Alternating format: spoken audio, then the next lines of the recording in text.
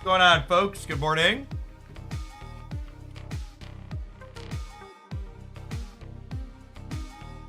Fred Wick, thank you for the 75-month resubscription. It's a long, long time. Thanks for dropping by to Primer yet again.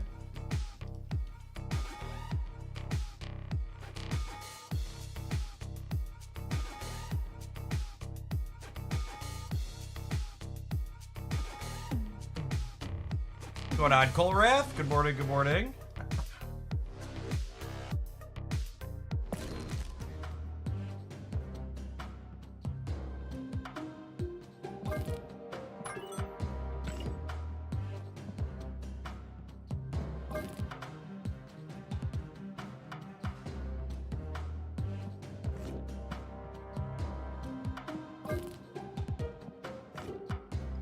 Oh, what we're playing this morning, huh? Not that.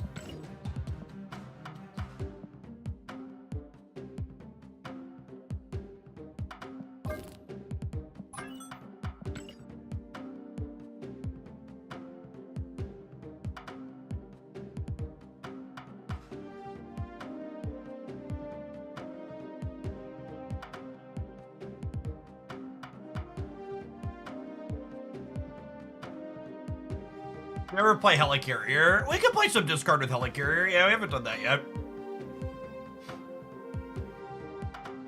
A couple of people on the subs Discord have been poking around with this. I wouldn't mind trying it out.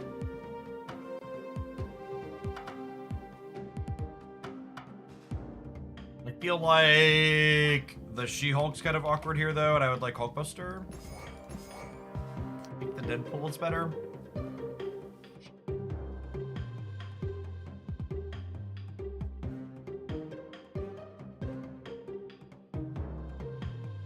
Was the YouTube title a joke? Yeah, I mean, I don't think Cull Obsidian's a very interesting or exciting card, right? It's like a card that goes with Thanos. Maybe we'll meme a little bit and try it in Quicksilver, or try it with Quicksilver, but I have medium expectations for a 4/10 that makes me play a 1-drop. Yeah. $20 says it only sees play at Thanos. Yeah, it's just stats. It's just stats, and it's just stats that die to Shang-Chi. Like at least like, you know, Miss Marvel is just stats too, but at least she's like spreads them out. Could the card go well in a Black Swan bounce deck? I mean, the Black Swan bounce decks don't really even play Darkhawk anymore, and if they were interested in a 4 energy stat stick, Darkhawk's probably bigger than Cull Obsidian, right? Maybe actually one place Cull Obsidian might be worth exploring is maybe he does something with Scar. Could be a possibility. He's another 4/10 that works with Scar. And we haven't tried Scar with Typhoid Berry since Luke Cage got changed back, so maybe there's like the Typhoid Berry Luke package with Cull Obsidian. Could maybe do a thing for us. He could be okay there.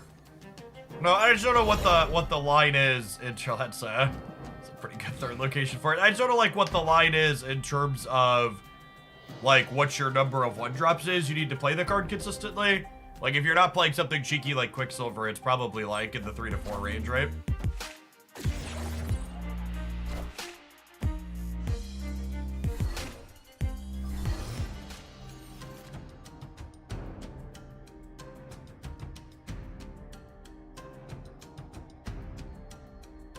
Is a 16 power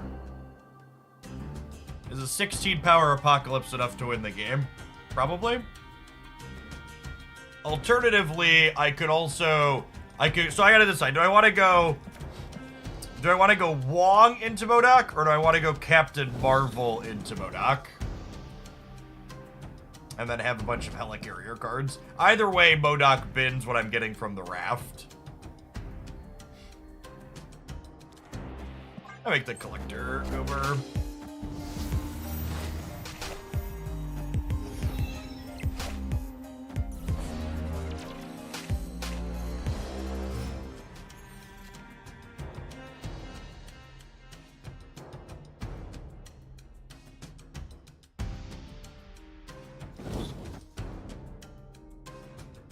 When in doubt, walk it out. Yeah. There's gonna be a big boy. And actually, this is the awkward part about Helicarrier as a card, right? Do you see how the Helicarrier only generated 2 cards here? Because the Helicarrier was situated on the left side? That's an interaction I talked about previously when MODOK initially released, that I was surprised it worked that way. It's one of the things that's clunky about how all that works. MODOK LMA? Oh, yeah.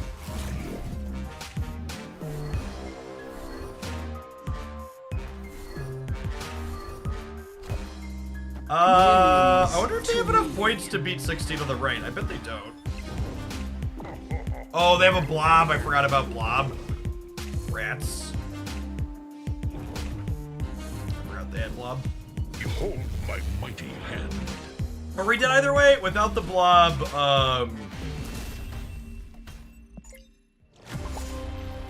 without the blob, they're only -7 everywhere, right? So we're still dead. It's worth noting here, too, like, this game kind of highlights the crux of the problem that this archetype that we're currently playing has. It's a deck that's purely linear and just puts numbers into play without interacting with our opponent, but the numbers that it generates just aren't consistently bigger than the other decks that just generate numbers.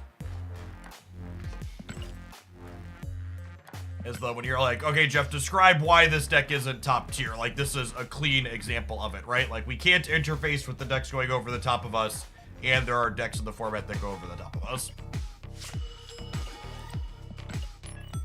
Oh no, their Helideck stats up to the Lockjaw version. The Lockjaw version has much better stats, last I checked. It's more consistent and has good backup plans.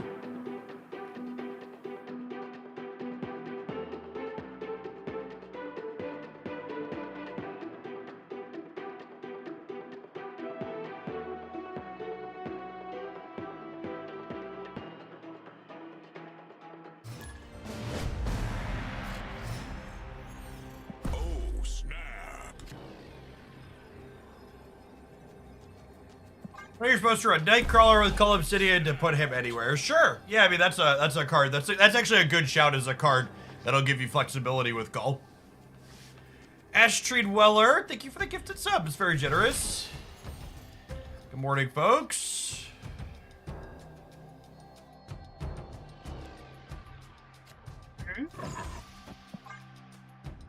Piece of candy.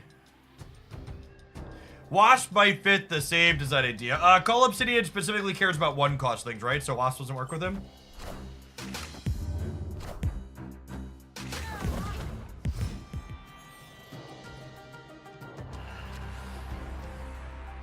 Awarded. I think I'm still just copying Morbius, eh?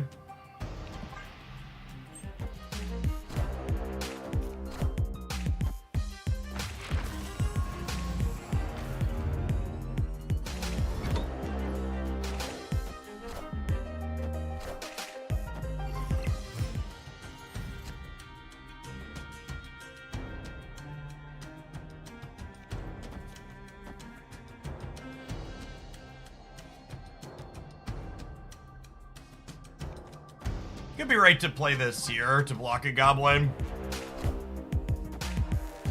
Treasure.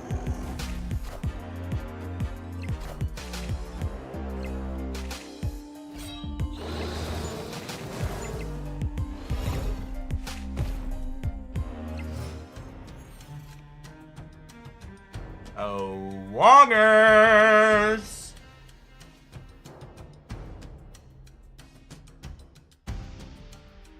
Alright, chat, the play to win line is hope they don't play to Rickety Bridge this turn.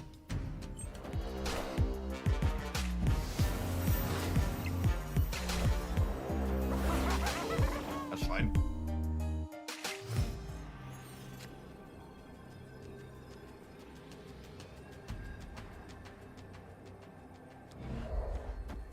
That was actually a really good draw, right? Because it lets me fill my hand with swarms before we start discarding. Ship it! Wait, why did they play middle? I'm very confused. What are they playing middle if they wouldn't want to play... Oh, they just want to kill my stuff there. They're only playing one card. I think we're gonna win, right? Yeah, looks like it. Brrr. This is the reason to play this deck, by the way, Jack. Because sometimes the numbers do go burr. Your absolute best draws are a delight.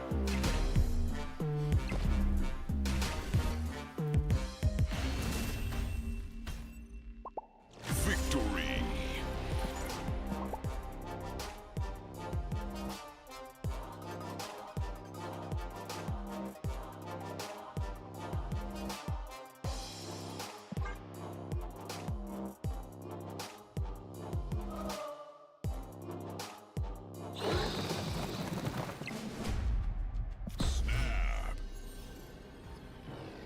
Hey, Mod Dare, thanks for sticking out with the tier 1, appreciate it. Victory. The reason I named this deck Discard Goes Burr in my deck list. Yes, it is a very good Goes Burr list for sure. We were playing these same 12 cards before Helicarrier existed. It just lets it pop a little bit harder in some niche spots.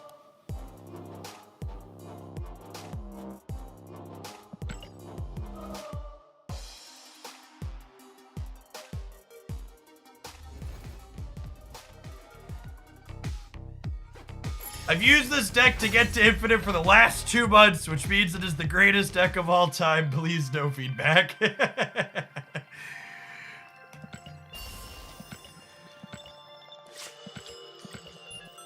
I think this deck is like a solid B, maybe B-. I don't think it has the tools to ever truly be top of the pack, but I think it can definitely keep up if you like it, or should try to keep up. Today's card release is Dull Obsidian. Oh, snap.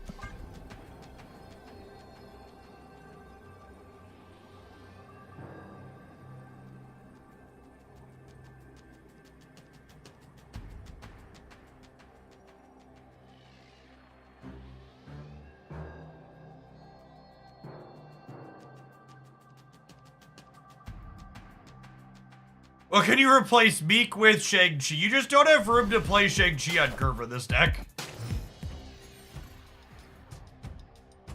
Today's card release is the best Thanos variant. Now we're cooking. Now we're cooking.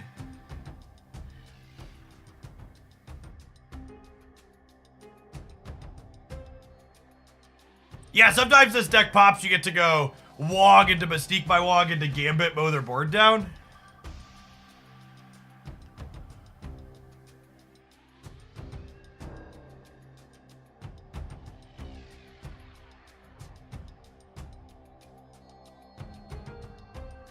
Violent Journey, thank you for journeying on for almost 5 months here. Welcome back.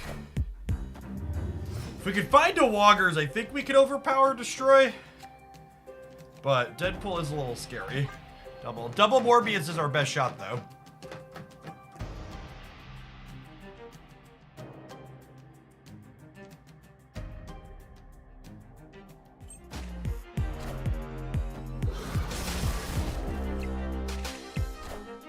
A little surprised they didn't Deadpool here. If they would have Deadpooled here, they could have Carnage that had the White Hot Room this turn.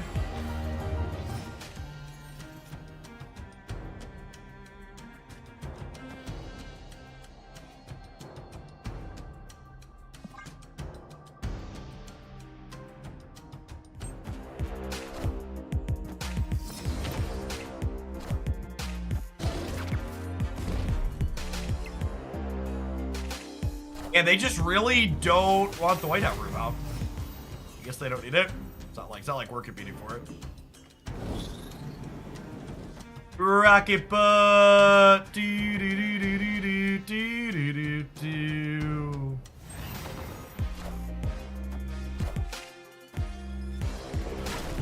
Okay, so they have a 32 power Deadpool at hand.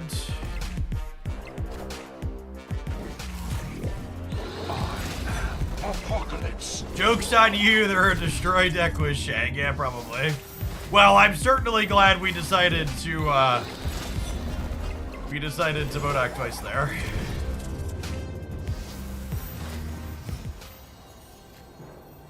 Unfortunately, it appears I was very much incorrect when I said we could keep up.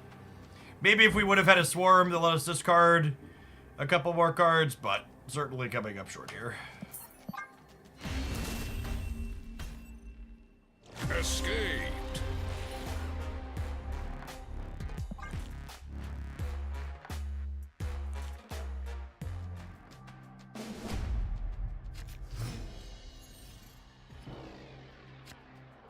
Oh, snap.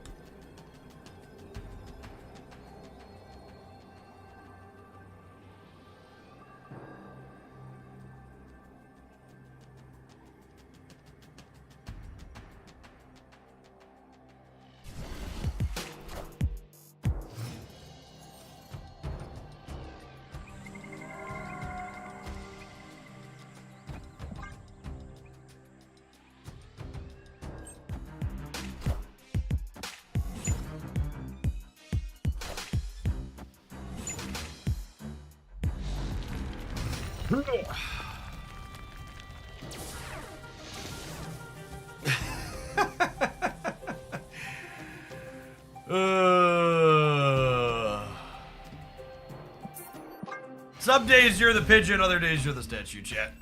Escaped.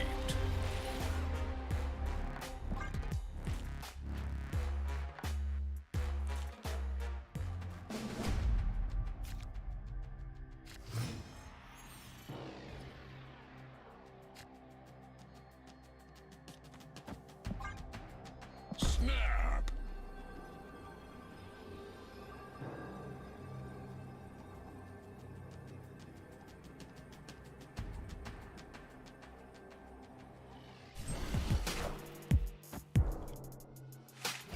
I am reborn.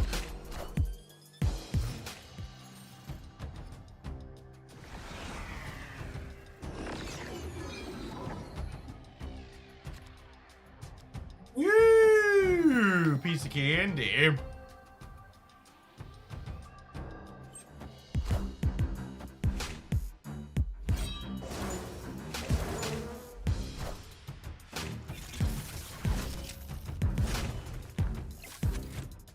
I'm curious to see if we get any more destroy changes in the OTA this week.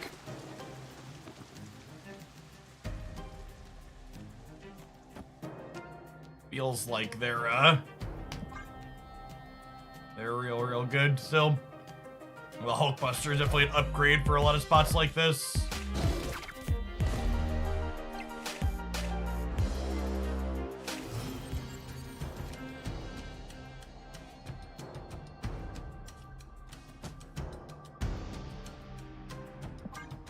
They push the patch off even further. Patches are always every 4 weeks like clockwork, basically.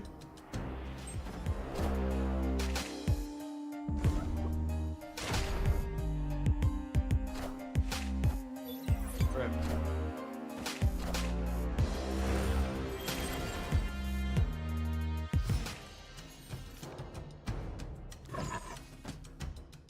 Oh my god, and we lost our Mystique too. Alright, I'm done with this deck. It's about time to run some ads. Let's go ahead and do that. We're gonna play a different bad deck when we get back, because this one is shit. Thanks for hanging out. Don't go anywhere. We were supposed to have a patch last week, though. We had a patch last week. It updated Beast, and it brought a new album, and it changed Omega Red. There was a patch last week. There were only a handful of card updates in it, but there was definitely a patch.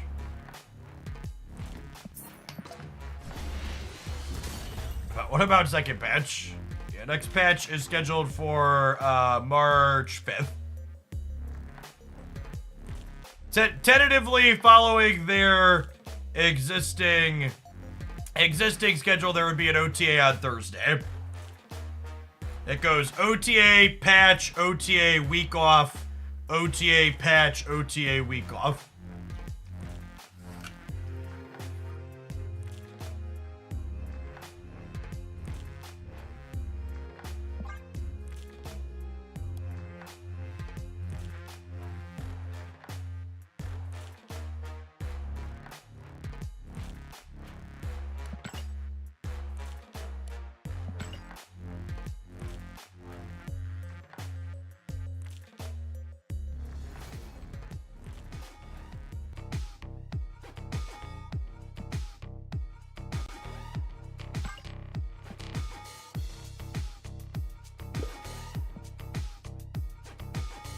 Oh, I should hold these.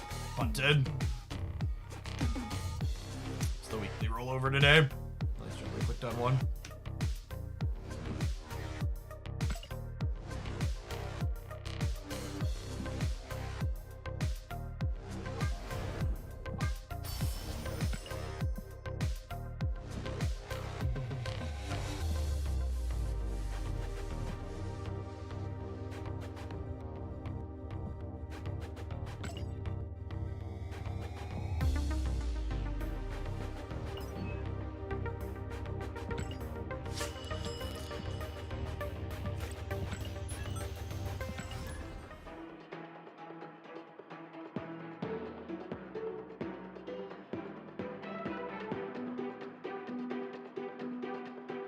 You don't claim them, they count towards next week weekly rewards. Yeah, it lets you finish your weekly slightly faster. Alright, pre-release thoughts on Cull. Probably playable to some degree, almost assuredly not particularly exciting. Opponent snap.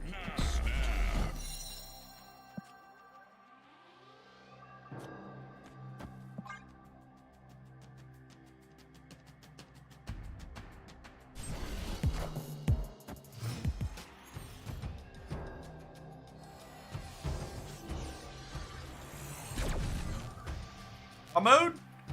Draw mode? Demon. So let's me do this at least. Punished for not playing her on the +2 mode last turn, eh?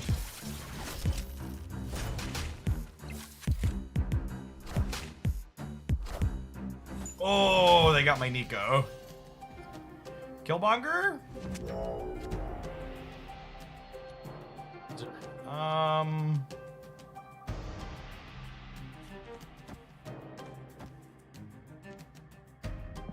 Yeah, opponent's definitely Loki.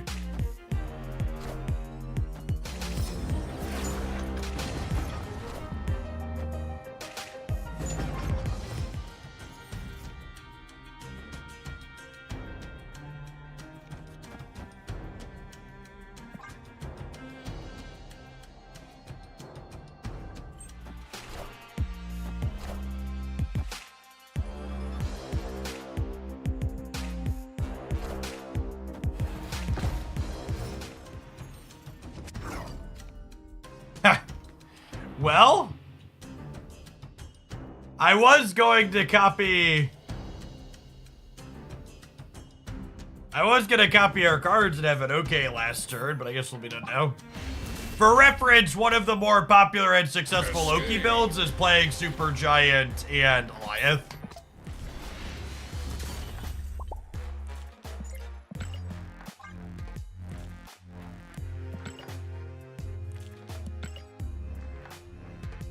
Not all of the Loki builds are playing Supergiant, but a significant number of the successful Loki builds are Goliath decks. Because they're not even really truly Loki decks so much as they're just another deck playing Zabu, Shang-Chi, Miss Marvel, and Goliath.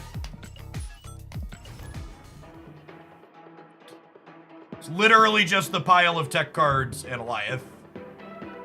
It's nothing new. Some of them are playing Supergiant to disrupt Sarah decks and Leech, but by and large, it's just the same old, same old.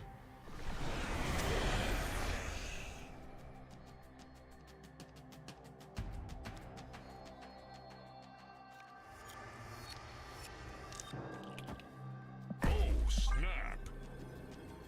Opponent snapped.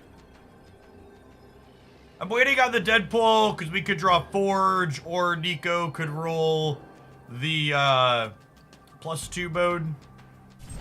She could also hit the draw mode, which would be nice.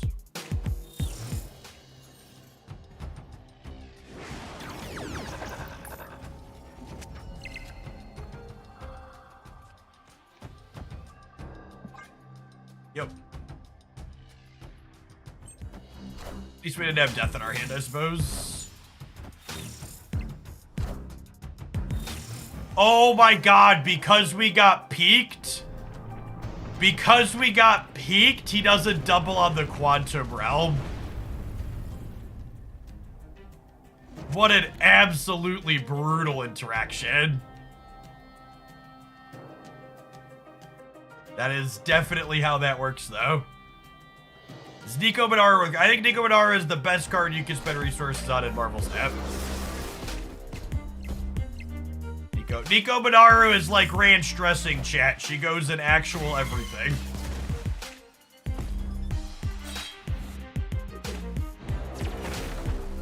Enough said, bub.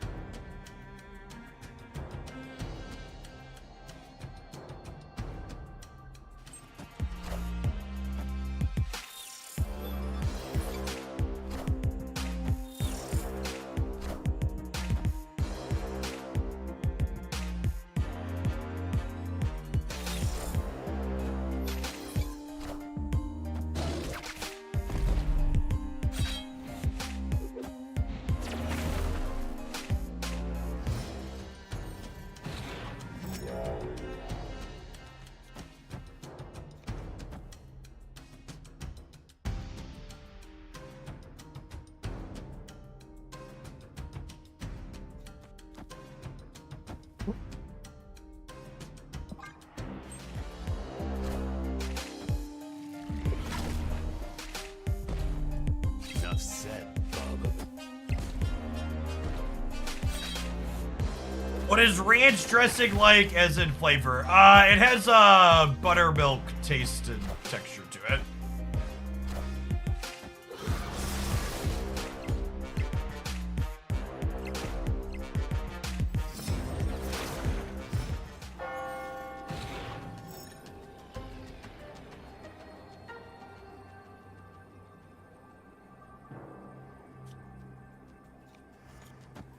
Assume we're dead here.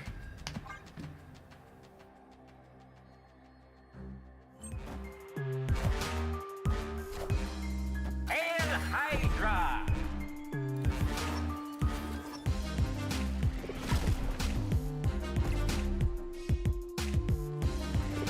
If this Wolverine goes right, the Artem Zola can actually hit it here. Holy, what a gamer.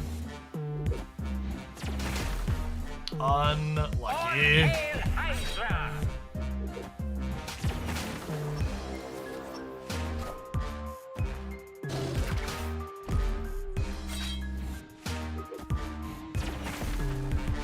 Couple X23 animations this turn. If there was a 7th turn, they would have a lot of energy.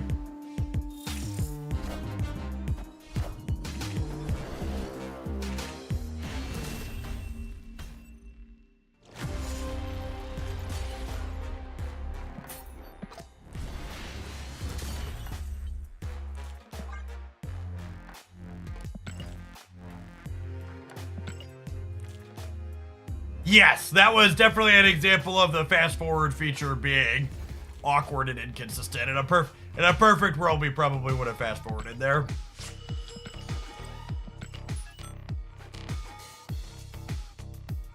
You had an above average Lamentus draw. I completely disagree with that. An above average Lamentus draw for us involves death and at a minimum Moon Girl. Thanks for the 13 months, Benedict.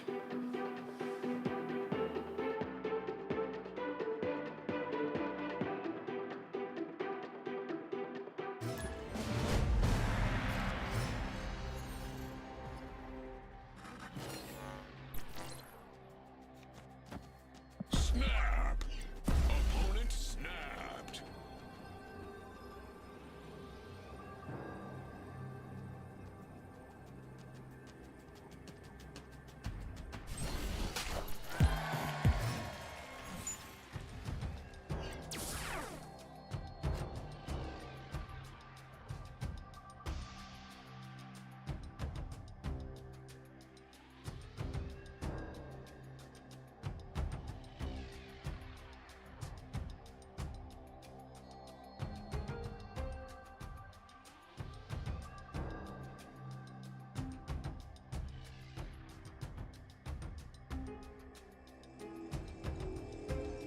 What are we doing here? Am I just bouncing this? I might just be bouncing this.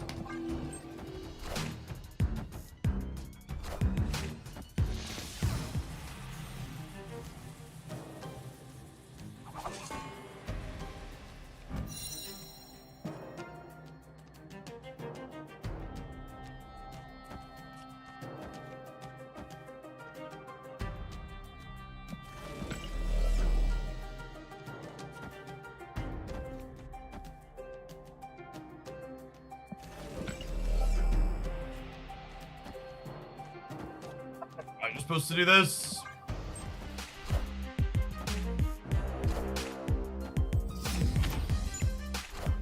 Harken out, thank you for the 2/3 of a year. Welcome back. Ooh, they could have our death. That would be very not good for us. Realistically, they're probably a Shang-Chi deck as well. So it's probably safe to assume that we're losing the center.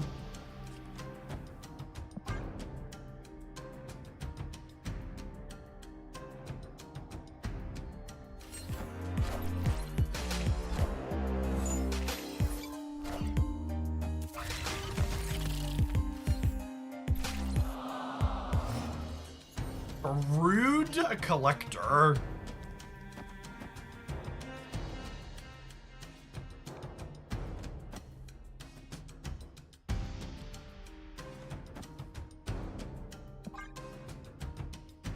If they're a Killmonger and Shang-Chi deck, we're really just dead.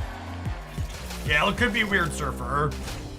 Brood typically indicates Surfer.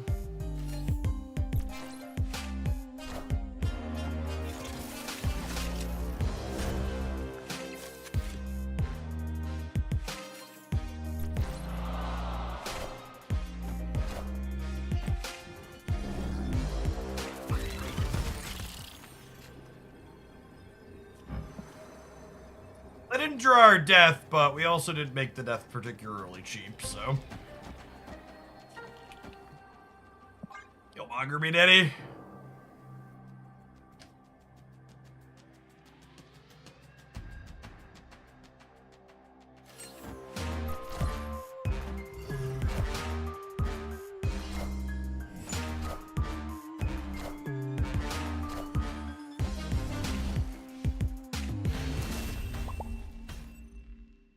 Victory. Times lucky rubber ducky. What is snap? I mean, we're playing in the proving ground shit. The snaps don't exist. They're playing some weird collector surfer deck and they didn't have their surfer.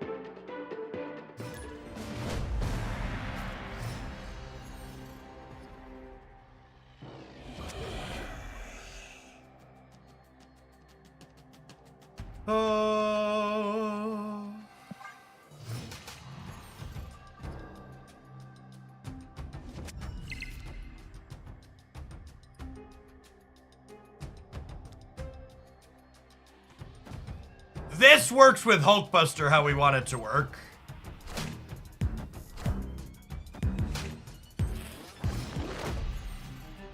So we attach this and we'll get a 10 power Nico Minaru.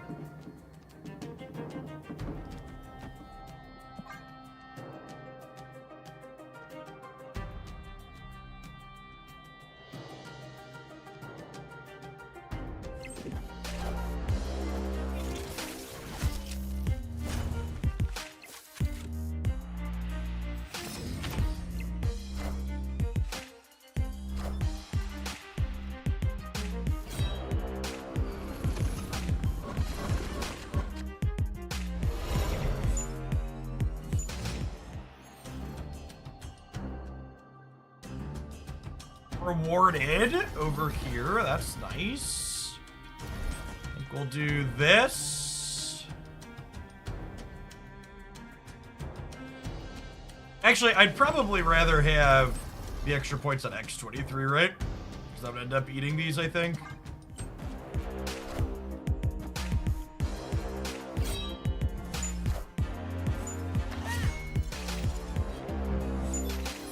They discard deck on a blade from Helicarrier. Oof. And they overfilled my hand. Yikes.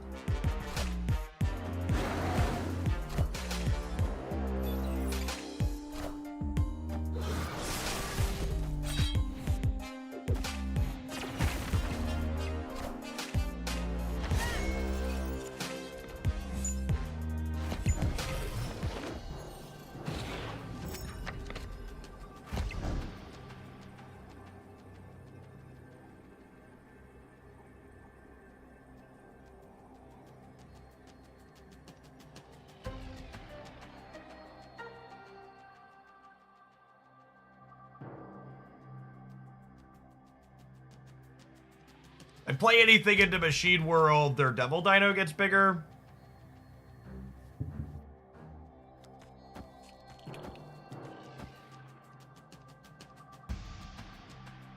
Like this, maybe? Extra Collector bigger too is a good shout.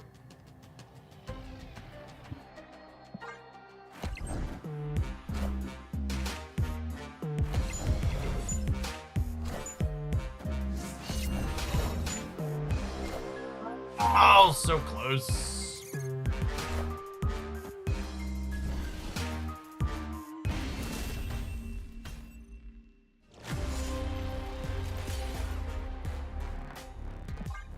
What's going on, Glitchy? Thank you for the baker's dozen. I appreciate that. Welcome back. Morning, Sue Slacker. They have our Moon Girl, which is honestly rather useful to them. We have their Loki.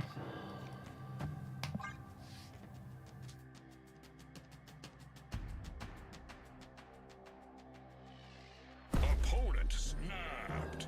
For the baker dozen as well, Slacker. So make sure you got a sword for your shield while you're hanging out.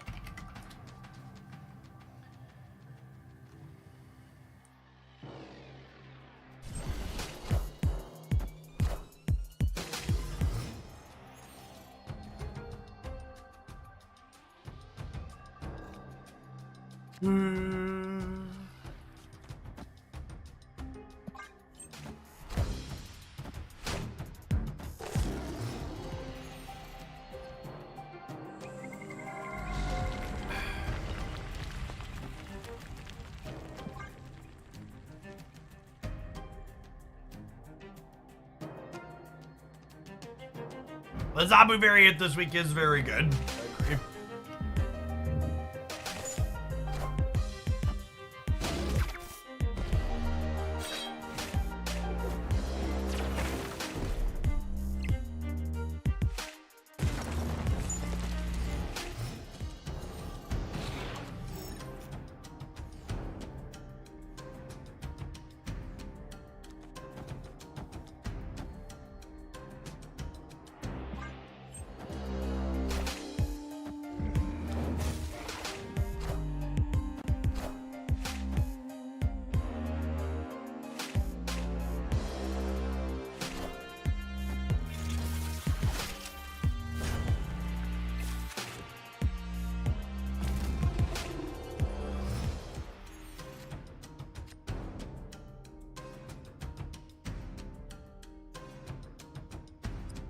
Actually, we just, like, don't have enough time to actually get set up with this, right? Even without the Dream Dimension. We tried some deck ideas like this in the past. They're just a little bit too clunky and slow. Even without the Dream Dimension, we were in a pretty mid spot. We weren't going to have time to, like, both set up Death and Moon Girl anything.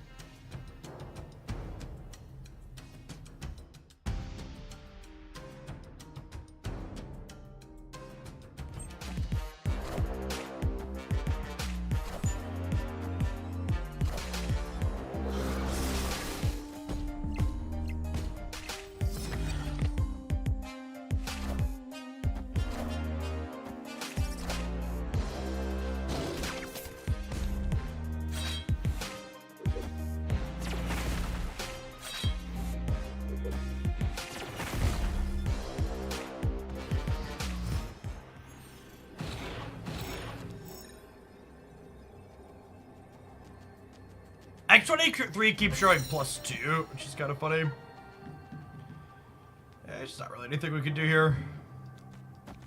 And throw our noodles out and hope they stick okay, but I assume we're dead.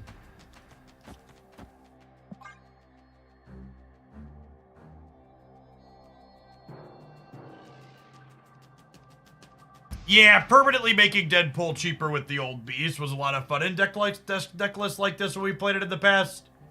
And only being a temporary modifier is a pretty big downgrade now. You used to be able to like copy 0 power Deadpools or copy 0 energy Deadpools or 0 energy demons. Yeah, they played hard for the left, which we only played a little bit.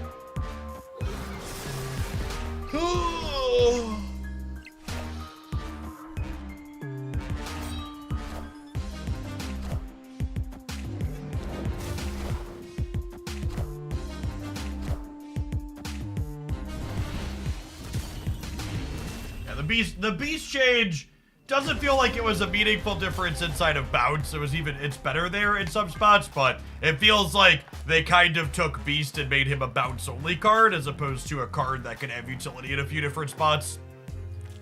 They took him and made him more narrow, which is probably part of their goal.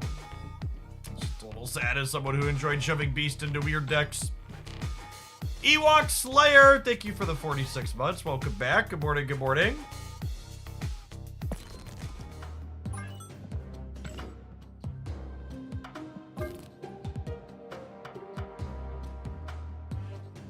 Was Old Beast. Old Beast before the last patch permanently reduced the cost of the cards that he bounced by 1. It's the best Moon Girl deck these days. I don't know the answer to that question. They're all kind of mediocre.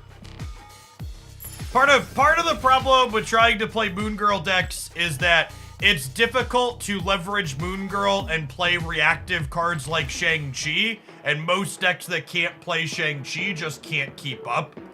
So Moon Girl decks have been largely edged out of the format because they can't afford to play the good tech cards. They just don't work with the dynamic.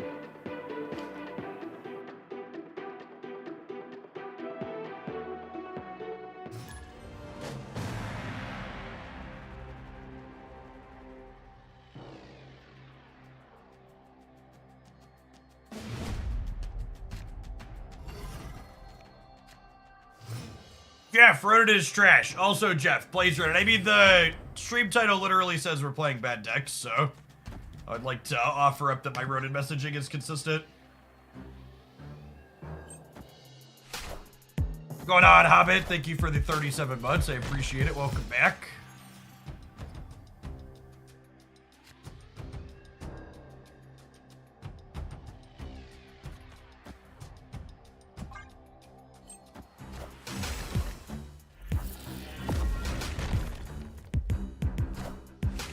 Wyeth hurts Moon Girl style decks. I want to play their cards till turn 6. I don't know that I fully agree with that. I think you can kind of play Armor to largely sidestep that issue.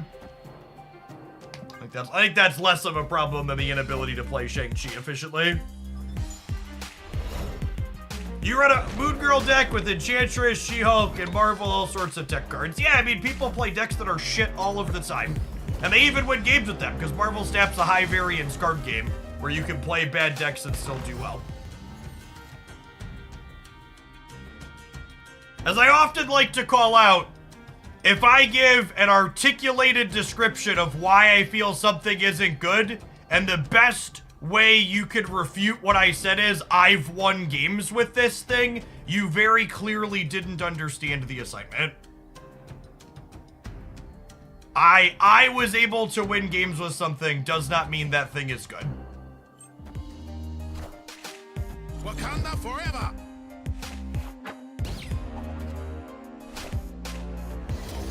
Going on, Yulm. Good morning.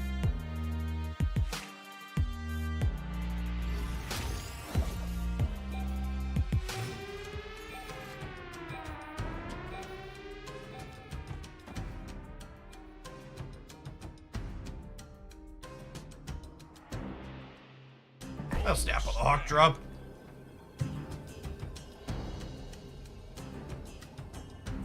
My favorite Moon Girl deck is the Kyrianite deck. It's bad but fun, at least it mostly ignores Shang. So the problem isn't that you can't build decks to ignore Shang. I agree there's plenty of Moon Girl decks that can, like, duck Shang appropriately. The issue is that they can't play Shang themselves, is the thing that's problematic.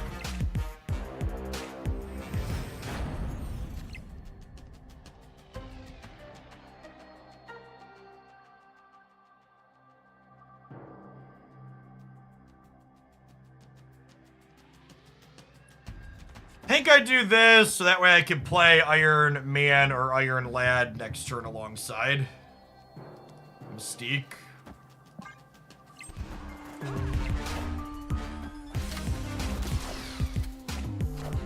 Have a rock.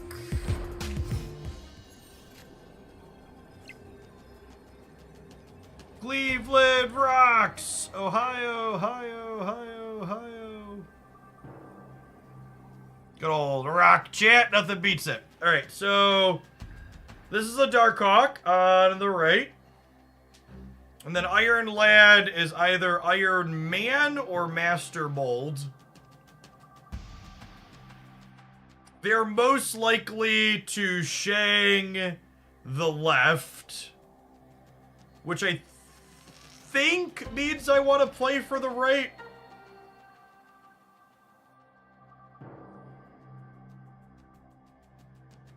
Although I guess if I hit Iron Man here, it beats Shang on the left. Yeah. Alright, I don't play for all three.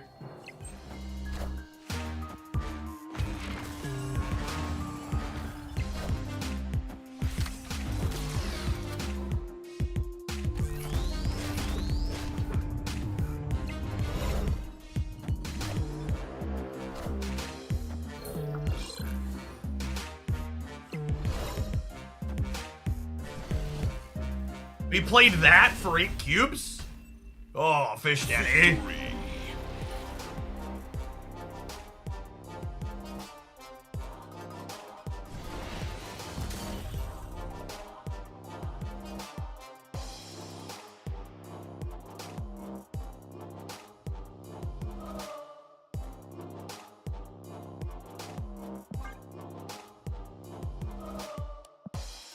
No, this was Gold Conquest, Chad. I think this deck is good, so I queued it up for Gold Conquest. Well, it's as good as a non-Shang-Chi deck can be. So still bad, but, you know, good enough to play Gold Conquest with. And based on Twitch chat's average thought process, I've won a match. Ergo, this deck is fantastic now.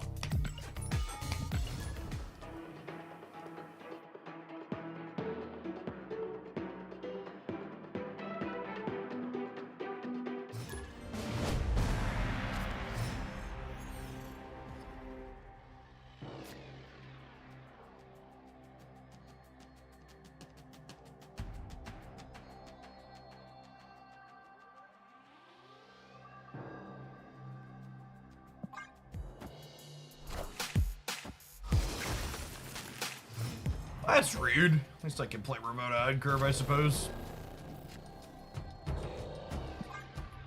What's going on, Stack? Thank you for the quarter of a year. Welcome back. Jeff, I was promised bad decks, but this deck is clearly cracked. Apologies. Yes, it has won an entire match of Marvel Snap now. That's actually a Scotch awkward. Because I want to Grandmaster the Rock Slide, but then I have a 0 power thing in Baxter Building. JK, LOL. Aid my hand.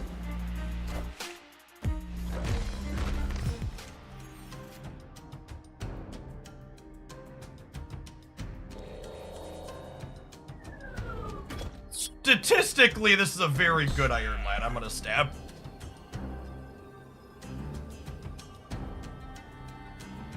This thing could be Hawk. This is 60% to me, and this honestly is one of the sweetest ongoing decks I've played.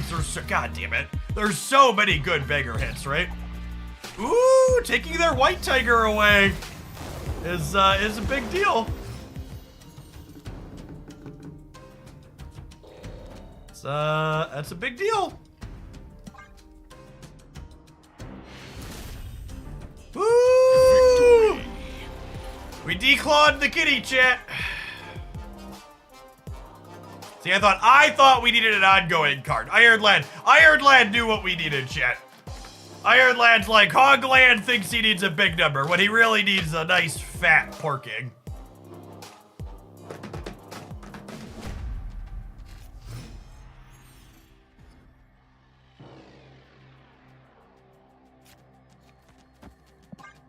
Iron Lad is from the future, that's true.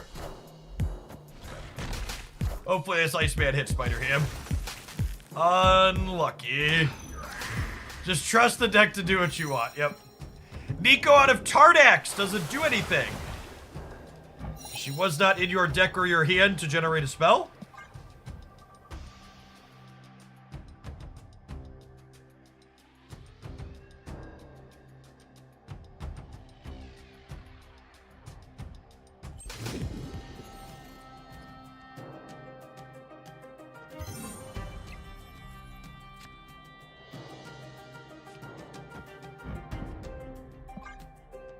Going on, Eric? Thanks for the over 3.5 years. Welcome back. Whoo! Pork you into Iceman you. That's the good stuff right there.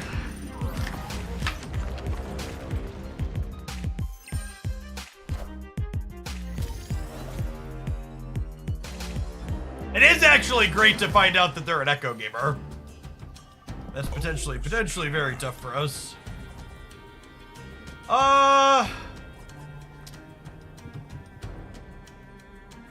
Grandmaster's fine. Mystique is bad. I guess Mystique's the only terrible hit here.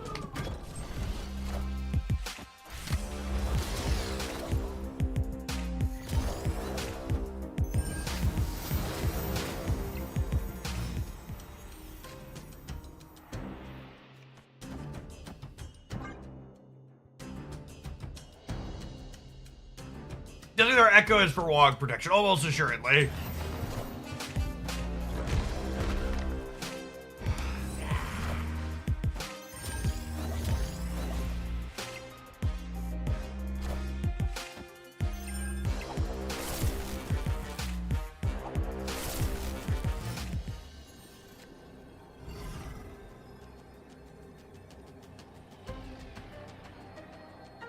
Opponent snapped.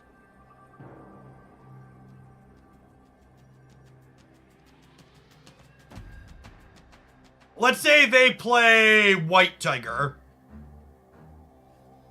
They put 2 cats here. We're winning. They put a cat here, a cat here. We're winning the breaker. What beats me here? Dr. Doom? Dr. Doom's a real Marvel Snap card they could play.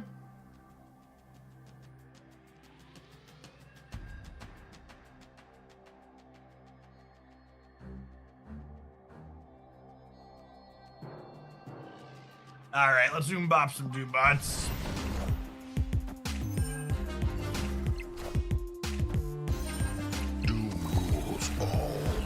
Why does Rodin show the power, but Dr. Doom doesn't? Because Rodin was one of the many slops in this patch that was released early mistakenly. Eventually, they want all of the ongoings to show you their phantom power in hand, like Rodin does, but currently Rodin was accidentally added to the patch early with that feature.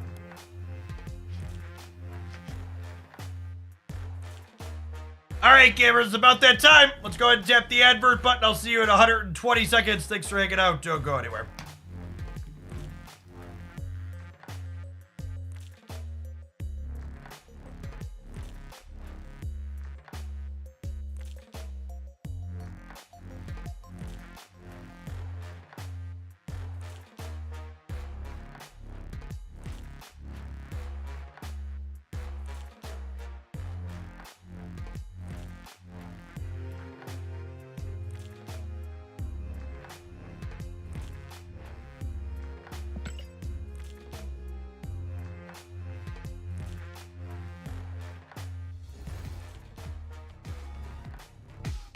How much is the bike chair that I have going on here? I believe it's in the 600 range.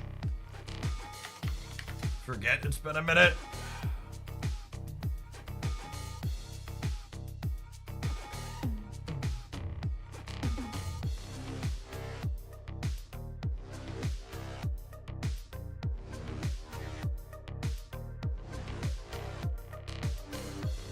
Under fitness.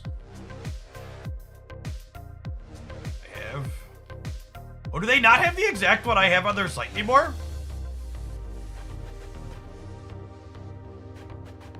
That's interesting. This is close to what I have. This whole bottom is saying mine has armrests on it. Oh, that's actually much cheaper than I remembered. I wonder if this, it's definitely a different model than what I have, but the base looks identical to what I have. With the pedals the way the wheels are. Mine has armrests on it. Netison, thank you for the 3/4 of a year. Welcome back. It says mine's close. This is what I'm sitting on. It's very, very similar. Look like the gear at the top that controls the resistance is a little different. Mine has headphones on it. Overweight, white dude, adorable toddler not included.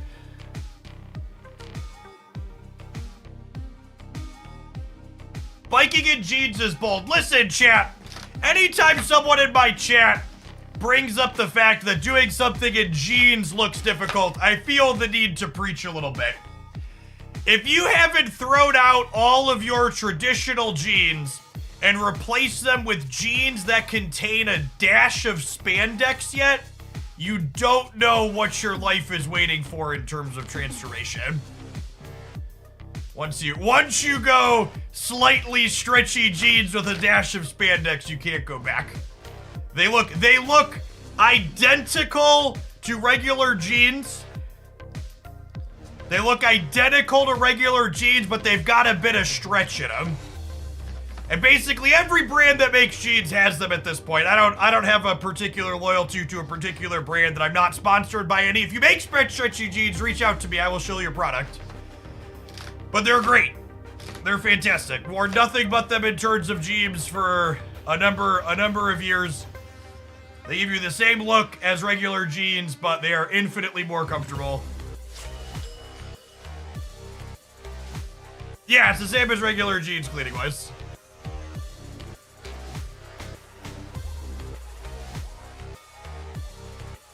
My stretch jeans last 5 years before they ripped the seams. Well, maybe whatever brand, you should share whatever brand you had, and people should avoid that one, because I've had mine for longer than that at this point.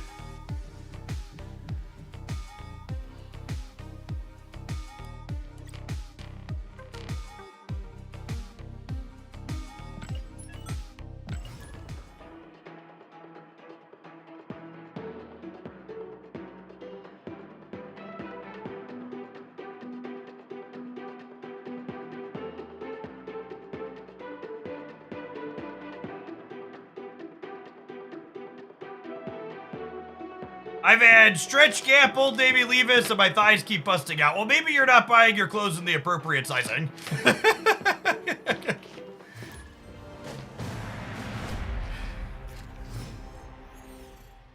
They're meant to be stretch comfy, not stretch into 5 sizes smaller and rip at the seams. Yeah, like, I don't believe it or not, chat, I'm also not wearing skin tight, skinny jeans. They wear like regular jeans. They just like have a little bit of give when you're doing something active with them instead of being stiff and awkward like regular denim. So you can do things like exercise in them and it doesn't feel bad. Yes, I just Hotel Inferno'd in my Darkhawk deck because I'm playing on autopilot while we're talking about stretch jeans. Talking and clicking's a dangerous game, chat.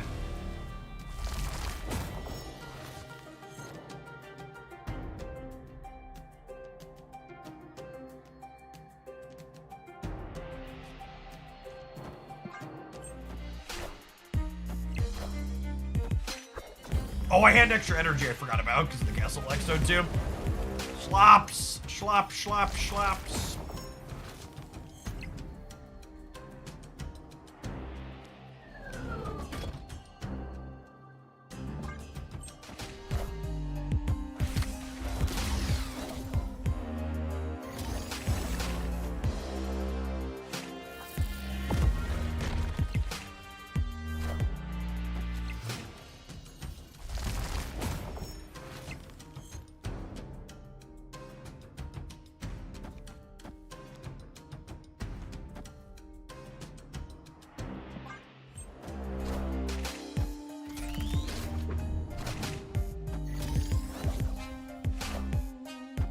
I played a couple of games with it. This deck has like pretty reasonable stats Victory. on a depth for what it's worth, and a few hundred games long with reasonable numbers. I want to make sure it's clear that the asterisk I'm putting on this deck is an important one. But I think this deck is one of the better mid-rangey decks that doesn't play Shang-Chi.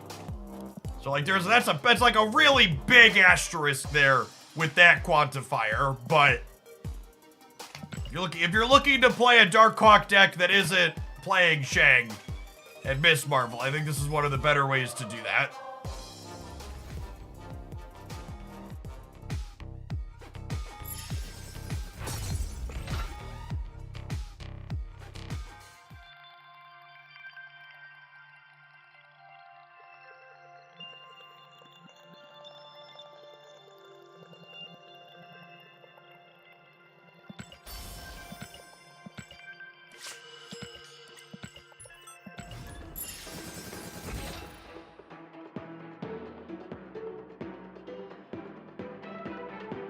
We had a couple of resubs in there while we were chilling. Neto-sen, thank you for the 3/4 of a year. Welcome back. And Mikey Two-Step, thanks for the 3 months in advance. Good morning, good morning.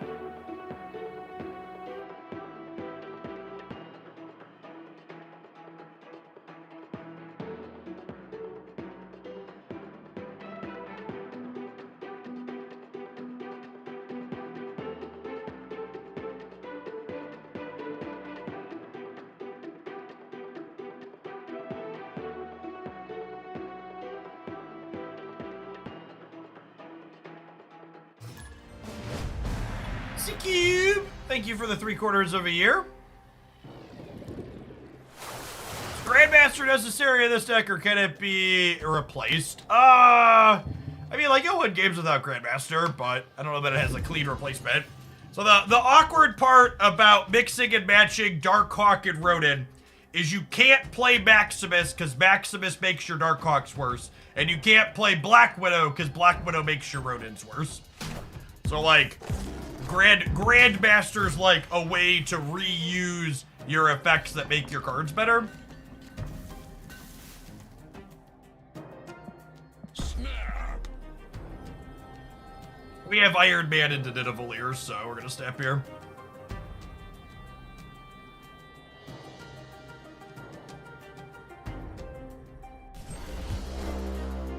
I kinda hate how one of the best non-Shang decks says make them not have Shang as part of its gameplay. I mean, that's not strictly true. We have armor in this deck to have counterplay to opposing Shangs. Thirsty Prats, thank you for the entire year of support. It's a long time, welcome back.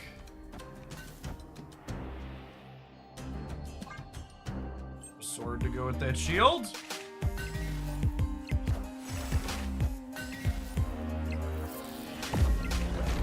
You tried Grandmastering your Beast and vice versa.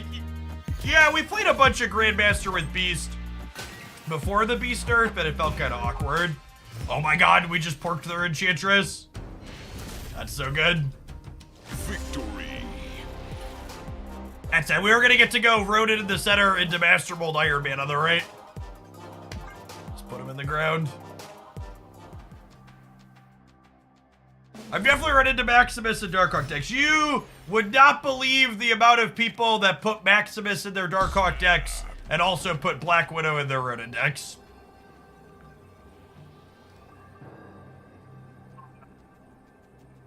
Tight synergistic deck building out there.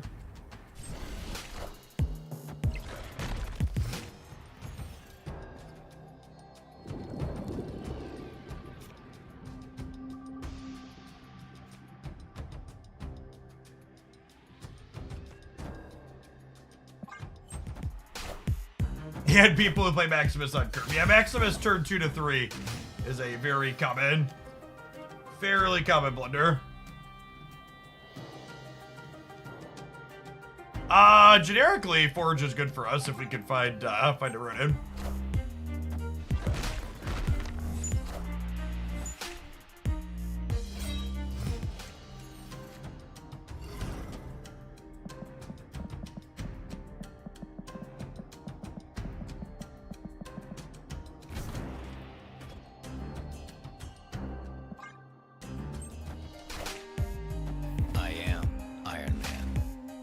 Now, it is worth noting that our opponent is an Enchantress deck.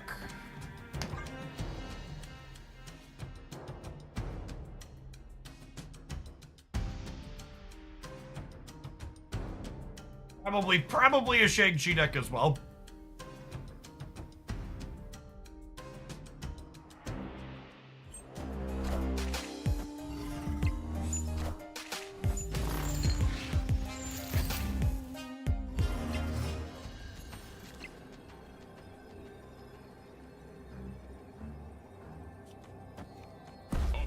This has got to be setting up for Enchantress here, right?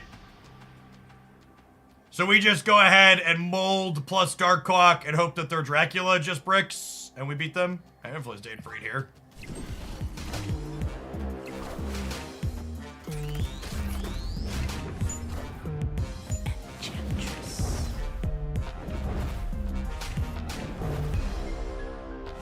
Alright, so I assume we're 2/3 to win the game here.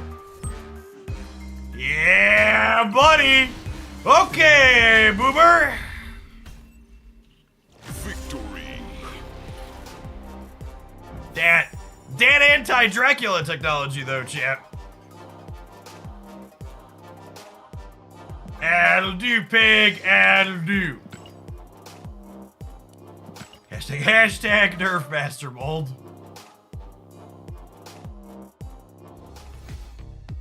Dinner's ready. Come and get it.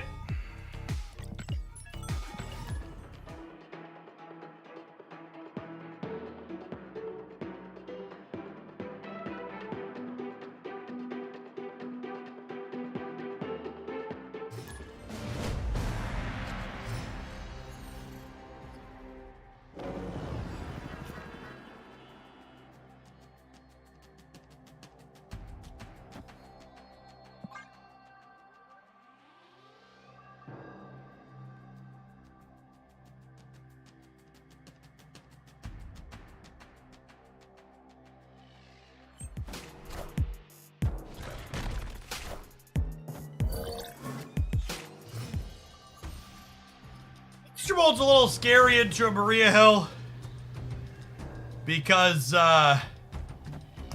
means they're likely Loki.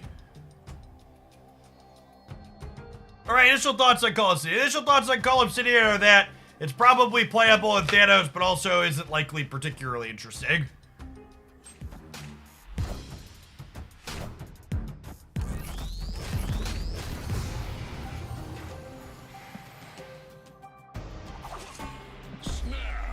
How to snap them. And put more rocks in their deck. This Adelant is much worse for them than us. Let's get them. Thanos is the low-hanging fruit for Cull. I'm gonna try him with Scar, I think, a little bit, but Victory.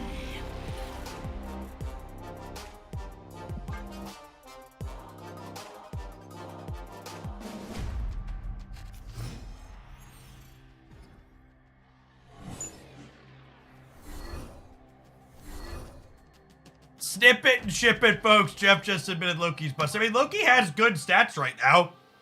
It's just Loki's not the reason Loki has good stats. The Loki decks that have good stats are Zabu, Shang-Chi, Miss Marvel, Alioth decks. Like, Loki's a card that they play, but it also just, like, isn't their defining feature remotely. Loki basically acts as a mulligan for when their tech cards line up a little awkward.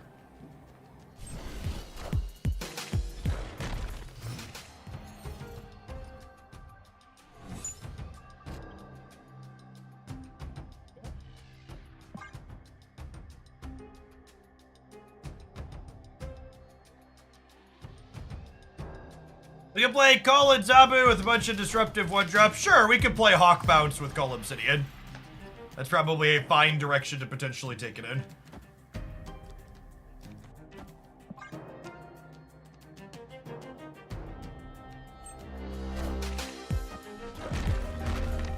Time's up.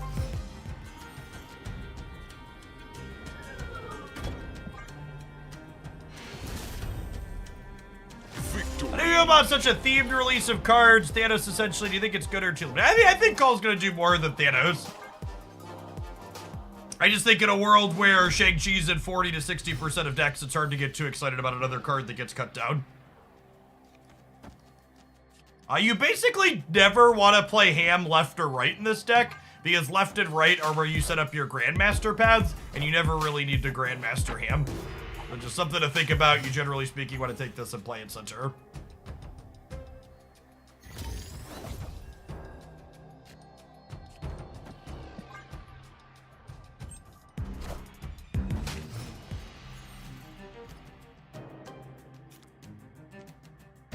Taking your 4-drop's not bad, or am I wrong? It's not just about the pure energy swap of it, right? It's about the swing that it creates. So like your 4-10 gives them a 4-13. And it's like, sure, maybe there's a world where that's better for them than it is for you. But, yeah. Or better for you than it is for them, but it's still pretty specific. I think they're gonna try and play for here. I think they're gonna try and play for here. I'll stay. This Darkhawk is huge. I should have stabbed it back.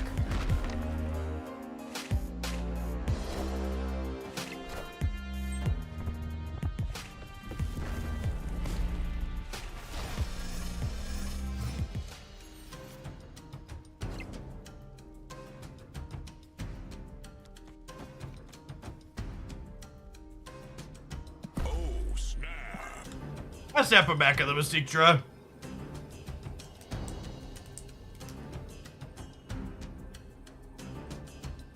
Nimrod came out of Agent Coulson shit.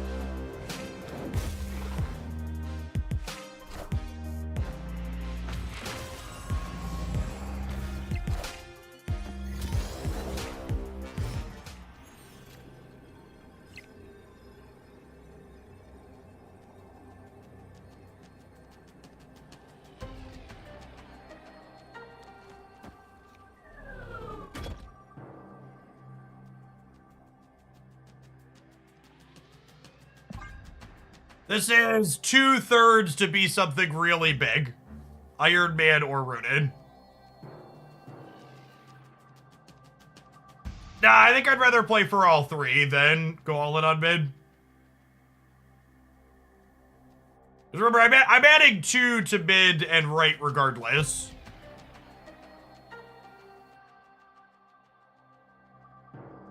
Yeah, the Nimrod was from Coulson, and then the Hollow let them blow it up, so they shouldn't be able to do anything with that again.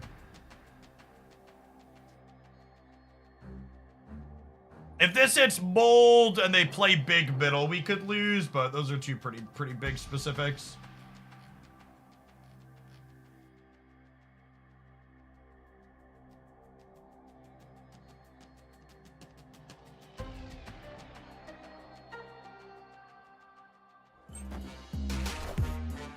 Yeah, they just didn't play from it here.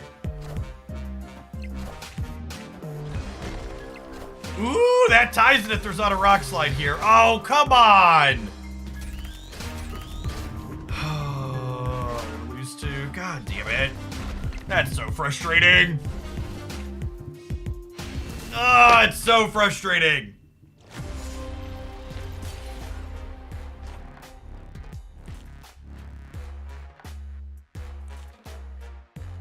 I'm gonna play it out 3-7. I think we're a favorite here.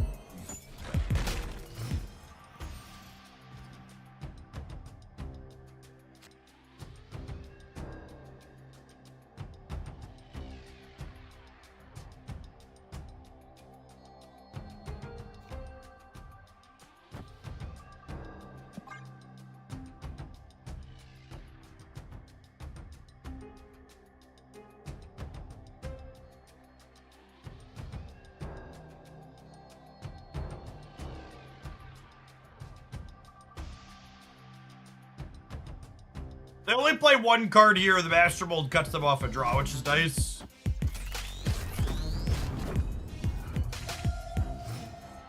So you're supposed to have seconded her to nerf Loki, yeah? Opponent snapped. How about let's play? And this is the nice thing about Master Mold inside of this deck is we're playing Master Mold in part because it also kind of enables Darkhawk for us.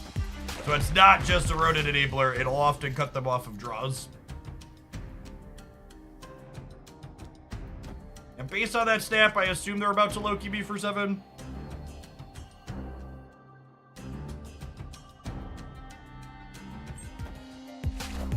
Or 6, I suppose.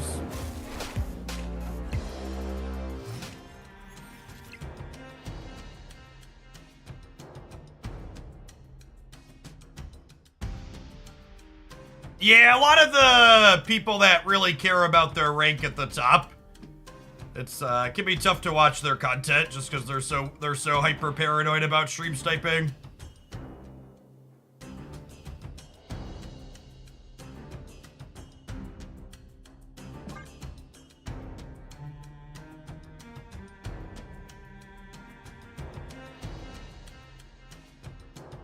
Now the good news is because they copied our deck, we don't have to worry about tech cards unless they draw it in their 2 draws out of their deck. Which is nice.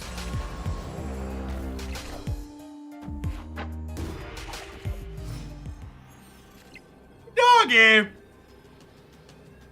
That'll do, pig. That'll do. We know one of the cards they drew is Maria, that's true. I think it's just this then.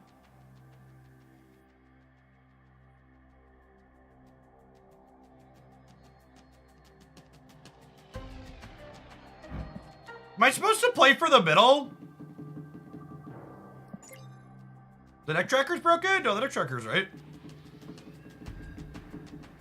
Oh, their deck tracker is very broken, chat. The deck tracker has been broken with Loki for a while. FYI. I'm not sure if I want to play for the middle or not. I feel like they always put at least some points of power there. Wow, they didn't rip.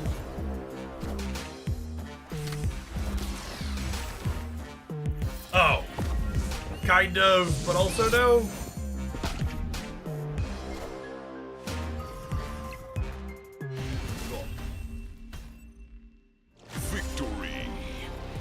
Yeah, the deck tracker isn't sure what to do since they changed Loki to transform the cards.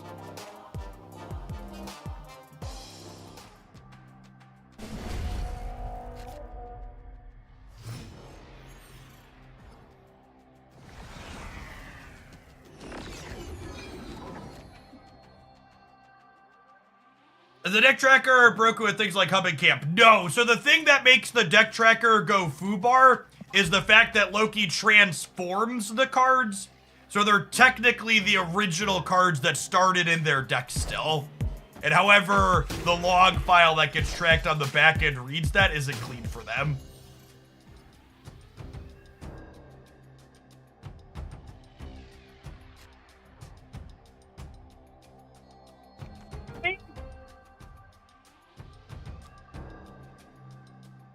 I want to armor Rickety Bridge.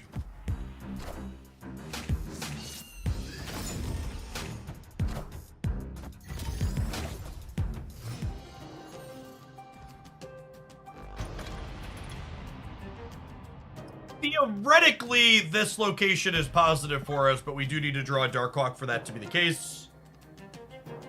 Now you can't Darkhawk. Yeah, but spending my entire turn 5 to screw with their hand when I might need to be a Ronin deck isn't necessarily good anyways.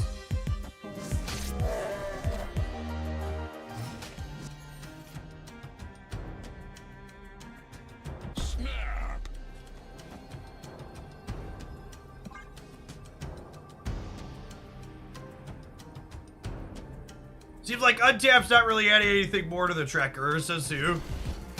Based on what?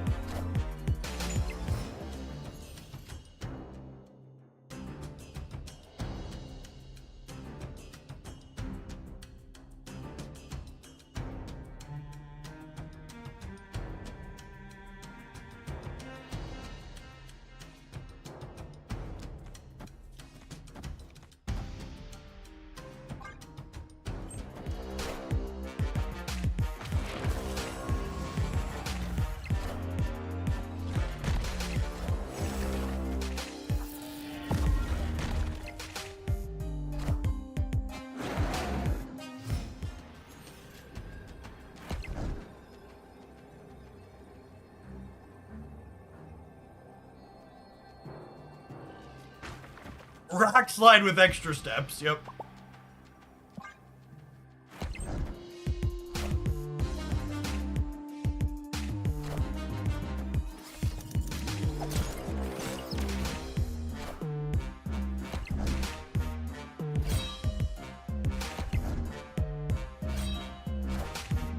Squad's still a little light. Well, that's a card that's actually in their deck, right?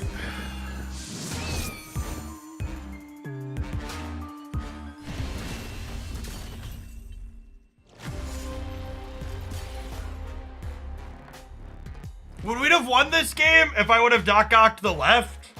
No, because they would have had a demon on the right still, right? That was so close.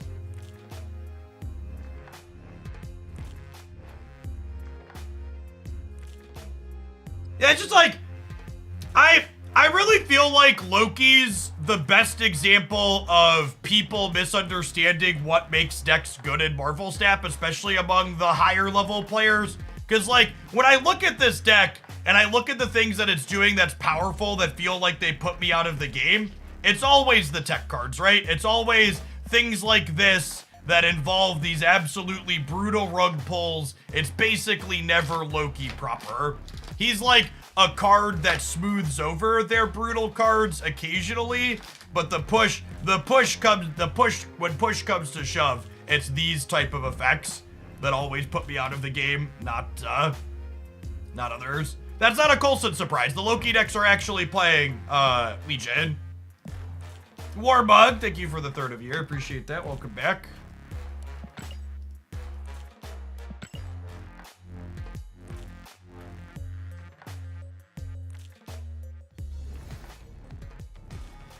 Yeah, hitting a bunch of repeat opponents is one of the reasons why I play a lot of Conquest and don't play ladder once I hit Infinite. Because when you're in the top 1,000, the player pool is not particularly wide. And if you play for a few hours, you'll just like rotate through the same small collection of people.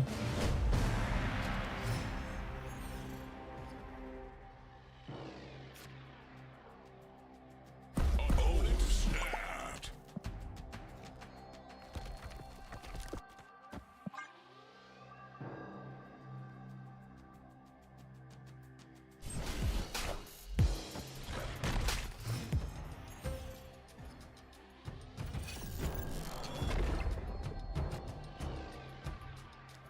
It's nice. You get to go Arbor into Rock Slide into Darkhawk.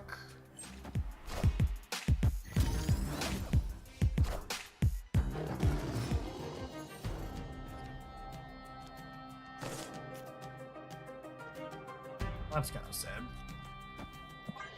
Wanted to play here so I could have Grandmaster as an option for later, but it is pretty much a rocks into Mr. Negative is about the best we can ask for.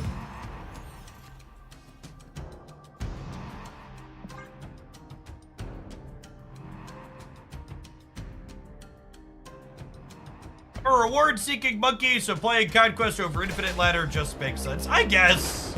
Like the only consistent effect you get from Conquest is boosters, though, just like Ladder. The amount of rewards you get from playing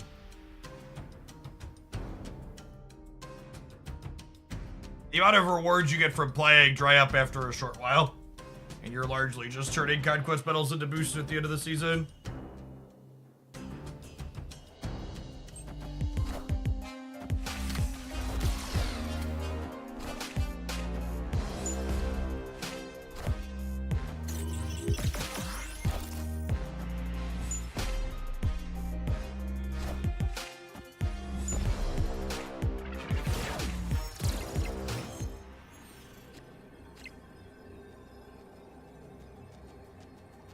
Then I assume they have inverted Iron Man here, and we are dead. It's the proving ground, so we'll say. I like buying the large pack booster Conquest. This is fun at the end of the season. I am Iron Man. I am Iron Man. I am Iron Man. players, so boosters are beneficial. I mean, boosters are beneficial for me too. I'm just saying you get boosters for playing Conquest and you get boosters for playing Ladder. It's not really that meaningfully different.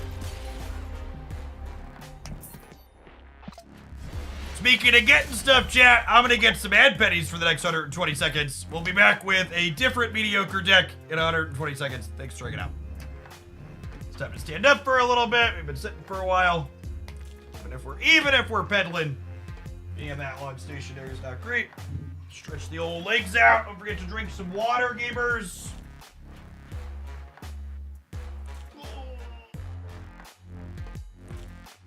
Are the 155 boosters at the end of the season a huge bonus? They're random, so like 90% of them are worthless.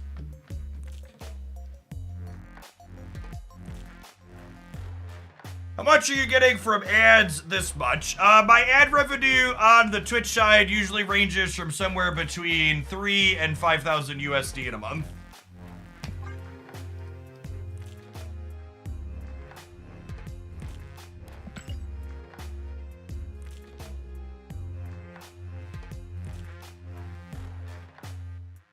And that is with an ad density of approximately 3 minutes of ads per hour, which we run in formats of 2 minutes every 40 minutes.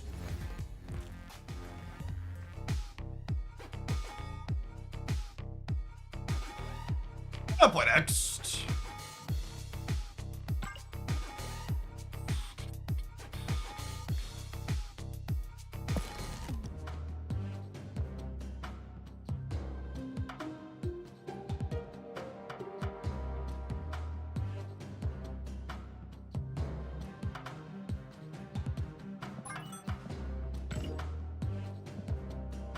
What's going on, Prime Viridian? Striking out for an entire year. Welcome back.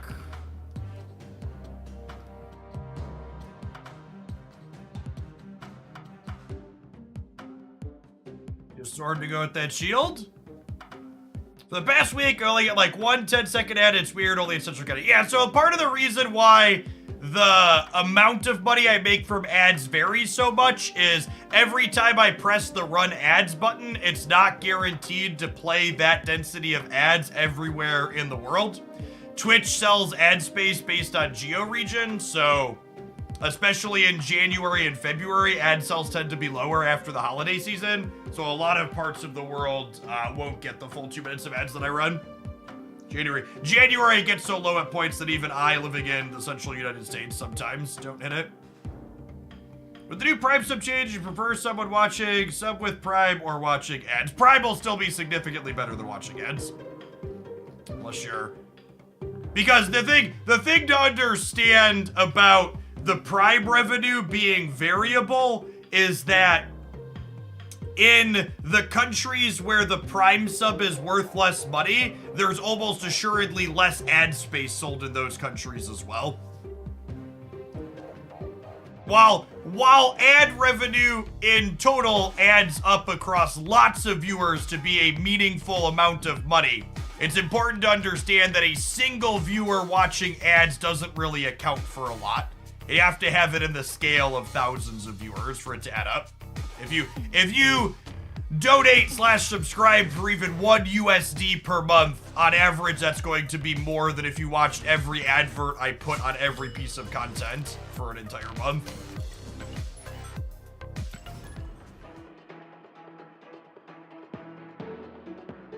Anyone else had tons of crashes on mobile? The last snap patch was very buggy and clunky and is having graphical glitches and some other miscellaneous crashes.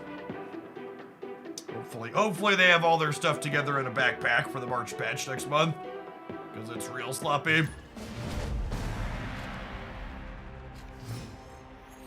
Snap. One thing to think about if you're going to try a deck like this, specifically a deck that has Armor, Sentry, and Annihilus in it, you almost never want to armor the right path, because that could prevent you from destroying Sentry's Void.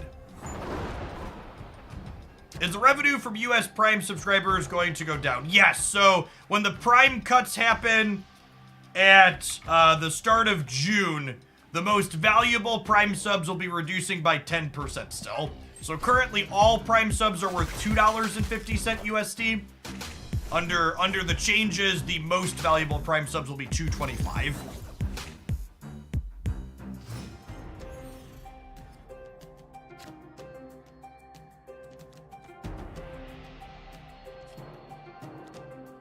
I don't know, linkage.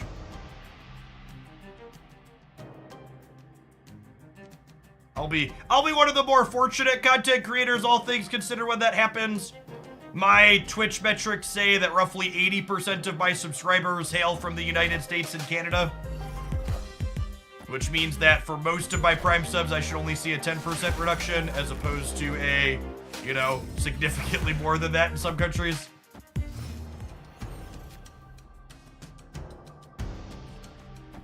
The people with non-English speaking Prime sub bases are gonna get hit the hardest. As one said, I think US, Canada, and Puerto Rico are 2.25. Australia is $2.15, and then everywhere else in the world is under $2.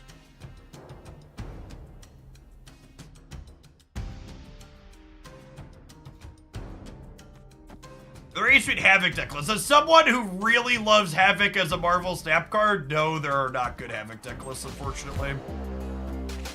I think you're against a bounce deck. We are definitely against a bounce deck, yes. The difference in revenue goes in Amazon pockets. Well, the thing to understand about the difference in revenue is that Amazon, like, obviously Amazon has more money than God, but, like, they've literally just been taking a loss, a strict loss on Prime subs from non-English, non-English is the wrong word, from countries that have cheaper Prime because they have less services on the Twitch side. Like, there are a lot of the places around the world where the Prime sub is going to be worth markedly less. People pay less than $250 USD per month. So, like, in places like people get all the other Prime services, and then Amazon was paying out $250 to Twitch streamers on top of that. I mean, they could definitely afford to take it, but that's just, like, not how capitalism works. So, like, you're right, but also it's just not how it works out ever.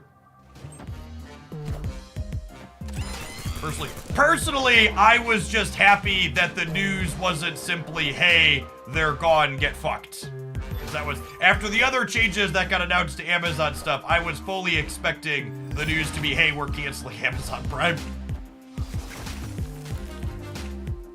Maybe a little bit short in the middle here, huh?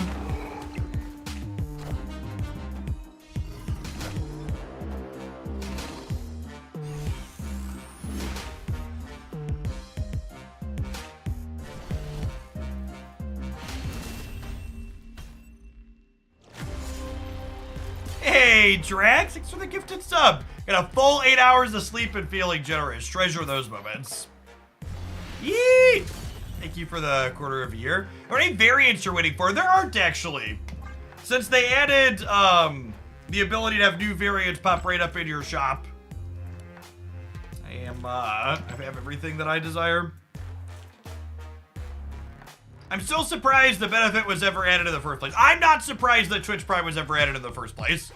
The Twitch Prime model after Amazon bought Twitch fits exactly into Amazon bullying their way into dominating a market by the fact that they already have market share. It was 100% a loss leader for a long time to make sure they were the biggest in the streaming space. Face, thank you for the over 3 years. Welcome back.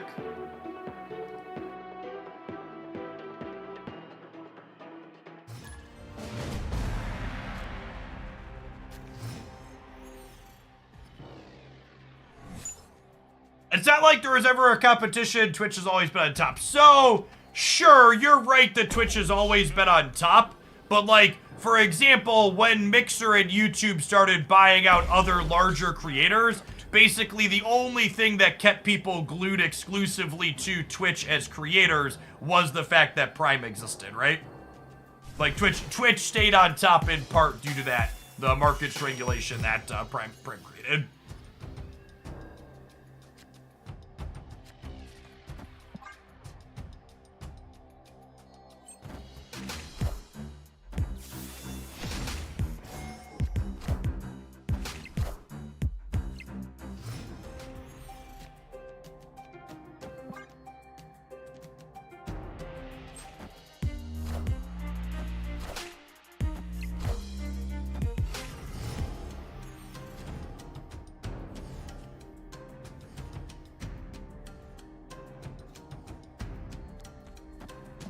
We're gonna Omega on the right, and then we'll probably Enchantress in the middle.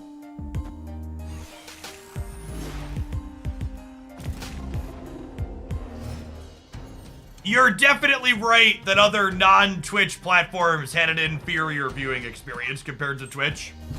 It's often shocked me how much money like Google put into buying other streaming platforms out or streamers out without actually putting features that were necessary into their own platform.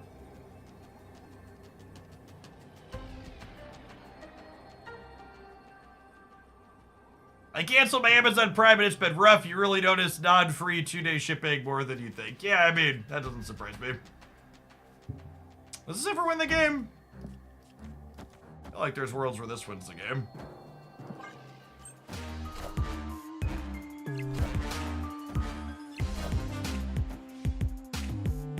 Probably Dynalike blue drop, 1 drop plus blue marble. Claw! Reach deep into my pocket and take my cubes, bud. Should've saved the Enchantress gamers.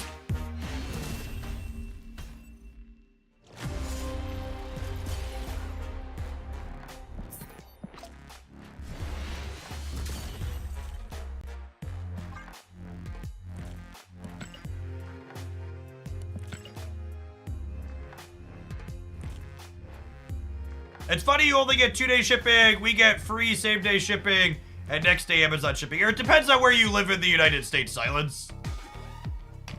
If you live in major and even mid-sized towns, a lot of the times you get same-day from Amazon now. But if you live in other places outside of the city, it is not a guarantee.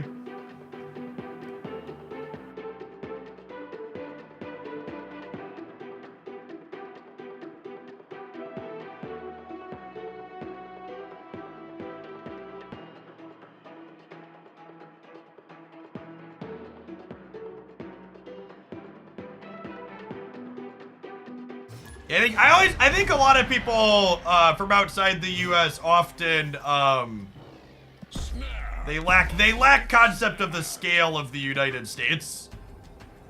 Like, it takes double-digit hours to drive top to bottom in just Illinois, the state that I live in, and that's one of 50.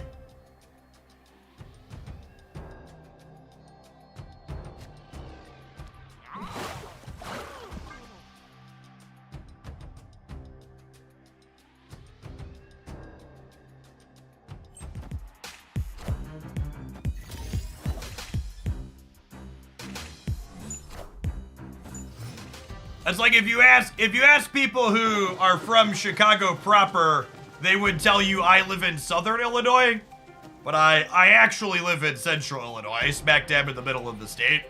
Southern Illinois is like another 2 to 3 hours past me and continues on for another 6. Kevbo, thank you for the 3/4 of a year. Welcome back.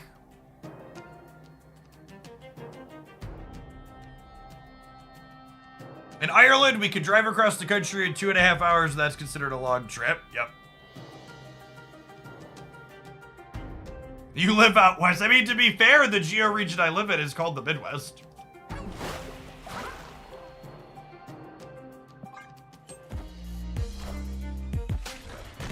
Unfortunate lack of priority here.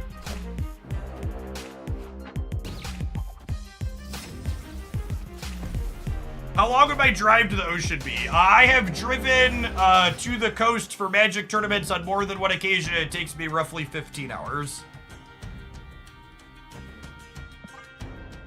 Give or take.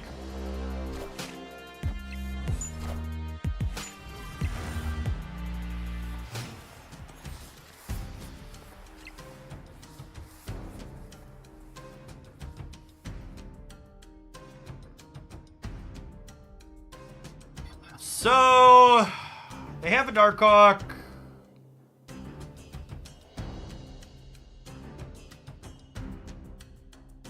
I want to just get Omega Red charging up. The question is, do I want to play this? I think I do. Nah, I don't.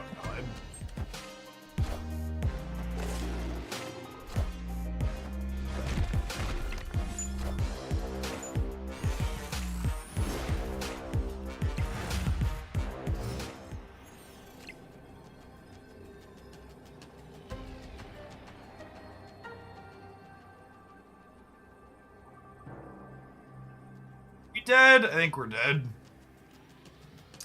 Because they have Zabu, because they're playing Marvel Snap. And they have Rock Slide and Darkhawk in their hand. So their Darkhawk is 18 here effectively, because they get to play Hawk plus Rock Slide.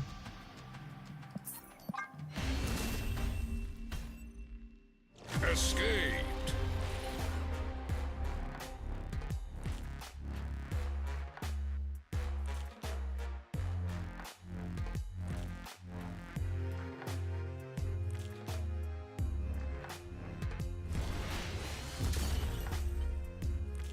Oh, apologies, opponent. I was taking too long. I thought I clicked through it. I didn't. I was doing something else.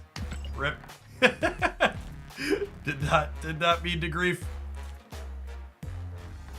2 hours is some people's daily commute in the US. Those people are insane. Gotta make an absurd amount of money for that to be worthwhile. Omega Red giving you priority has been a little annoying. I mean, our deck's playing Armor and Cosmo. We generally want to have priority. It's not a Shang deck. It's also probably part of the reason why this deck is shit, is because it consistently has priority, but...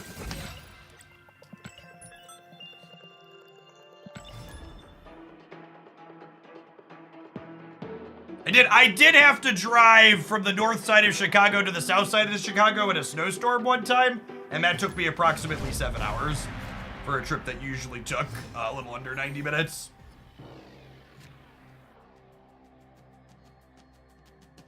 Oh, snap.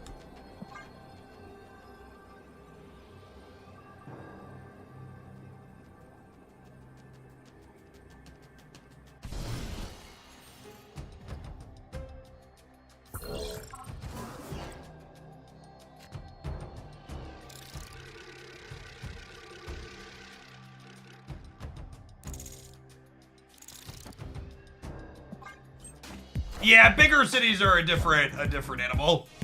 You're not traveling hundreds of miles.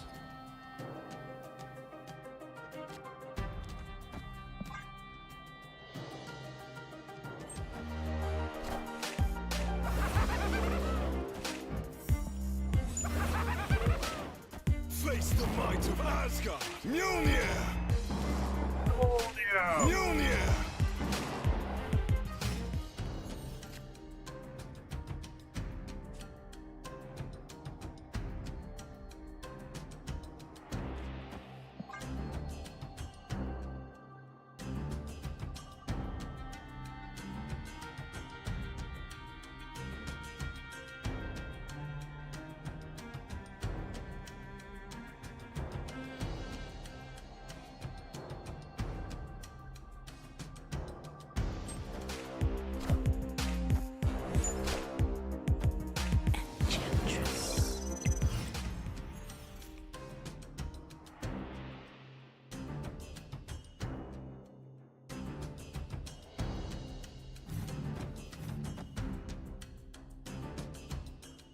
How about I just do this?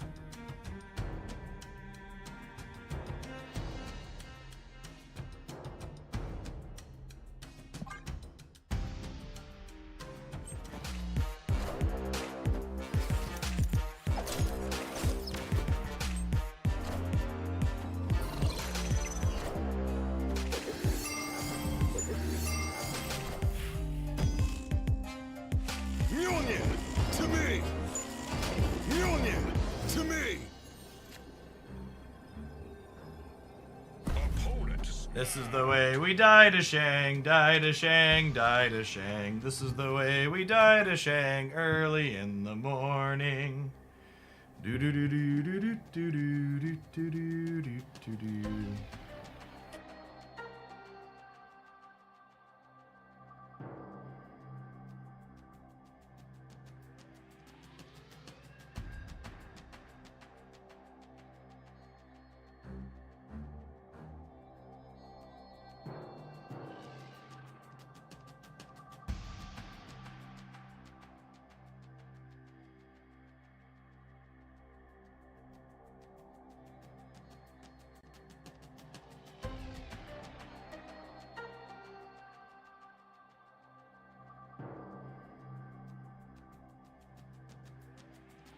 He had the energy to boomer snap, but also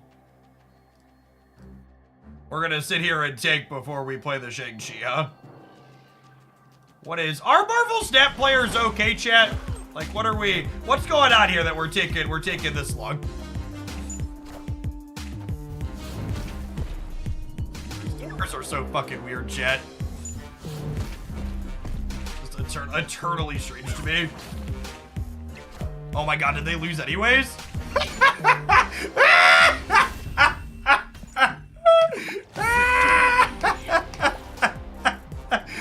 Get fucking wrecked, nerd.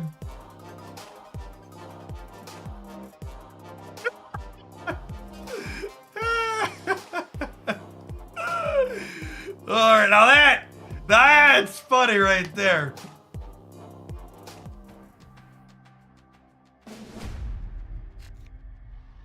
Boomer snap into rope into Shang into lose the game.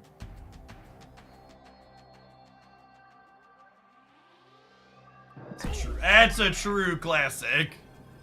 Opponent snapped.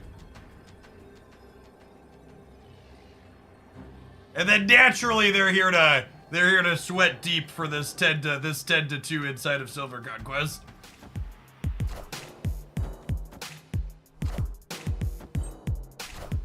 L-O, as I said, embarrassment sweat. Almost assuredly is an embarrassment sweat.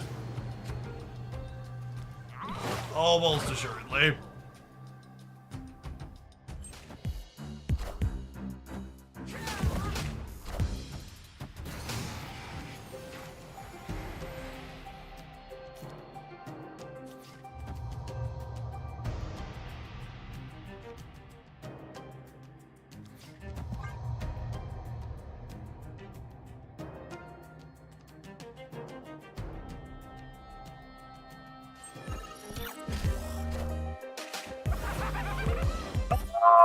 Oh, Kane's hanging out in the stream, chat. Hopefully they're having a wonderful, I would say hopefully they're having a wonderful morning. But the rope into the boomer into the big man almost assuredly means they are not. Snap.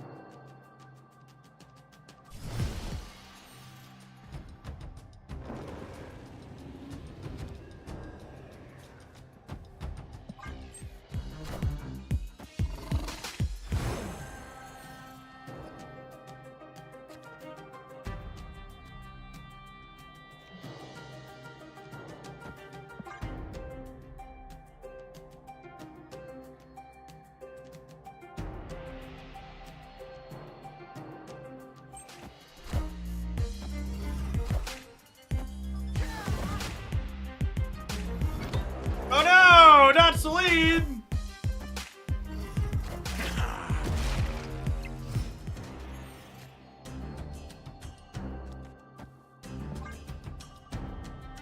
Oh, they're definitely a Galactus tech, chat.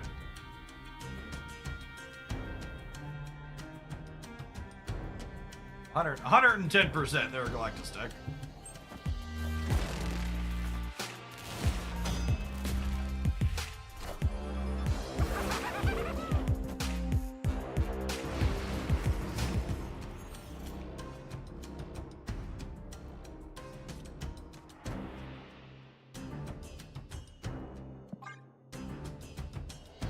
Now, important interaction to be aware of here. When you Valkyrie with Luke Cage in play, your cards don't have their power reduced.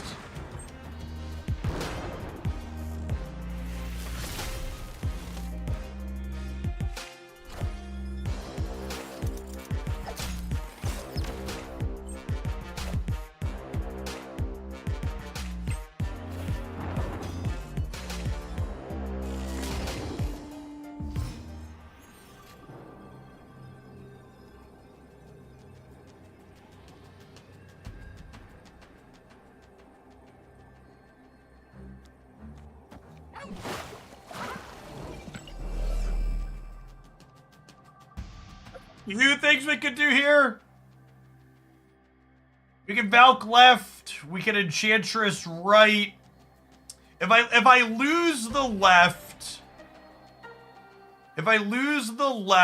I would lose 4 in the middle, and they would gain 4.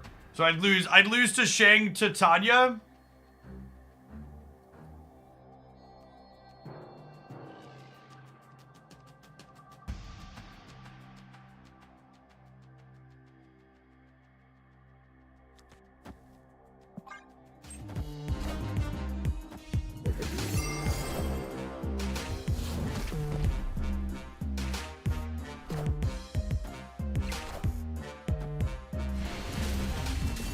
Freaker clean.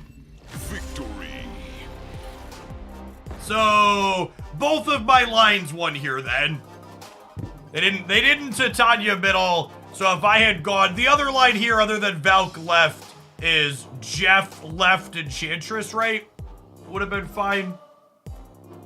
Baka Nation, thank you for the 3 years. I appreciate that. Welcome back.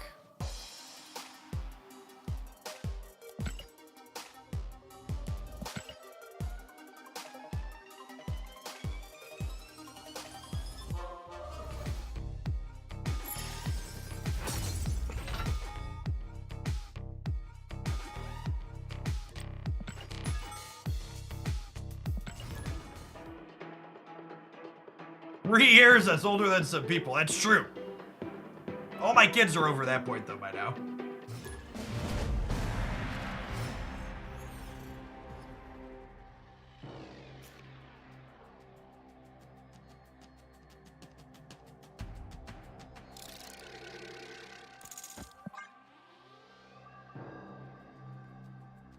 Mindscape's not great for us.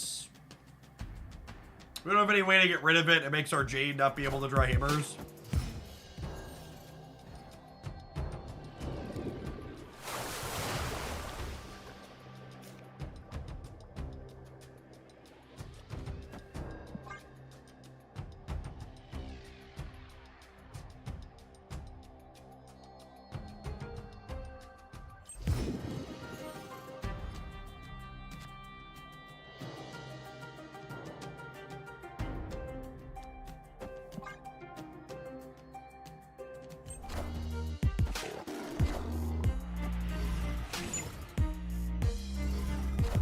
Playing the Destroy Moon Girl deck from Discord. Yeah, it was real bad.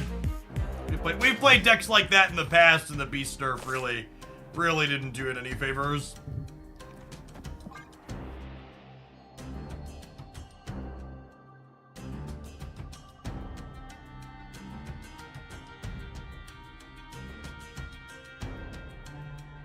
Billy's late. Oh, this is the first turn we could have played Bill. He's fine. It's on time.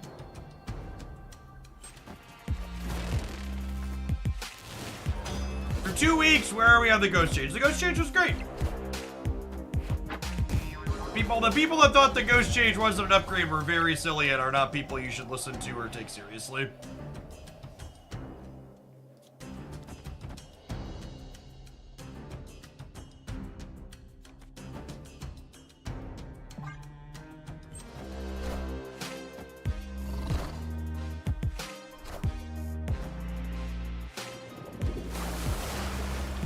Punished.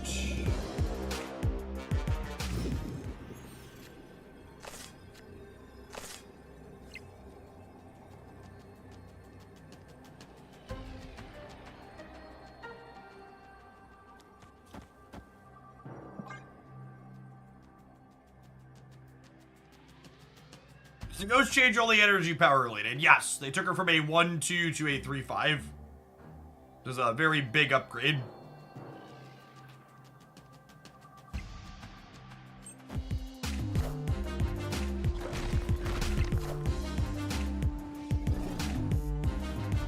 Enchantress, I choose you! Enchantress.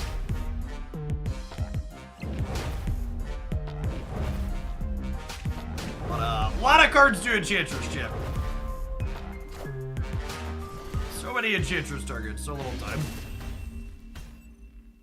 Victory.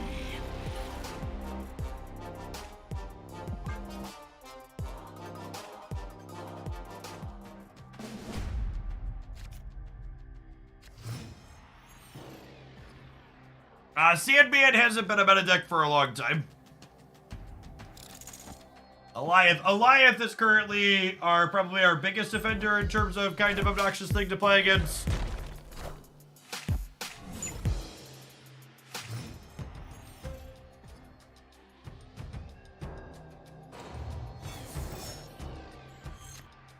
Snap. Yet Maze 2 games in a row, and I rolled not into Superflow. Easy snap.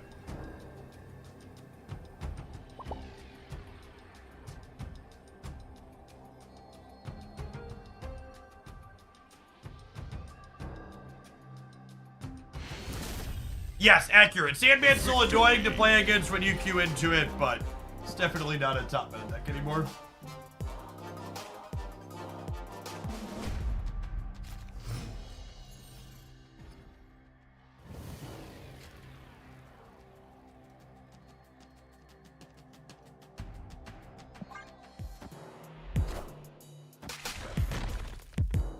I don't see much Goliath right now. Ah, yes, the classic Korg into Hotel Inferno.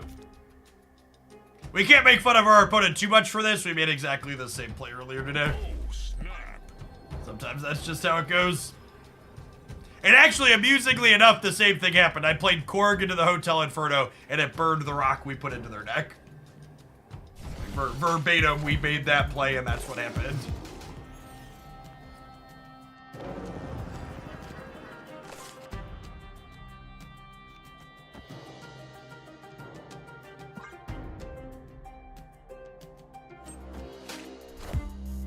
Face the might of Asgard. Mjolnir.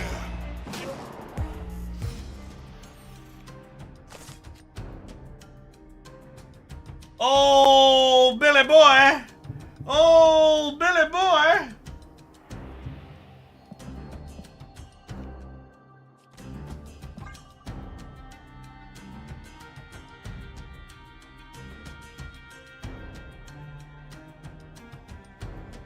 So, if we end up with priority going into the last turn, I might Valk here before I hammer. Might be Valky here regardless, actually.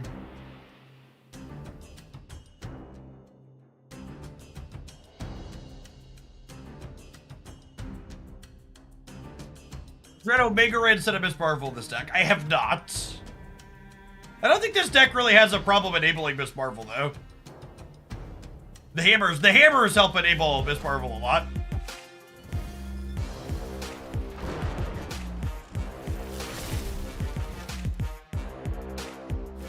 This is a viewer deck. On days where I am doing viewer decks, the stream title will indicate that we are playing viewer decks.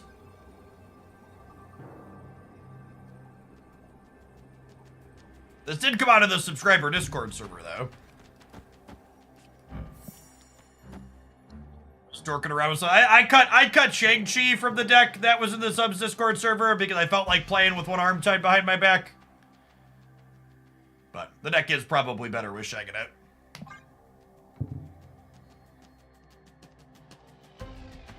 Oh, because I'm dumb. Because I'm dumb, chat. The answer is because I'm dumb. Because I'm talking and clicking and not paying attention. The hammer Mjolnir should go after Valkyrie. If they play not a lot of cards on the right, we could be okay anyway, so I'm gonna stay, but definitely messed up over there. Why does Hammer come after the Valk? Because Valk is gonna wipe the bonus away from Thor if I don't have Luke Cage in play.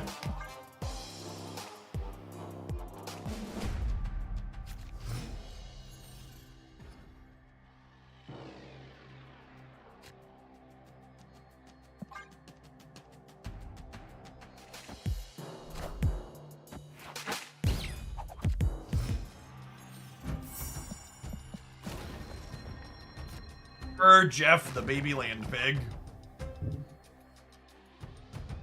Has Shane crossed the 50% barrier on the ladder? I believe it was above it, and then it came down. I think it depends on the slice that you look at.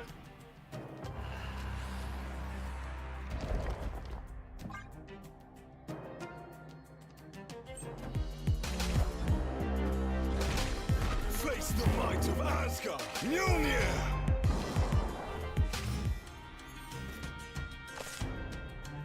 Opponent snapped. Can I win this game just not playing into Ghoul? Yeah, probably not, right? Because they're gonna have Jeff for Death's Domain. If we were only playing for tiebreakers, yeah, it could be a Legion step too. Escaped. A lot of things here that are bad for us. We should go next.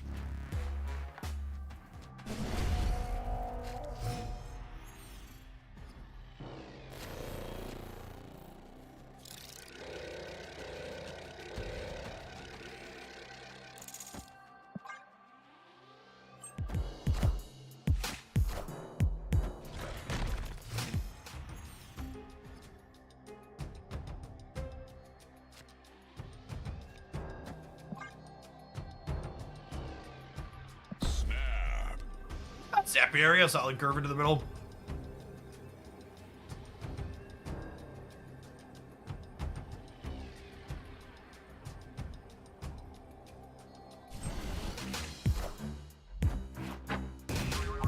It's annoying, but not the end of the world.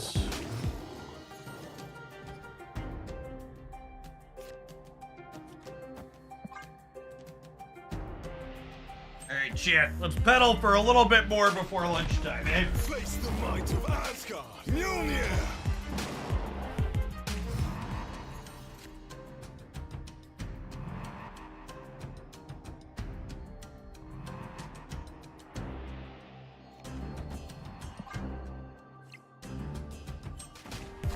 I'm supposed to play the ping, actually. Yikes.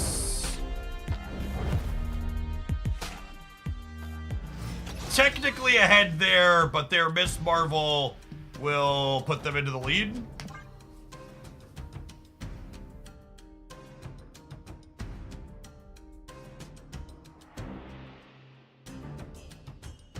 They also have Jeff. They do have Jeff. It's a good show. Yeah, we do just need to draw a hammer. Opponents drew their hammer, Chad. It's only fair that we draw ours.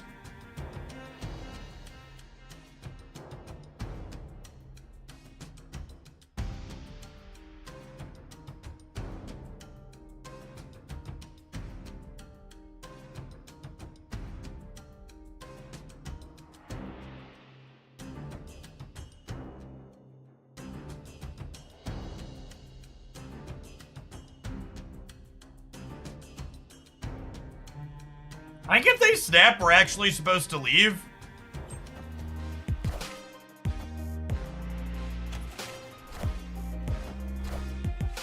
All systems go.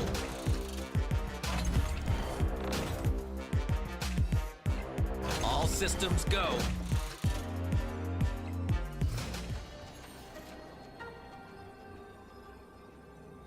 Yeah, I don't think I want to give them one more cube. I think we lose here basically every time.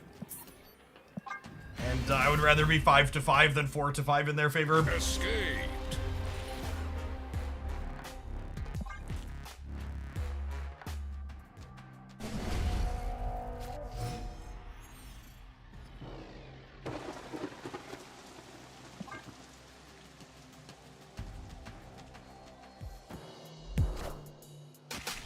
Jane being our leftmost card is unfortunate against their Spider-Ham deck.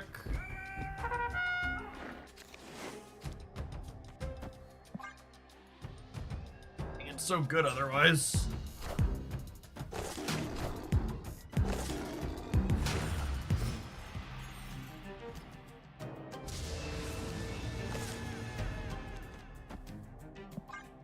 Ooh, Ghost is potentially good here. Well, I guess I don't have room to play her on curve if I want to play Thor, huh? Spider-Man here.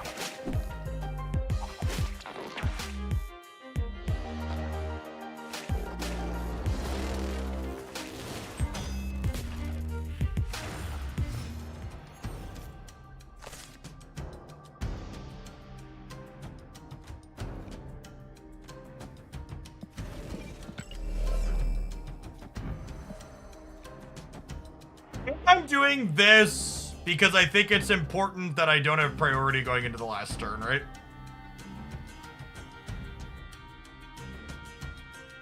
Does that matter? This is still no priority?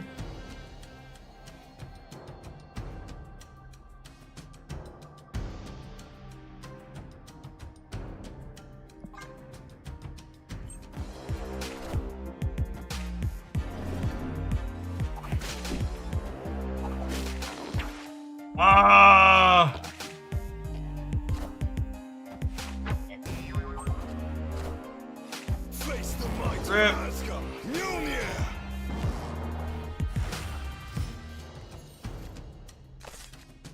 Opponent snapped.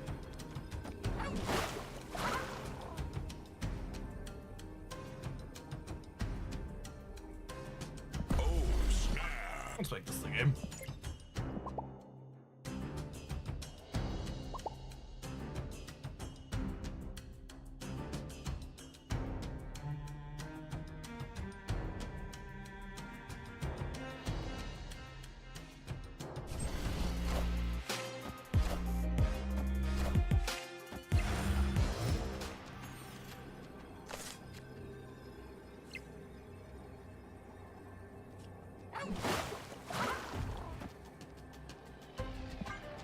Sometimes lucky rubber ducky isn't enough. Do you explain why a ghost at 3/5 is now playable, but a 1/2 wasn't? I would have thought that a 1-drop would be easier to weave into your turns, so we'd be more likely to see play, but a 3/5 is what seemed to make her worthwhile. Because a 1/2 isn't a worthwhile stat line. And it isn't free to just play a random 1/2 on your curve. It means you're not playing a 4-on-4 or a 5-on-5 or a 3-on-3. Malavec, thank you for the 31 months. Ghost also, as a 1-drop, has a hard time dealing with, Alright,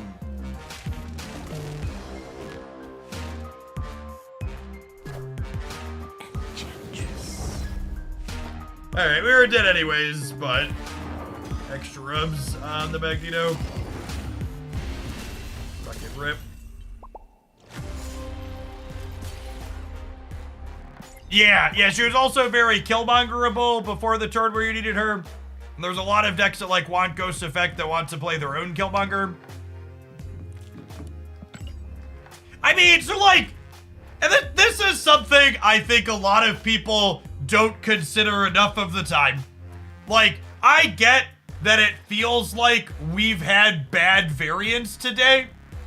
And like, while we're maybe running a little bit below average to a degree, I think it's also really important to understand that part of the reason why we've had bad luck today is it's easier to feel like you're having bad luck when you're playing a bunch of bad decks. Like, in order for a deck that's kind of underpowered to be successful for you, you're gonna have to run above average, because other people playing decks that are appropriate power level only need to run average to beat your bad deck running average, right? Like, this deck has Zabu and Marvel in it at least, but like not having Shang is like really awkward into a lot of these games. Like Valkyrie, like, it's such a stark difference. Like, I like this card. I think she's like pretty close to playable, but she's such a stark difference between her power level and Shang's power level.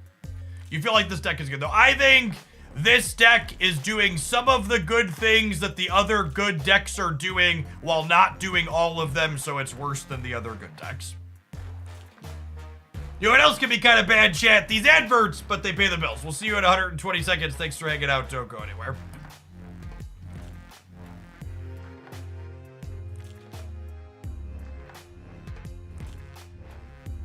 YouTube gamers, consider tapping the like button on the stream. Almost 400 of you over there, but only 100 button pressers so far. I guess I haven't really been chilling for that yet today.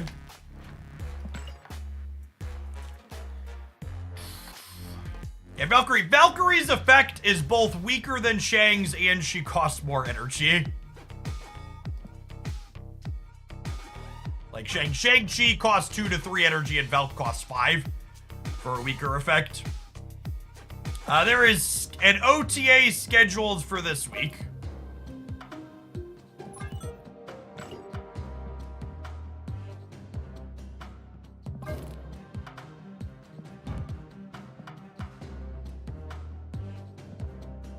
She has better variants. Valkyrie has much better variants. I agree with that. That's accurate. Hold on, Slappy McGee. Thanks for the brand new tier 1. I appreciate it. The problem is I'm a bad player who wants good results while playing interesting or bad decks. Yeah. Yep.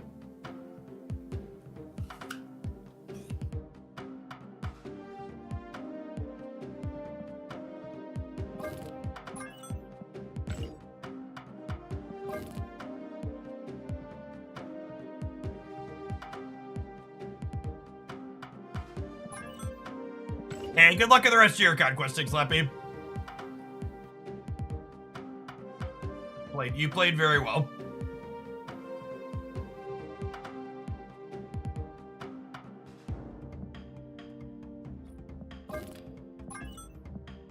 Feel like I'm narrowing down things that actually feel reasonable to play.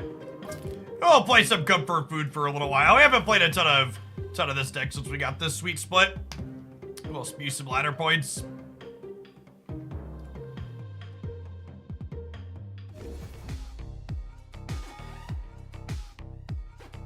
My basis that goes from 1-2 to 3-5 is a buff. Do you agree with the Swan being 2-3 to 3-5 is a buff? Yeah. I think 3-5 Swan's better than 2-3 Swan.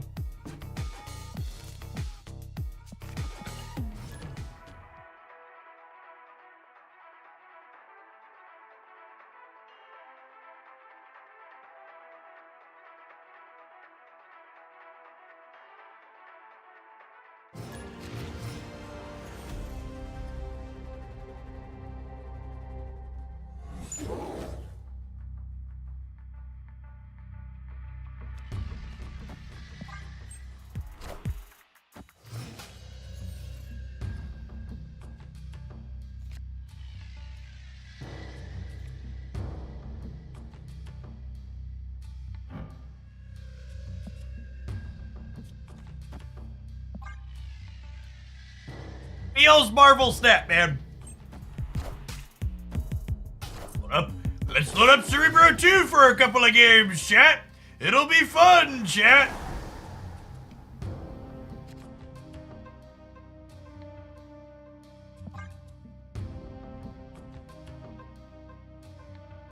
Well, maybe they'll shag us and we'll be alright.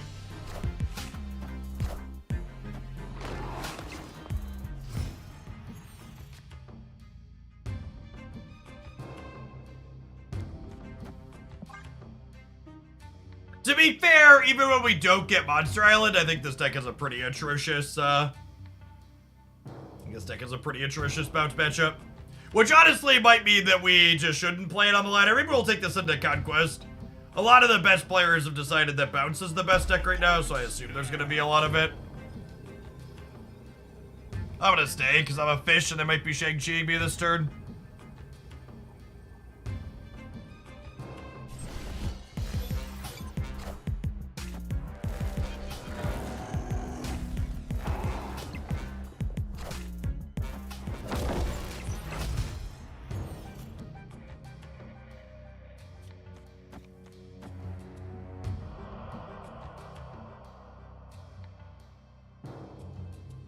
Do I just take 2 points off of the werewolf now while it's guaranteed? Tags the forge too? Seems good, huh?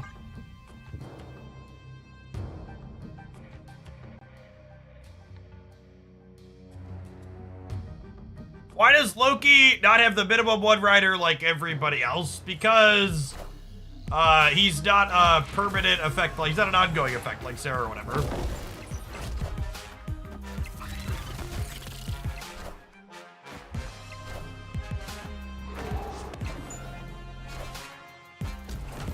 Are you okay? Are you okay? Are you okay, Ani?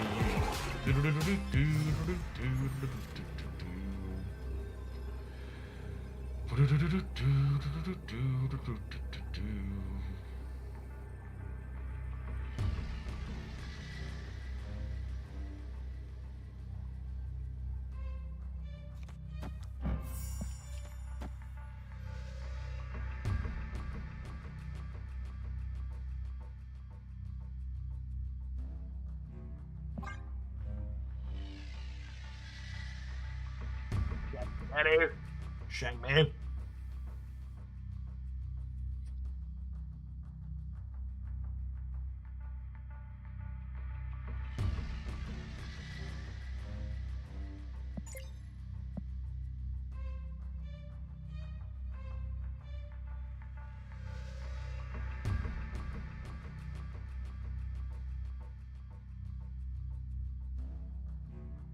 Oh, they could be an Enchantress deck too. Oh, rip.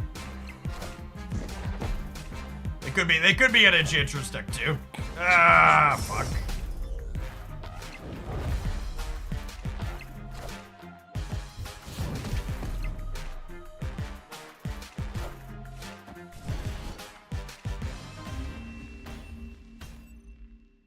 Yeah, I was gonna go back to dorking around in Conquest.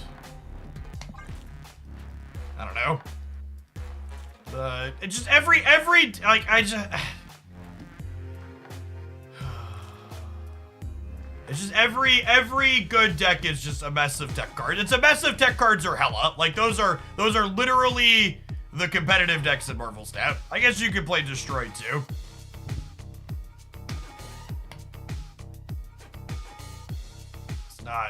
It's not pretty. Oh, Shang sub 40%. Does it go up the lower collection level I do? It doesn't look, it's way down, chat. Everything's fine. I was wrong. It's sub 40%.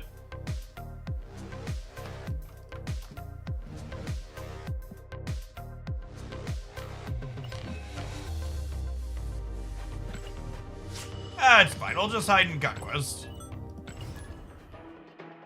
Conquest, it's so funny / weird to me that the first new game mode they added was supposed to be a competitive mode, and it's ended up being the place you have to go to play casually. And so it's really unfortunate that there isn't a casual game mode that's shorter in Marvel Snap. That in order to play short games, you have to play the competitive mode. Opponent snapped. I hope we get a new game mode at some point in the coming months, because I would really like a shorter. Yeah, it's too long. It's unfortunate that I have to choose between playing casual game modes or playing long game modes.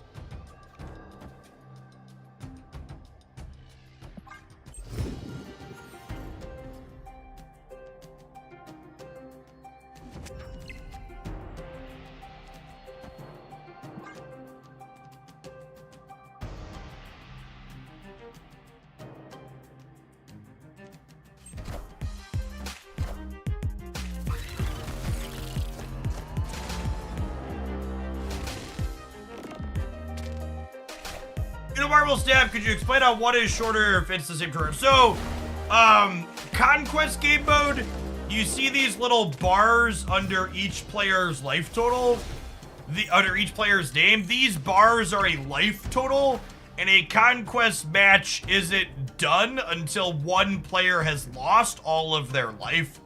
So you play 6-turn Marvel Snap games inside of Conquest, but generally speaking, you play multiple games over the course of a Conquest.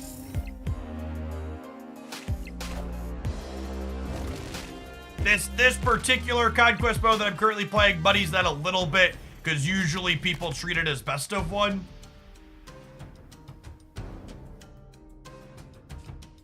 Hey look, Chad, I found a use for Living Tribunal.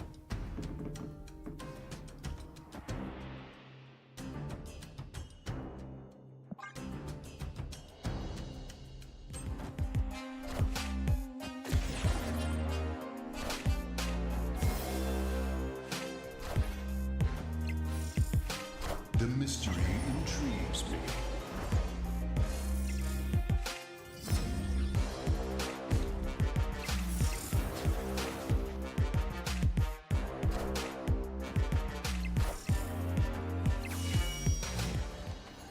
Or like dying Tribunal, am I right? You are in fact right. Accurate.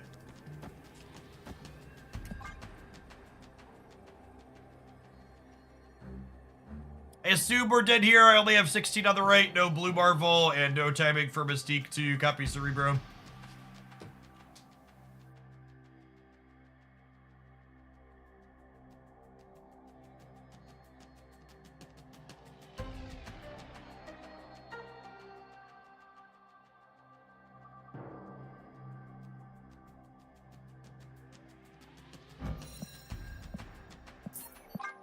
It's taking my opponent way too long to figure their turn out. I want to go to the next one.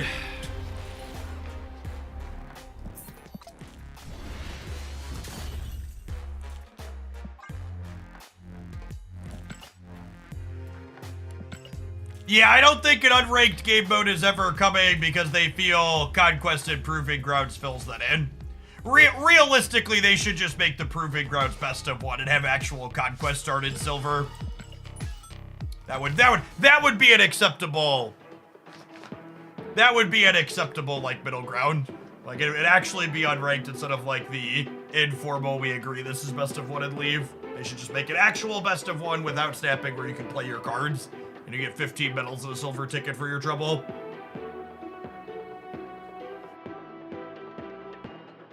I think making Marvel Snap best of 3 or 5 would be very, very silly and bad. I think the snapping mechanic is one of the singular best things about Snap as a game, and pushing a game mode to completely cut that out of it would be utter nonsense.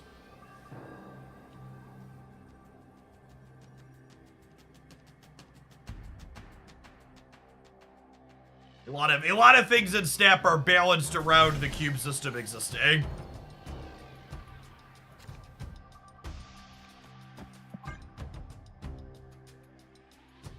You think Conquest has kind of a narrow format compared to Ladder, like? It'll be even more narrow in a best of 3 or best of 5, because things like Hella and Negative would just all be dead on arrival.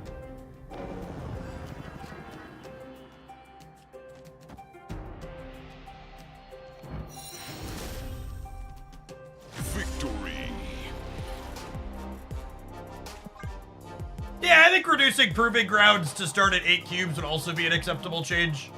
Either of those would work for me.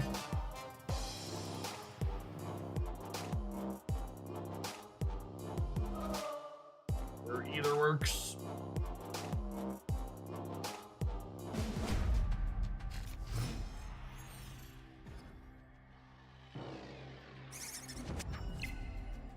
I tried to use the auto deck tool to tell me whether Electra or Warhead should be the last card in this deck, and it suggested Khazar.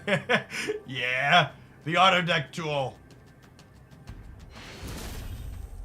The auto deck tool is really something.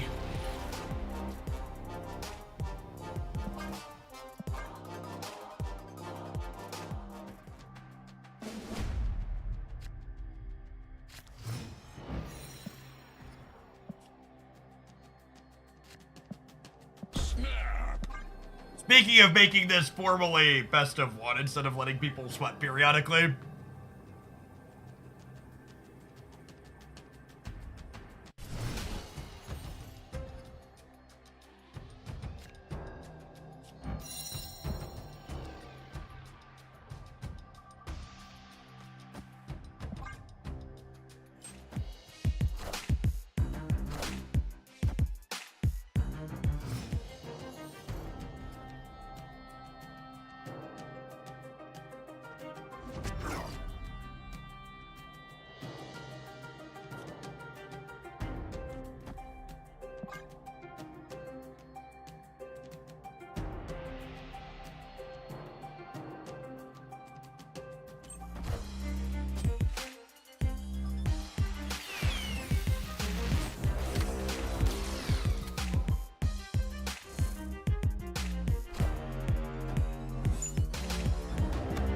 Have an echo.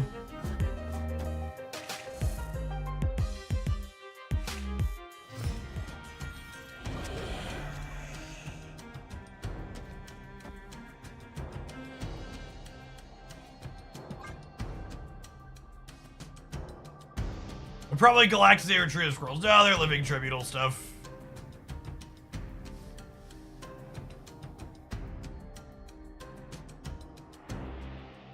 So I use the Spotlight key to buy Supergiant before it goes away. I have 6 keys. Like, you've already spent 3 keys and you're guaranteed to get Supergiant in your singular next key?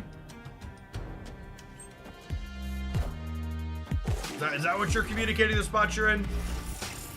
Anytime you can spend 1 key to guarantee a Series 5 card, you should spend the 1 key.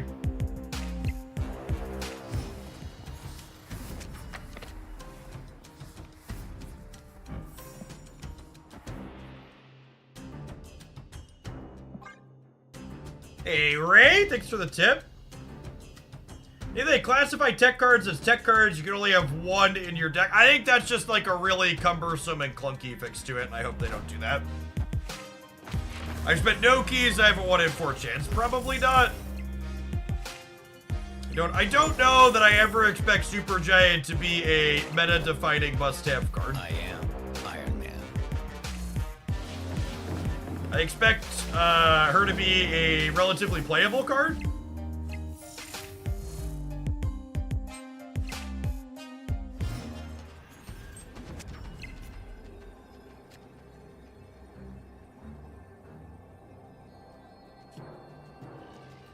I just fill the board up. I think I just fill the board up.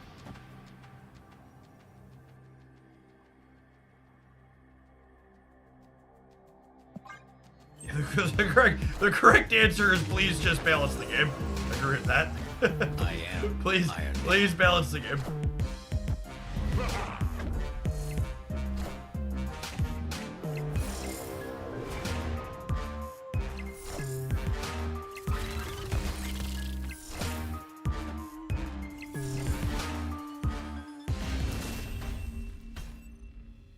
Victory. Kill Echo. If I kill Echo, I can't fill every spot on my board. Which maybe I don't need to do that, but that's what I was going for. Oh my god, are they sweating 3 to 10 here still? Of course they are. Oh, snap.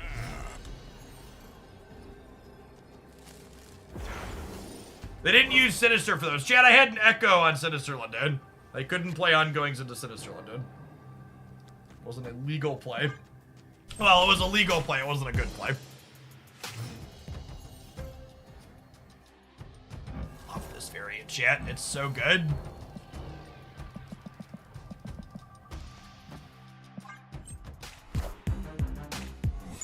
Sinister London again! Good golly.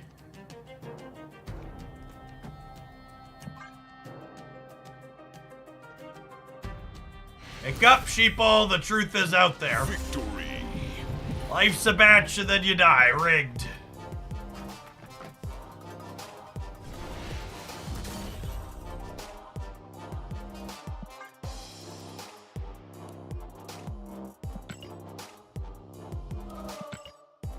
This deck that we're playing is really funny against the opponent's archetype.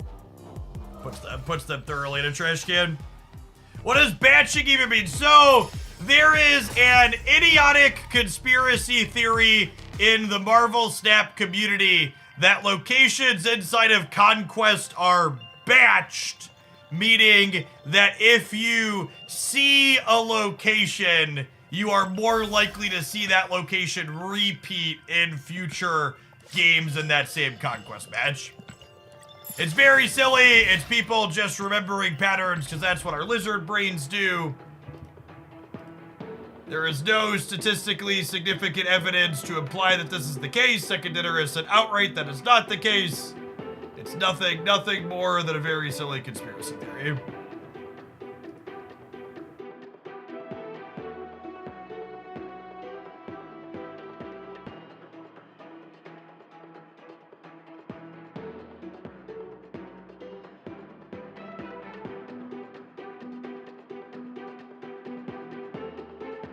One time I drew 4 lands in a row on Mono. Unironically, one of the added benefits of Marvel Snap being singleton decks is it completely removes the stupid conspiracy theory you have in every other digital card game where people complain that clumps aren't random, and because they incidentally saw a clump one time, the shuffler is rigged.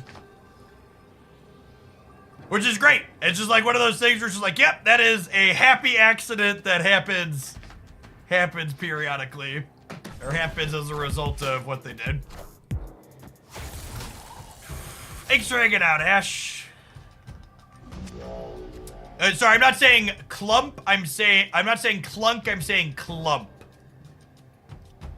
So a clump, as in a group of cards that are similar together. A lot of. So, for people who are familiar with my background, by the way, I have a graduate degree in mathematics. I spent time teaching stats and other math topics at the high school and college level.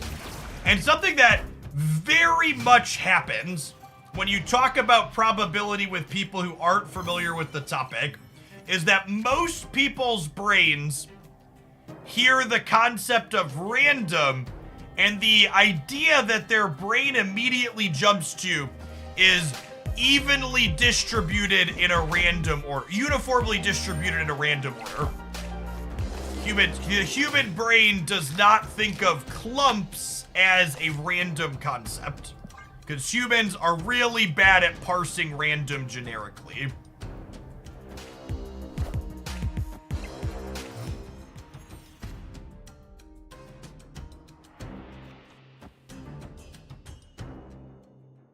I might actually win this game with them taking the Monster Metropolis bonus. I get to slide Nightcrawler left and then go Cerebro Mystique here. Oh man, the opponent seems to be able to spot the Echo. It's truly one of the games of our time. This will give me 22 here in the middle. It'll give me 22 here on the left. Yep. Yep.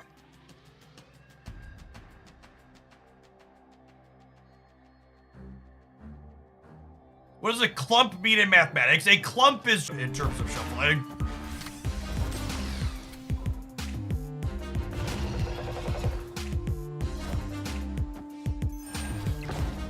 God, I fucking hate everything about Marvel Snap sometimes.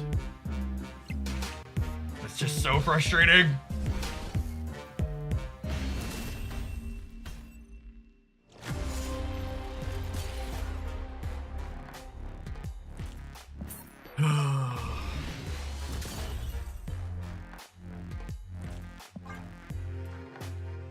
I get, like, from a pure variety perspective, I think the format is currently very varied, but all of the best decks being Shang, Goliath, Hela decks, like, it's just exhausting. It's not a particularly fun format. Like every deck, all the good decks being either a casino deck or a deck that breaks all of your toys is just like not interesting. Either show up and my opponent flips a bunch of coins, or I show up and my opponent's deck is designed to break everything I spent the entire game setting up. It's just not. Neither of those things are particularly compelling or strategic gameplay.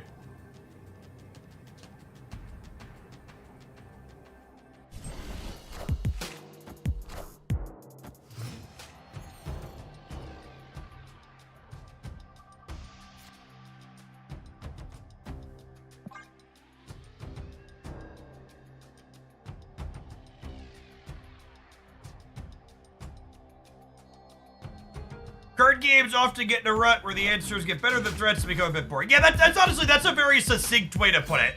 Marvel Snap has hit this point where the answers are better than the threats. That's such a, I haven't articulated it that way at any point, and I feel silly for the fact that I haven't felt the need to articulate it in that manner. But that is a very clean way to put how I feel about the current Marvel Snap format.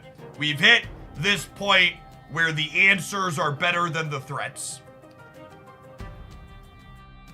And while there should definitely be answers, having answer decks at the tippy top is not personally enjoyable for me. And that's subjective. If you enjoy answer decks being the best thing, like, This isn't something you need to argue with me about. Just from my own bits of personal enjoyment, I have more fun when doing things is better than breaking the things you're doing. Ah! Punished for Cosmo Egg.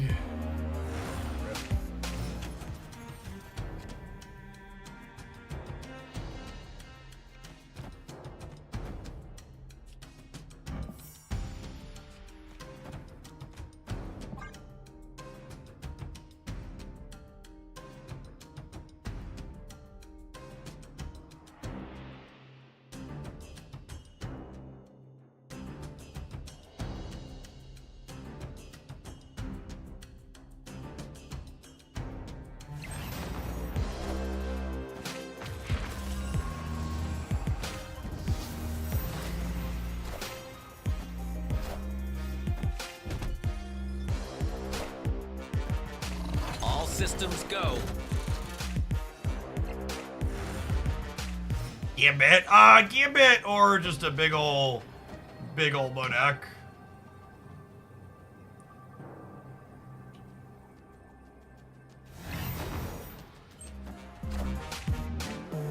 With just one card play out, I have to imagine it's Modak or Sim. I assume both Collector and Meek are about to be very large.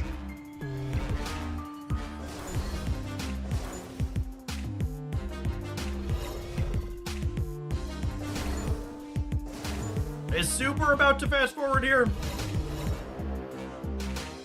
Nope, not quite yet. I am Apocalypse. That's fine. I can pedal while we wait.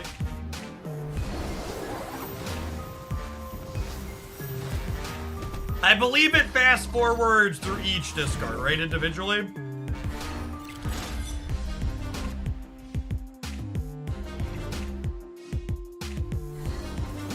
I chose like 2 of them, but it's like, okay, fast forward now. Like we have 1 more round here. Okay. I am reborn. Fast forward.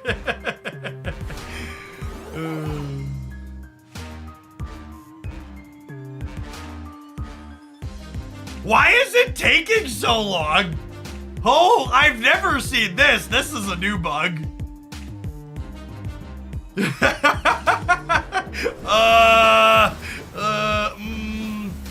Well, we got there. We took the slow train to fast forward, but we got there. It's like a very old VCR fast forward. Yeah, basically.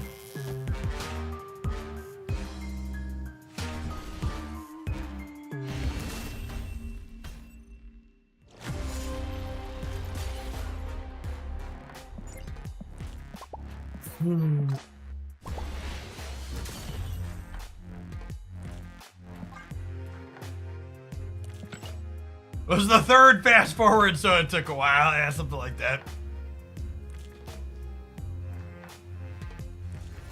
To be fair, Second Dinner knows that feature is very janky. They've commented on knowing they need to go back in to redraft it a couple of times. Any of my old timers play during the closed beta and remember the speed of the original Collector and Bishop triggers before they sped those up?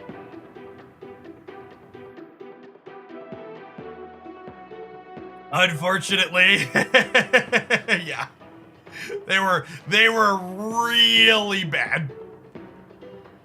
Could make a whole sandwich. It was super slow. Yep. If you want to see how some of the lag, go back and watch some of my videos from like summer of 23, summer of 22, summer of 22, right? 23 was last year. Yeah, summer of 22 when they were in their closed beta. It was real rough. It's a fun avatar. Frames it really nicely. You know, looking at my Hercules avatar here, we should go grab a Phoenix Force deck after this and dick around with him a little bit. We're getting trash canned anyways, might as well do something sweet.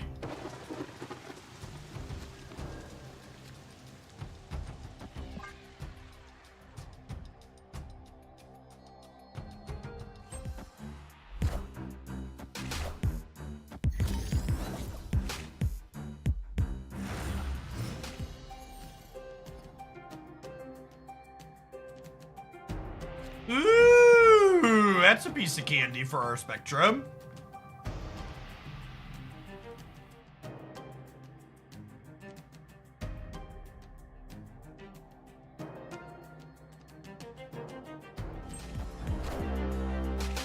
This deck is a lot of proactive tech cards. I think this deck is fine. I've had this deck. This deck's had a spot in my last 2 best decks roundups. I think all things considered, it is quite reasonable. And again, this is a heavy asterisk, so take it in stride. But this is probably one of the better non-Zabu Shang-Chi decks in Marvel Snap right now.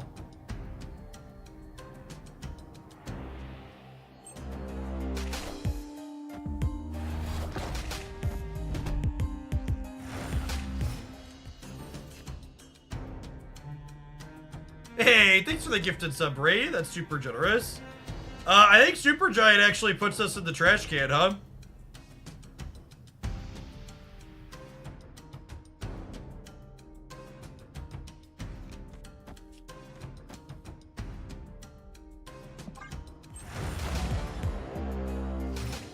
We need 30 to be enough over here, which seems unlikely.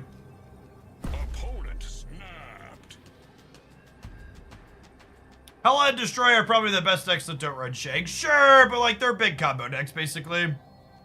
Can we Destroyer left? Yeah, that might be more likely to win. I don't know, the Dazzler's not that big in the middle. I think we might lose middle if we Destroyer left.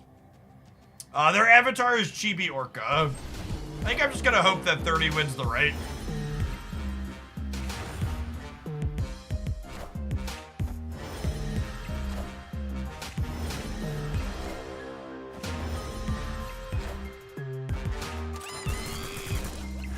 Yeah, dead.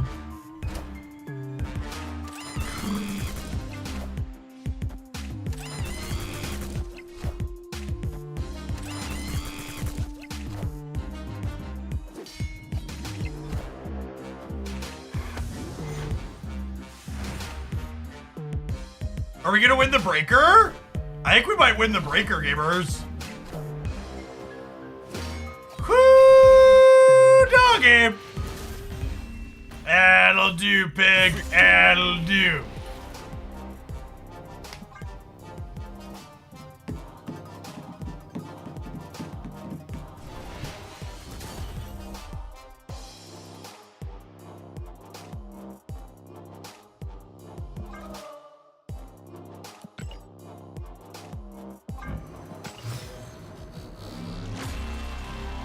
Frame break. If you told me I could make any change in Marvel Snap, I would 100% make Shang-Chi a 5-drop. You're like, you get one, Jeff. Pick, use it wisely. Shang-Chi to 5 for sure. Speaking of things I get to pick, chat, like every other content creator, I get to pick when my adverts run, and I'm picking right now. We'll see you in 120 seconds. Thanks for hanging out.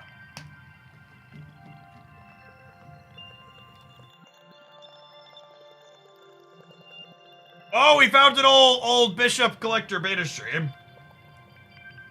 God, this old overlay was so bad.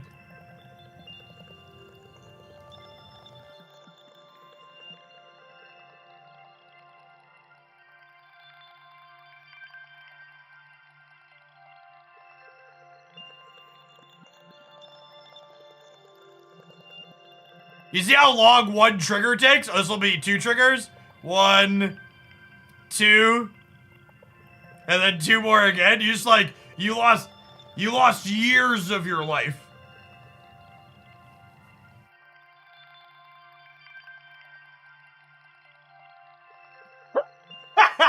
All right, now I'm gonna turn the audio on, cause listen to Past Jeff right here.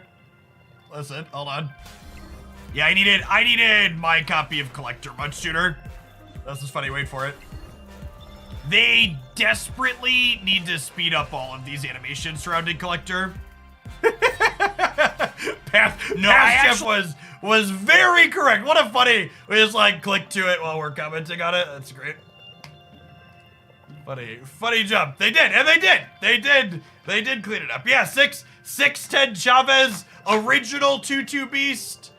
Collector was a 2-0 that got +2 per card that went back to your hand. Bishop was a 3-2. I forgot Hood used to be -2.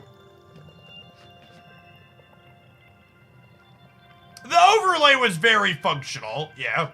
Someone said you look younger in the video. Yeah, when the beard is smaller, I look younger. The bigger beard puts on some years. Fully babyface Jeff looks like a balding 10-year-old. Yeah, 10's generous. Like a balding 20-something. Baby variant Jeff, yep.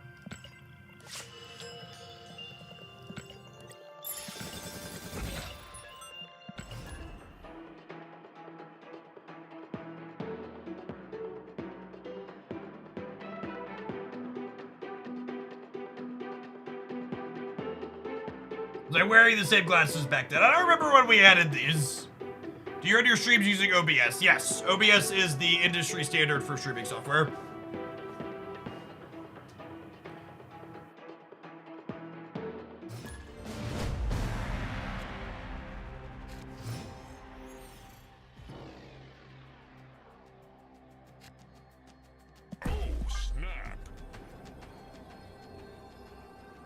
God bless open source software, chat.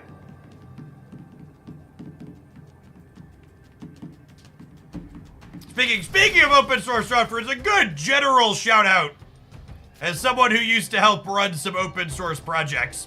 If you're someone that you utilize open source software for your livelihood or things that you regularly do, and you are in a financial position to do so, you should make sure you consider sending a donation to especially the smaller open source projects periodically. They're often handled by individual or small groups of individuals that will really appreciate any nominal amount of money you send their way.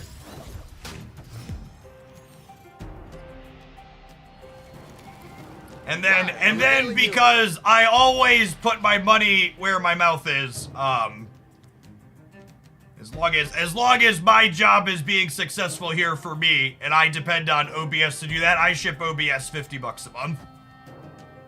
Obviously that's a lot. I'm in a position of incredible privilege to be able to do that. But even just a couple of bucks, if you depend on an open source project, consider it.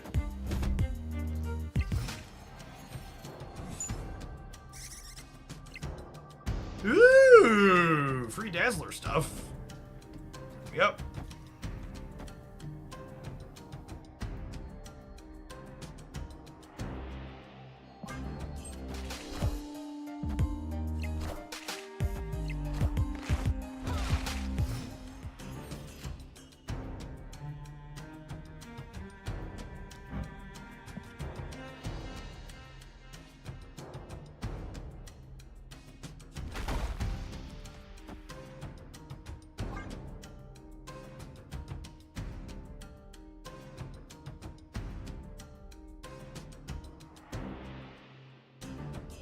Jeff, thanks for an excellent chat responder. You're my favorite streamer because you read thoroughly and respond to my messages. Makes me feel included. Yeah. To be fair, if I'm consistently reading your messages, it's probably a testament to the quality of your messages more than anything else. Because, like any streamer, I skip some messages that I feel aren't worth reading.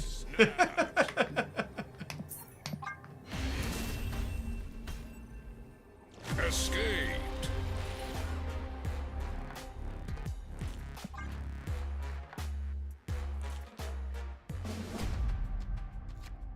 Oh, snap.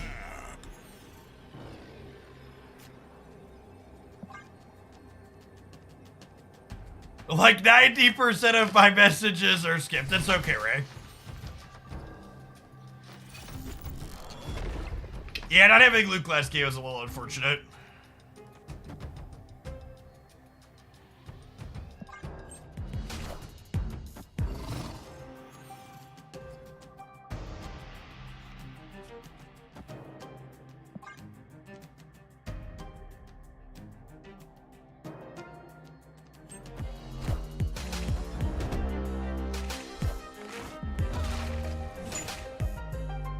Getting turn 3 She-Hulk off of Titan is fucking cheating, chat.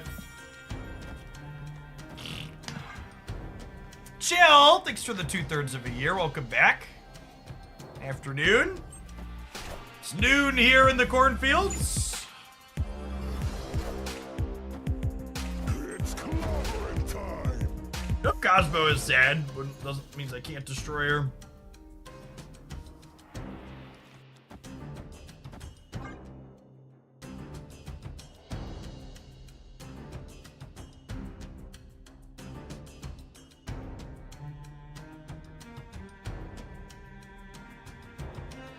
Might just go Armor into Dazzler into Spectra Middle to try and compete there.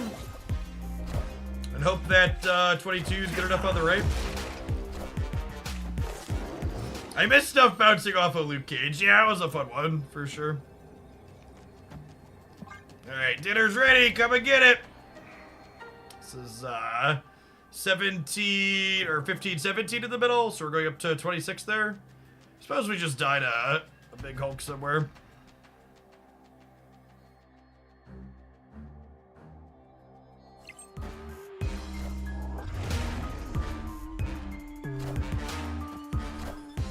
Ooh, are we good? Poppy! Sometimes lucky rubber ducky. Delicious cubes in the bank.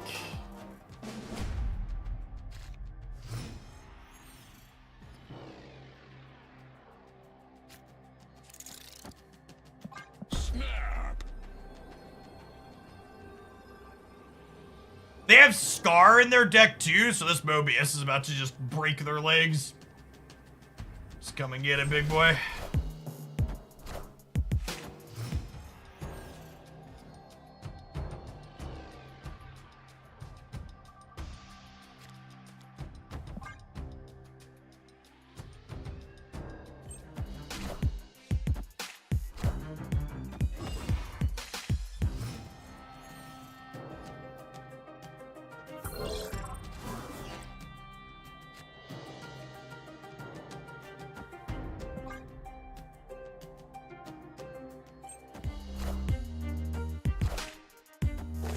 They have Zabu as well. Get wrecked. Yeah, our deck is definitely some nightmare fuel for them.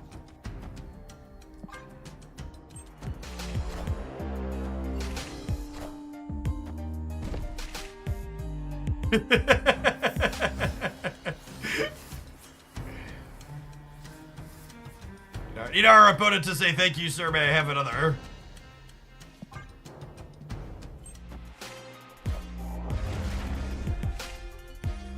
Honestly, we're kind of gonna peter out here, though, right?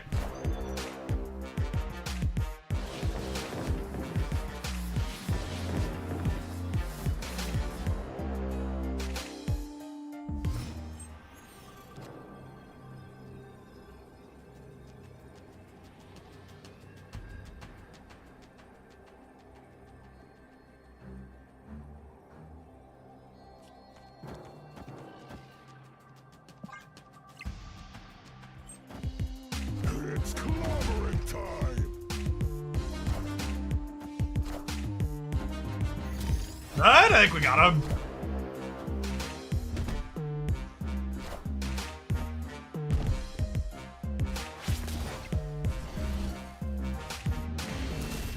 Like a half-baked casserole, chat. Win, draw.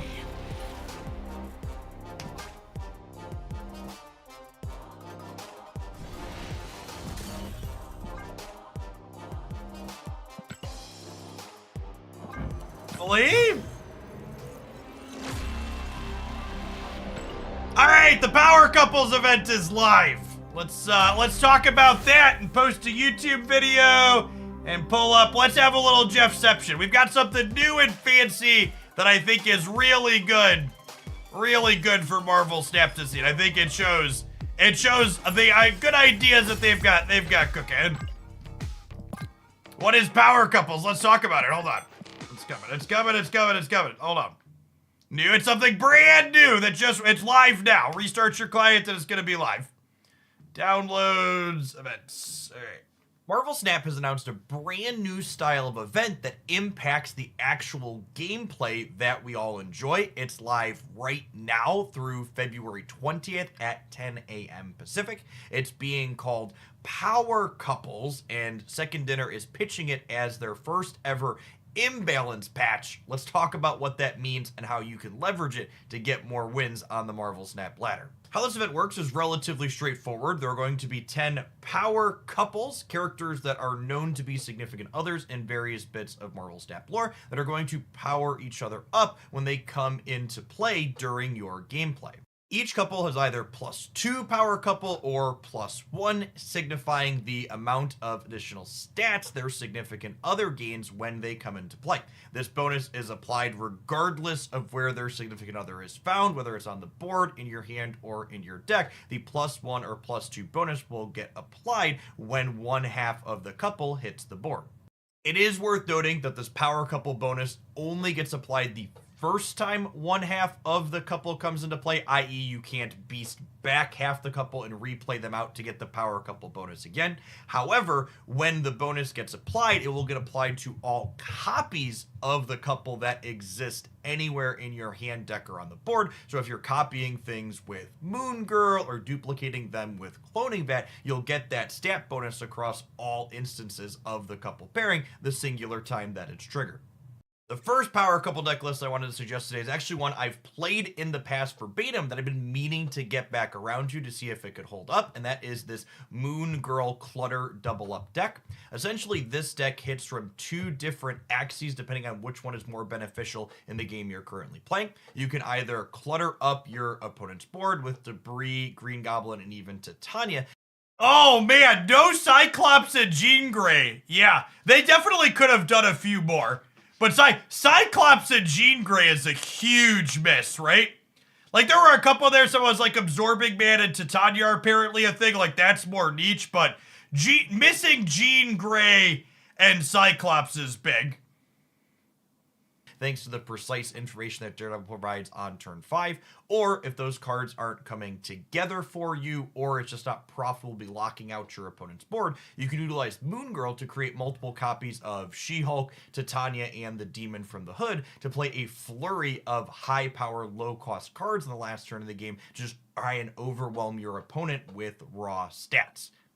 It is worth noting that this deck list was something that I worked on before Black Widow and Viper moved to 3 energies, so some adjustments to pull the curve down a touch, such as maybe subbing Carnage for Viper or Black Widow, could be something worth considering. But this is definitely going to be the first place that I start with this event, since She-Hulk with Moon Girl is one of my absolutely favorite combos to execute in Snap.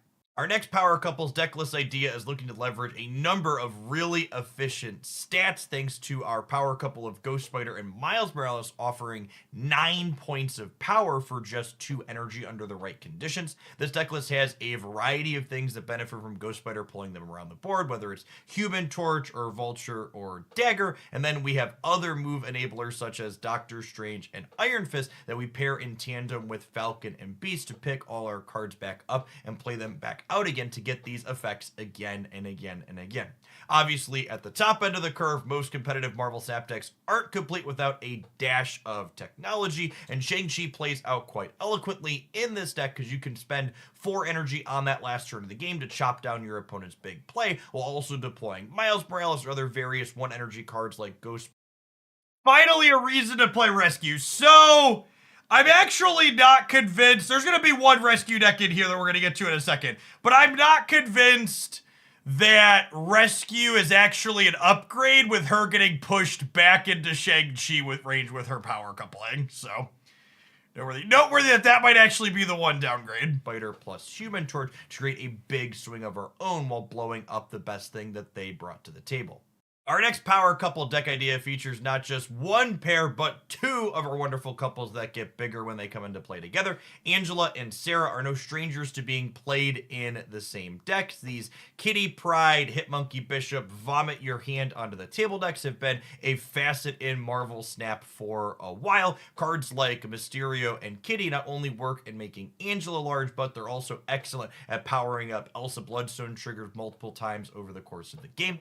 These deck lists almost always feature a variety of tech cards to interact with what your opponent has going on, and we have the usual suspects here of Shadow King and Shang-Chi, but we're electing to play Rogue as our ongoing interaction of choice, so that way we can also leverage Gambit as a card that'll discard one of our extra cards at the end of the game to blow something up. While Gambit doesn't have a ton of control in what it's hitting, with this power couples bonus pushing him up to a 3/5, if he's even blowing up something worth 1 or 2 points of power, he's still solidly above rate for a 3 energy play in Marvel Snap.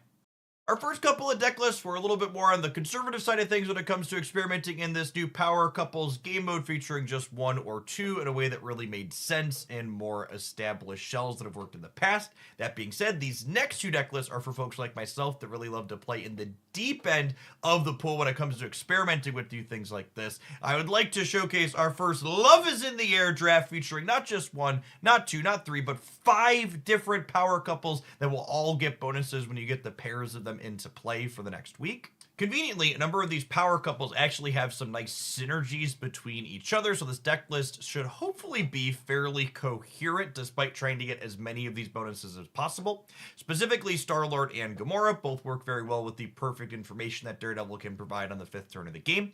Invisible Woman on turn 2 curves very eloquently into Gambit on turn 3. We kind of tuck him back behind her so that way he doesn't discard a card until the very end of the game, so we never risk discarding something key. Vision and Scarlet Witch are both just pretty generically good cards that most deck lists will be happy to have. Our non-couple cards to call out in this deck list are Sunspot, who I think is generally necessary to leverage She-Hulk efficiently, as well as Storm, who's a card that can not only work well with Vision moving in there late, or Mr. Fantastic reaching in after the fact, but both Star-Lord and Gamora can line up really well after you play a Storm out, because you know your opponent is likely to play into that flooded location for you as well.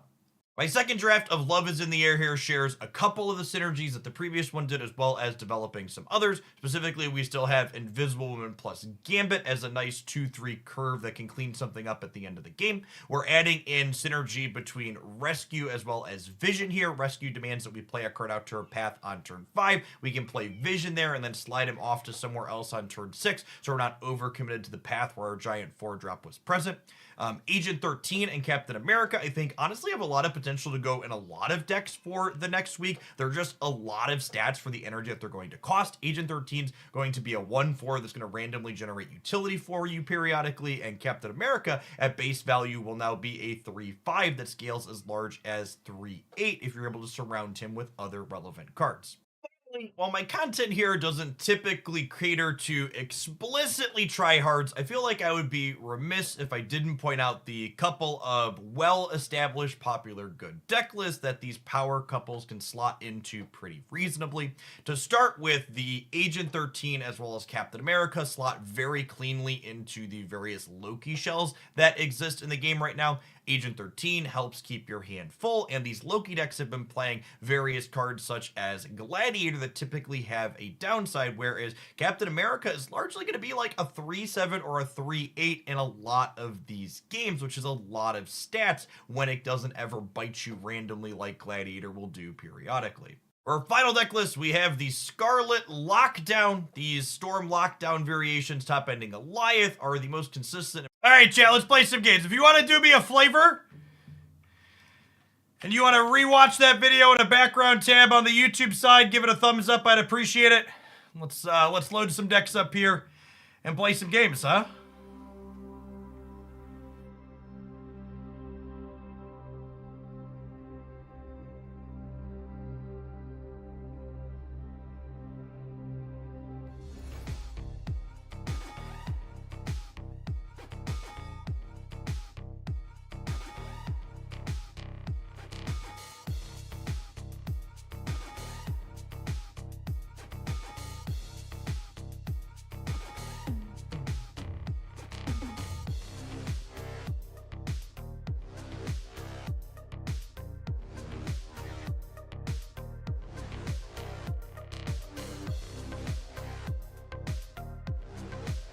Oh, 1 second, chat.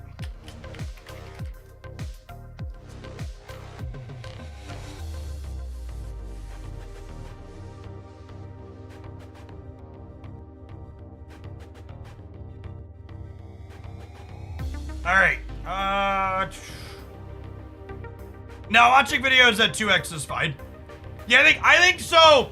To generically talk about the power couples thing, there's some of this at the end of the YouTube video too, but just to rehash live, I think the power couples thing is a neat event because it's something that creates some temporary stuff to explore in terms of deck building, but it does so in a way where there's multiple things to explore at the same time. Like, I'm someone who really doesn't like feature locations. And part of the reason why I don't like feature locations is because they generally encourage you to only build one type of deck. And with there being so many power couples, it gives lots of deck building. I'm curious why you don't include deck codes for decks in your feature videos. I can go copy the video, but deck code is quicker. So in any deck video that has multiple decks highlighted in it, if I put deck codes in the video description, it hurts watch time on the video and thus overall video performance because a significant number of people won't actually watch the video. They will just copy the deck list after opening the video. So by not putting deck lists in the video description, I improve video performance for these deck roundups. Seathorn, thanks for the quarter of a year. During the first like 4 to 5 months of doing Marvel Snap content, I did like a dozen or so group rounds of A/B testing on these deck videos with codes versus not, and consistently the watch time and video performance was better without deck codes. We do have a note from Glenn here that's a little bit sad, but maybe fine because of the power couples event. We have Glenn Jones confirming that there is no OTA this week because of the power couples event taking place, and our next OTA isn't going to be until 2/29. So let's update the OTA command.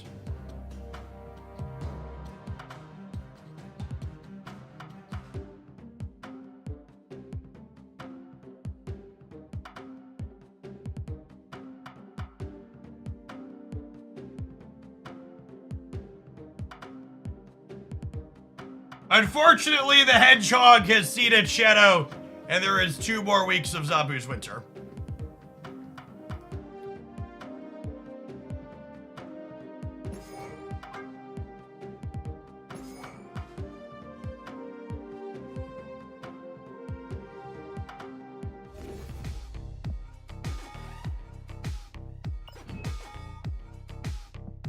I think they did a really good job of picking power couples that weren't really established meta cards as is for the most part. Like Vision is like the most established metagame card on there.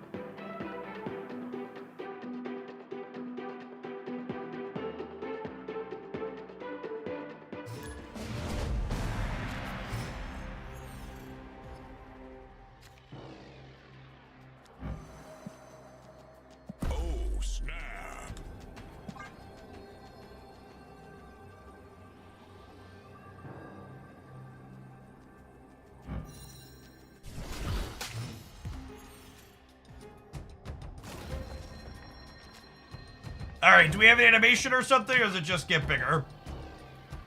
The event runs until 7 days. So 10 a.m. Pacific on the 20th. Alright, got a little poof there. We'll take it, we'll take it.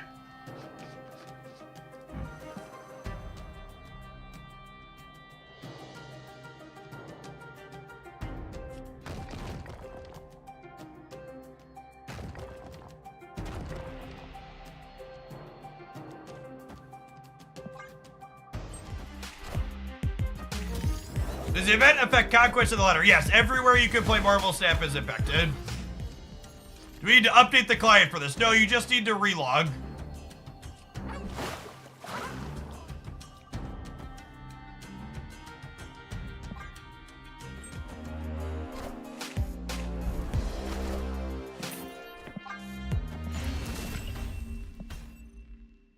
Escaped. Fizz for Squids, thank you for the 16 months. I appreciate that. Welcome back. Good, solid, fun game of Marvel Snap there. We'll go next.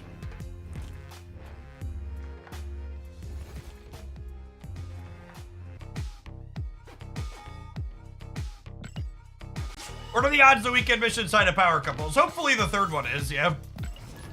Nimbus, thank you for the half a year. Welcome back.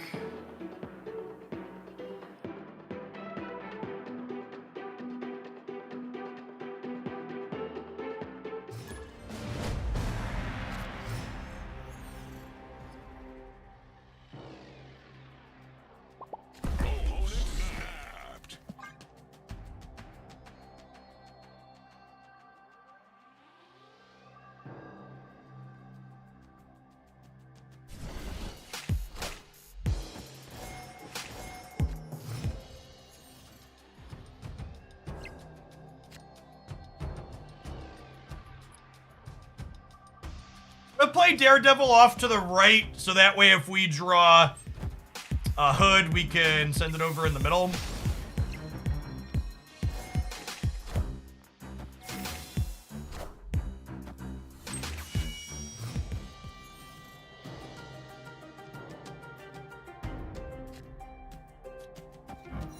It's our big gal chat.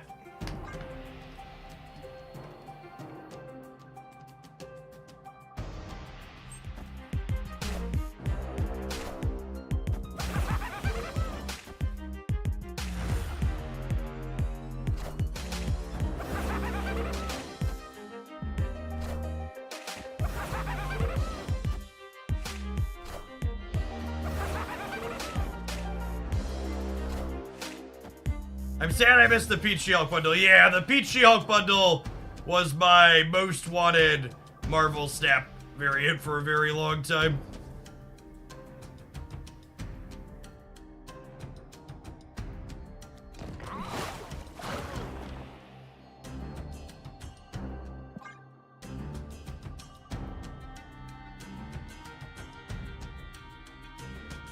Should we Viper the Daredevil to Clog? Yeah, maybe actually.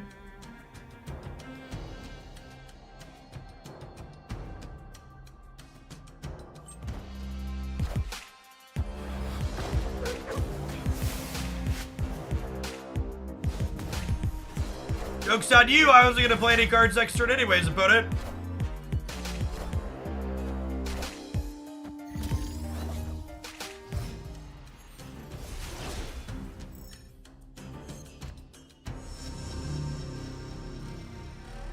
Sad, totally would have played a card.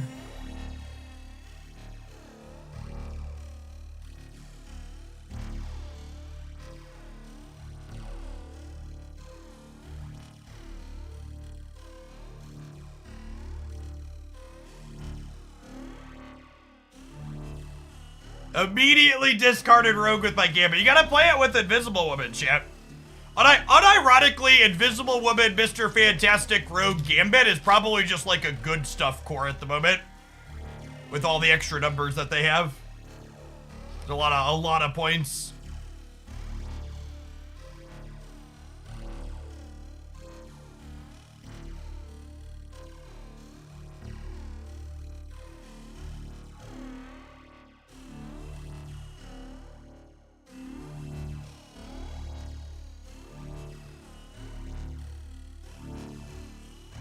Yeah, I workshopped a couple of deck ideas for Nakia and Black Panther, but I just didn't think any of them were likely to be competitive, so I didn't include them. Unfortunately.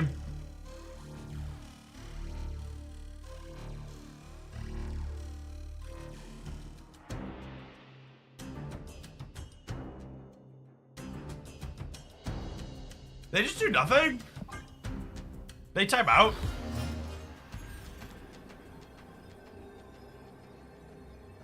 Might have timed out.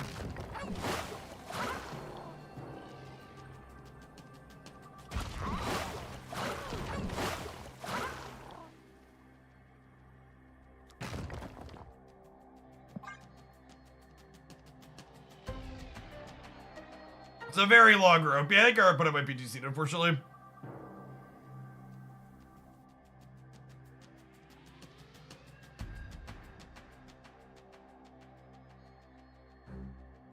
Nimbus, thank you for the half a year, by the way. Appreciate that.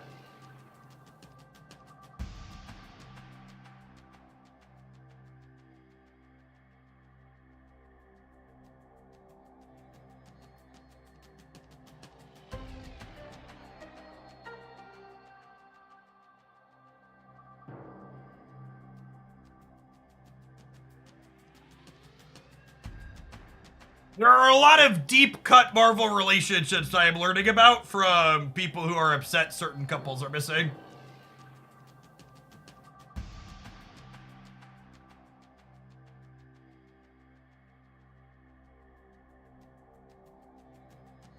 How many of the power couple cards are 4 costs? I don't think any of them are, right?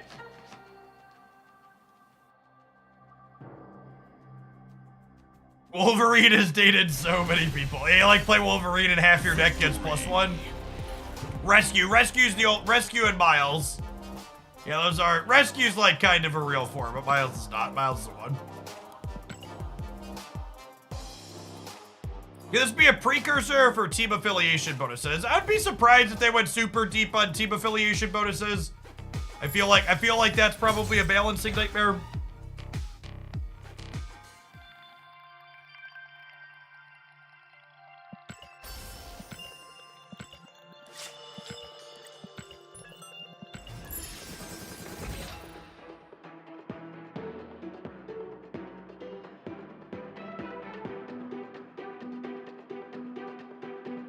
It's also a lore nerd nightmare, yep.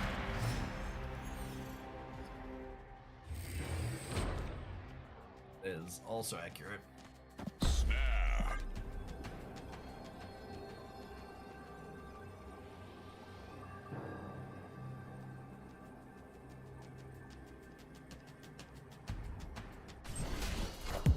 There is not an OTA update until February 29th. Your Zabus are safe until then.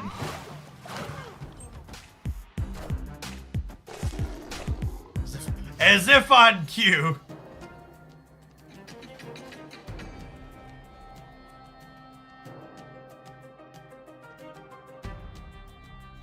Can I have 2-3 Viper back already? Please. For the love of all that is holy, can I just have 2-3 Viper back? Please, Glenn. I've been so good this year, Glenn.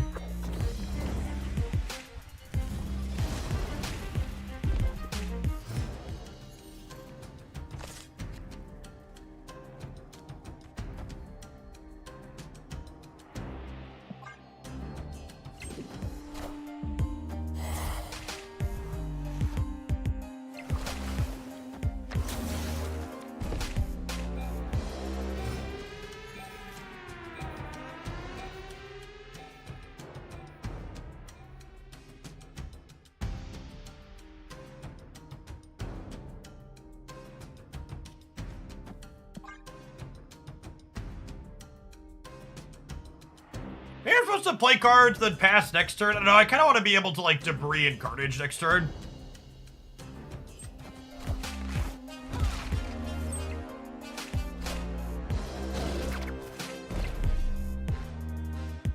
Mr. Negative with Killmonger. Let's read.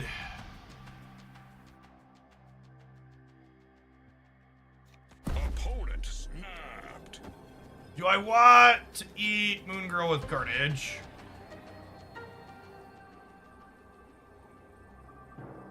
I think so.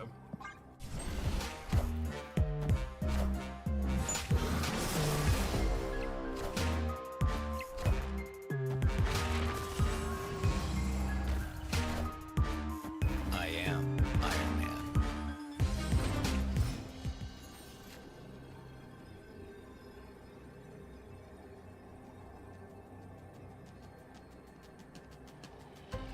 They wouldn't have Iron Man the middle if they were going to Zola, right?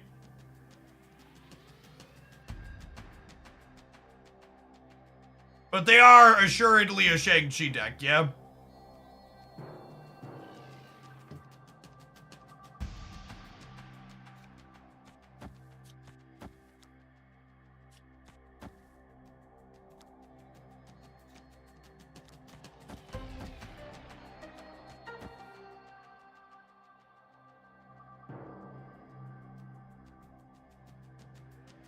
Fair enough, right? It's 8 and 11.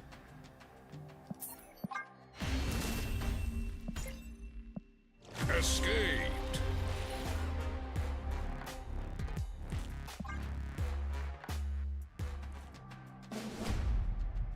Snap.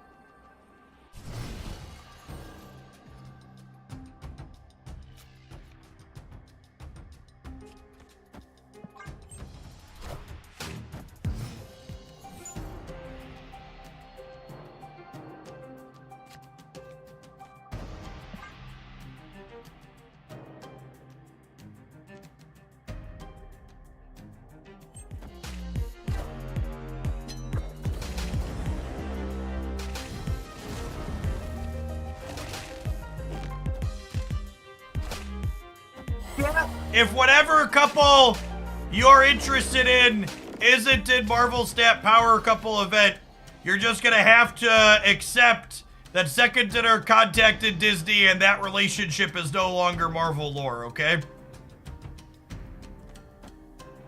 I hate to be the bearer of this bad news, but that's just how it is.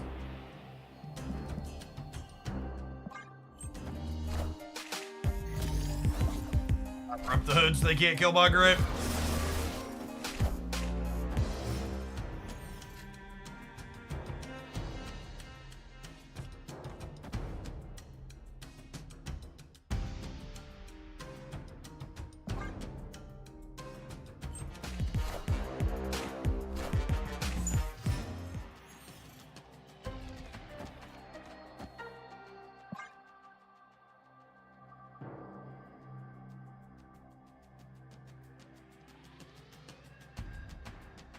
Yeah, there was never supposed to be an OTA next week, but there was supposed to be one this week.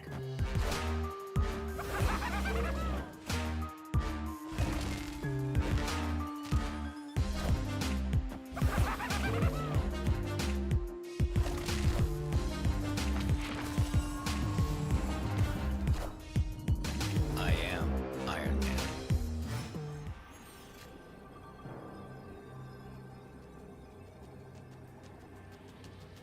What would they blow up here? Nothing, right? Victory.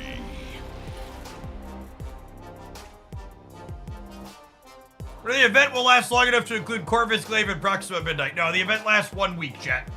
It's over next Tuesday.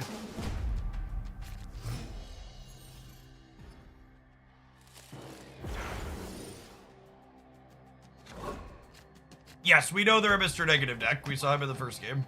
Snap.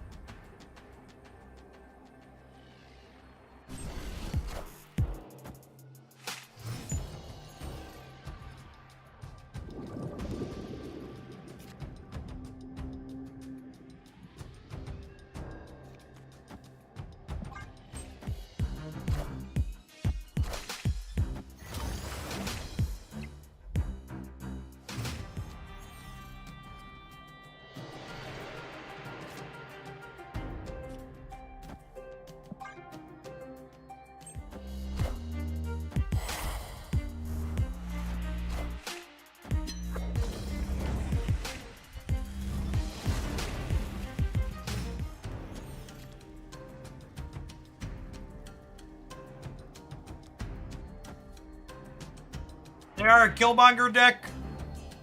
So I'm gonna put Sunspot underneath armor here.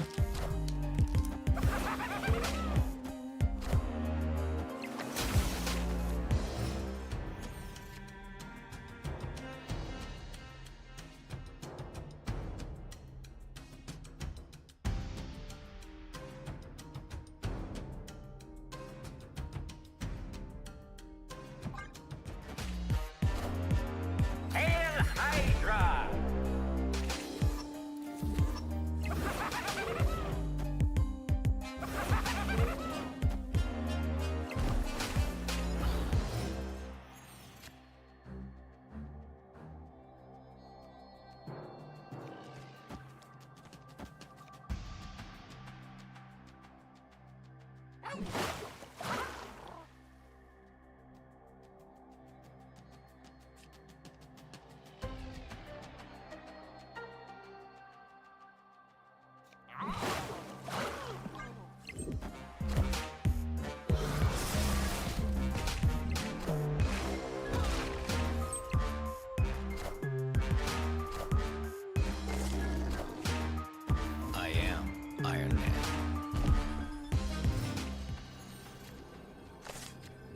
levels more. Yeah. It's still, the game's not done yet. I can play all of these cards now.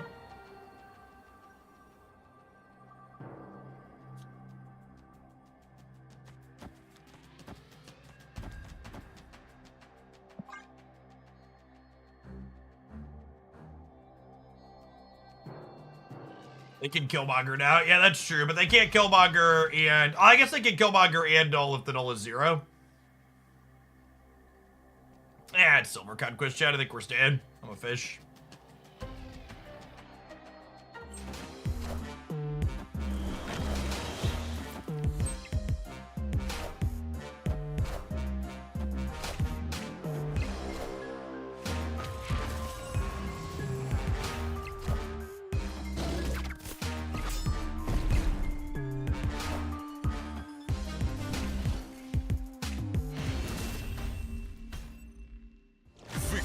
Imagine playing that many tech cards and losing.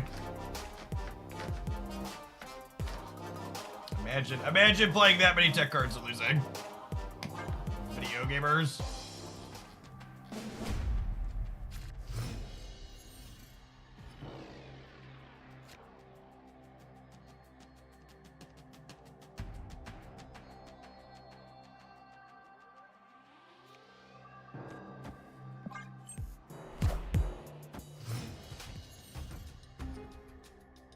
Love wins, chat. That's true.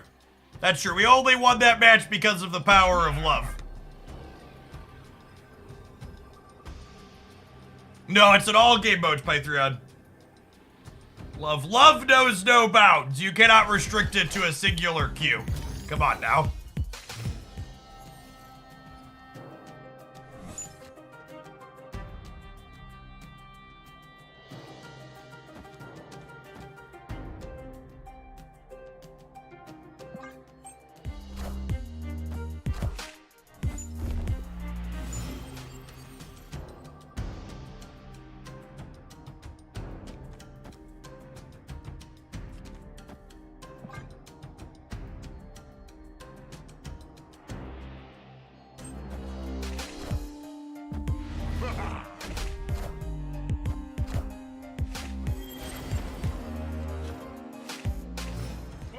That's a piece of candy.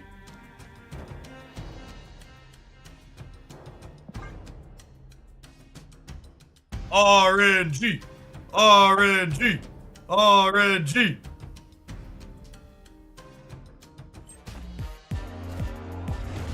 Oh my god. We get their abomination here too. Delicious.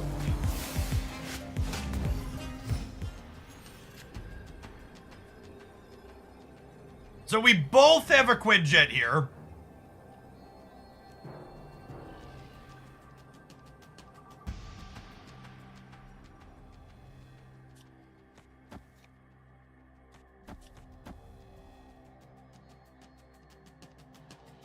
I'll play for all three.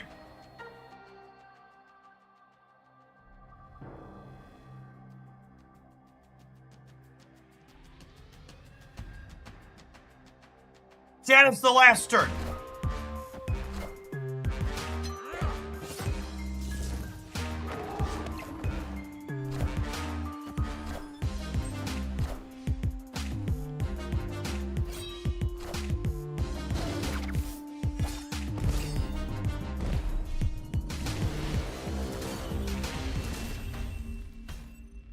All right, my clutter deck full of one-drops beat Killmonger. Obviously perfect, no notes. The only thing more perfect, chat, are these adverts. We'll see you in 120 seconds. We're gonna play a little bit more Moon Girl Clutter when we get back, and then we're gonna kick along to some other power couples decks in a little while.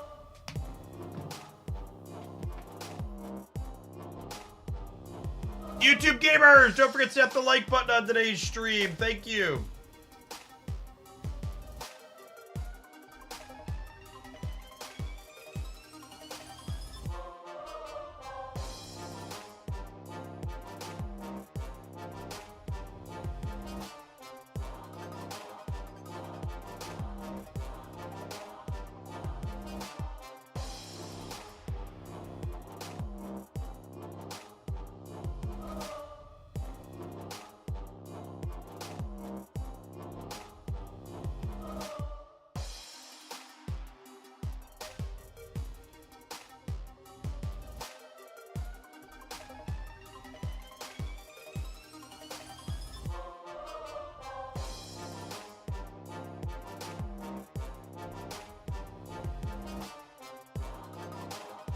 Alright, I want to do an informal poll because I'm curious. Are people more interested in Cull Obsidian gameplay or Power Couples gameplay?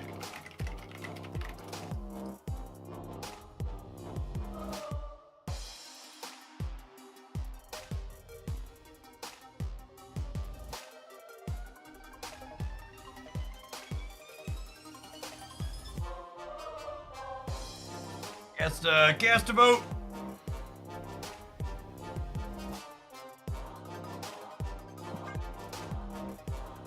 I feel like there's more to do with the power couples.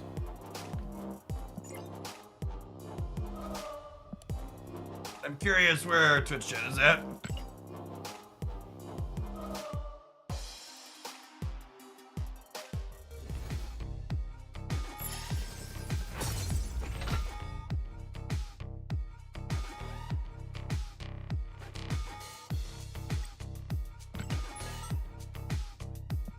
I don't know what Cull is. Cull is a 410.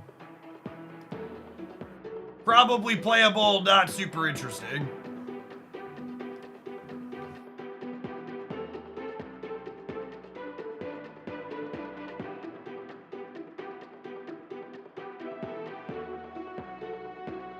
You can play Cull whenever the power couple's limited time. Yeah, that's kind of what I was thinking. It's about 50-50 from Twitch chat. We'll probably do a little bit of each.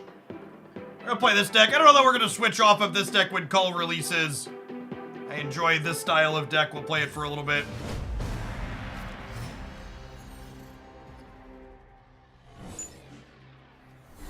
Sweet. Hey, Ritos. Thanks for the 3/4 of a year. Welcome back.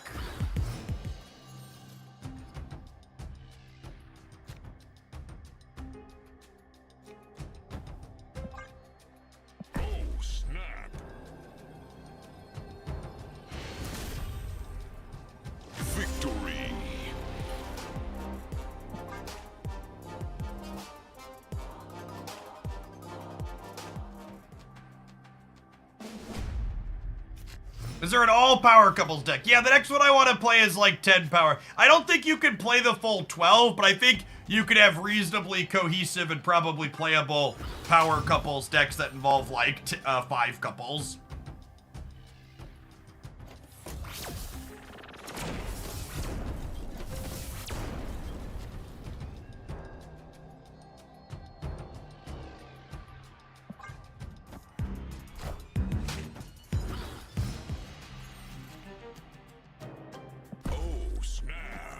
A goblin draw.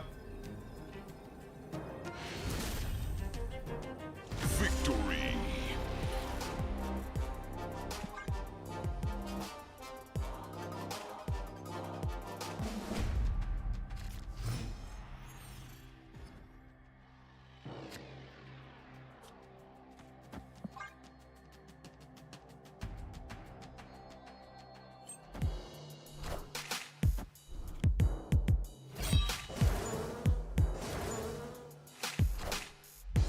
I think this is silver. I mostly just auto snap on 1 and silver 2 these days.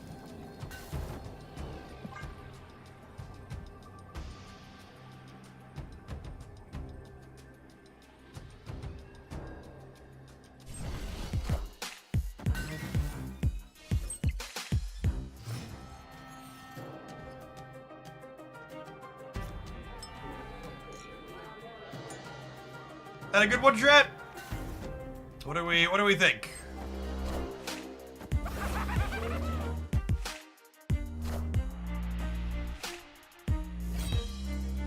Hey, Haskell, thank you for the 76 months. I appreciate that. Welcome back.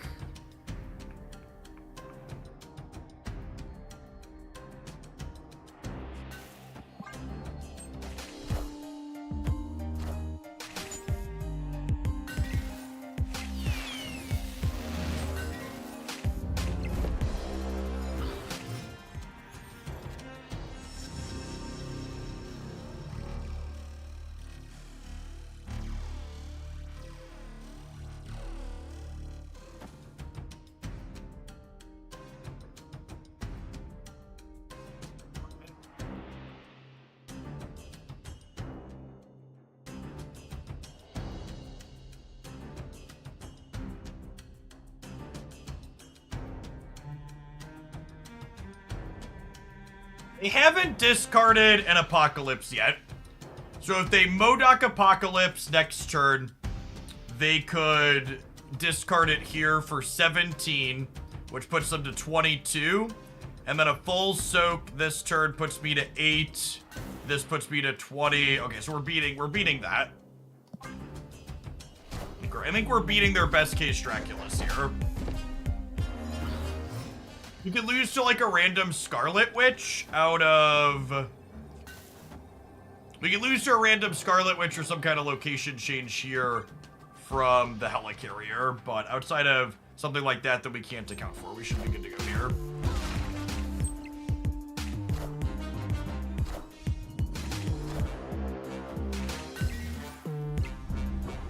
I am reborn.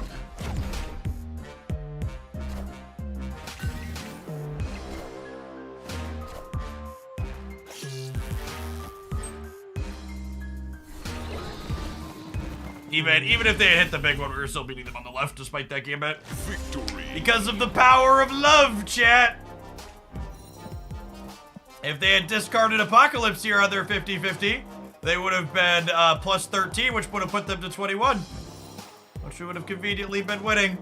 Thanks to Daredevil's little pick-me-up.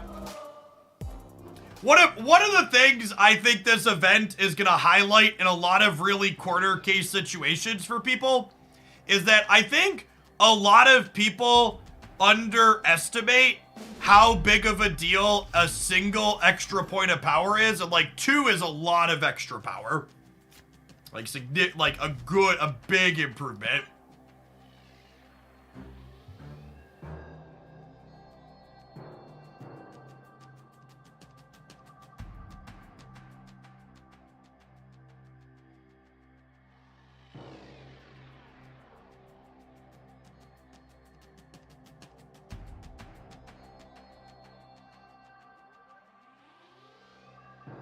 Need some of our cards that cost less than. We're gonna not draw Moon Girl or She-Hulk. Looking for one of our twosies next turn. Onesie twosies.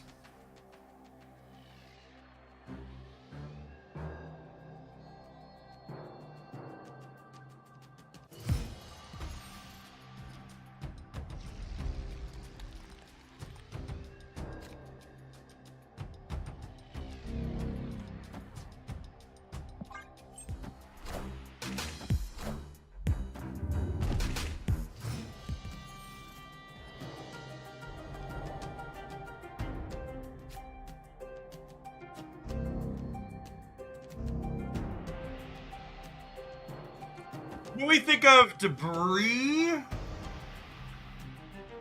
think it's debris into Viper the Rock across here. The Asteroid Head makes the Green Goblin touch a Scotch awkward, but that's fine.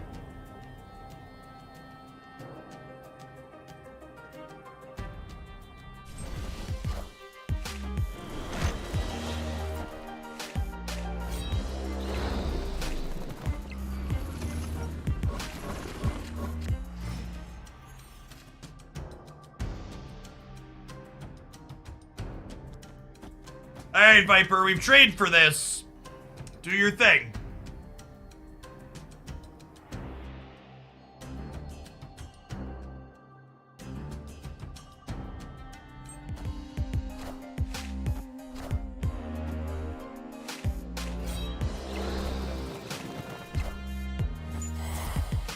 Atta girl.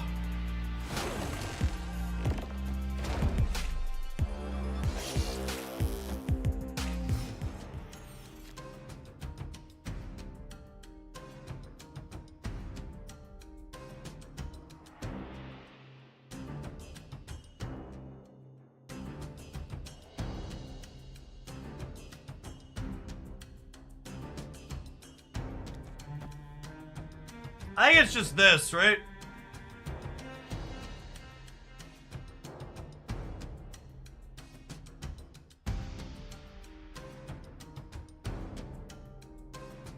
You want it to Tanya, right?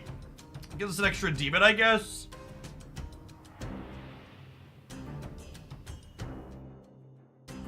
Moon Girl does end up left, yeah.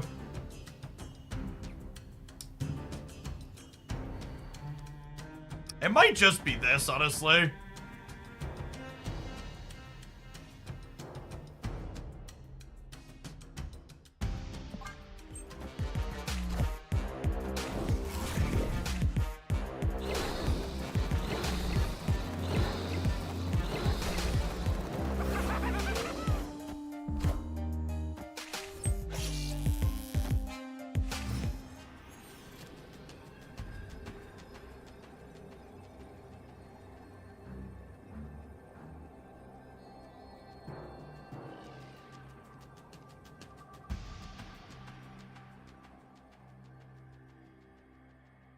We're dead. I'm not giving him 2 more.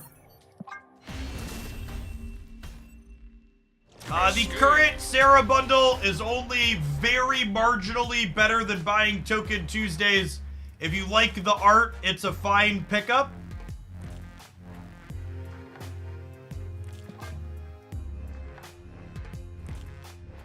If you aren't absolutely in love with the art, it's probably a skip. T-Joes, thank you for the 11 months. Appreciate that. Welcome back. I like to play Hood into face-down locations when the first one's kind of neutral, because this could be like Bar with no name. Sometimes you get in trouble with Space Throw, but on average, I think it's beneficial to play them into spots like this. Snap.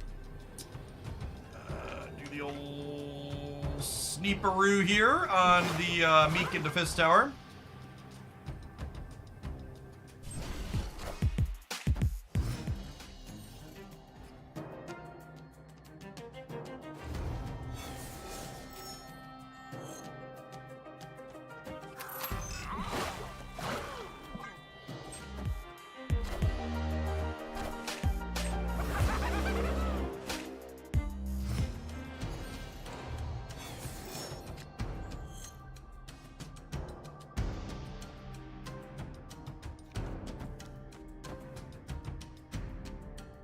This is kind of incredible for us, huh?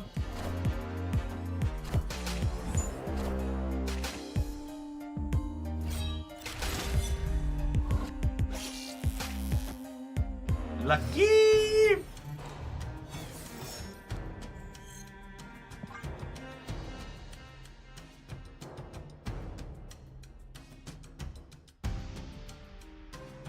No power couple here, but pretty generically strong draw for us.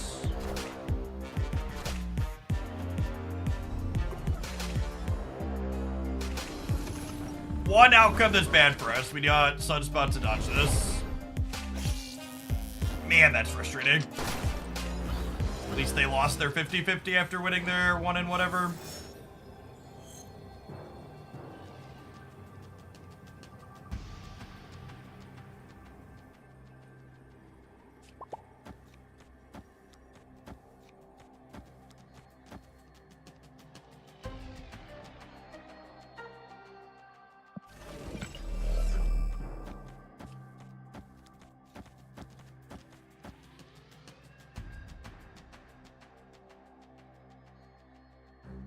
Am I overcommitting right? Am I supposed to go Demon Titania on the right and just put both She-Hulks left? Demon Titania on the right with the Carnage gives me 12, 17, 19 there. 19's probably plenty.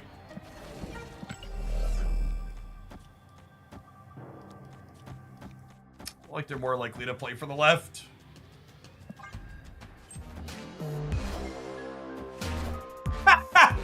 that explains their Deadpool emote. LOL.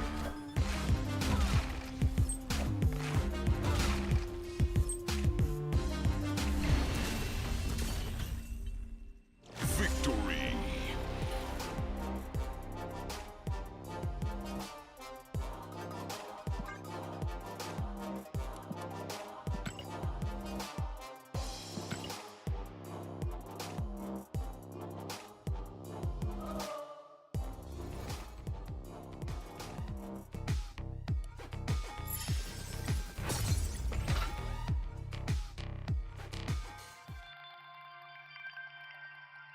Alright, I think I'm gonna let our pile of cards chase down a gold conquest as far as it can go.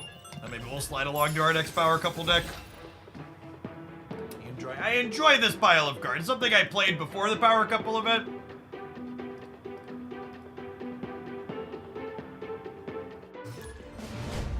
Been meaning to get back around to it. I saw Daredevil check. I was like, well, that's perfect.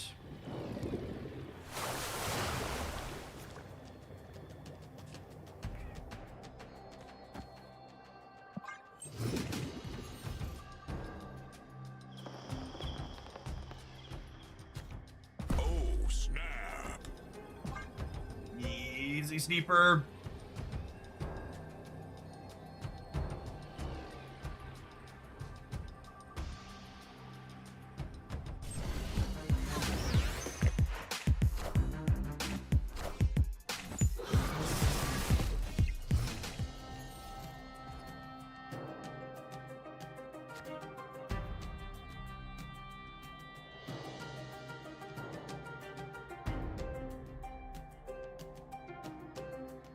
The way my hand is set up, I can't ever duplicate a She-Hulk.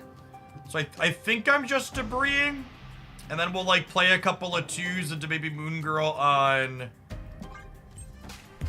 Into Moon Girl on 5 perhaps?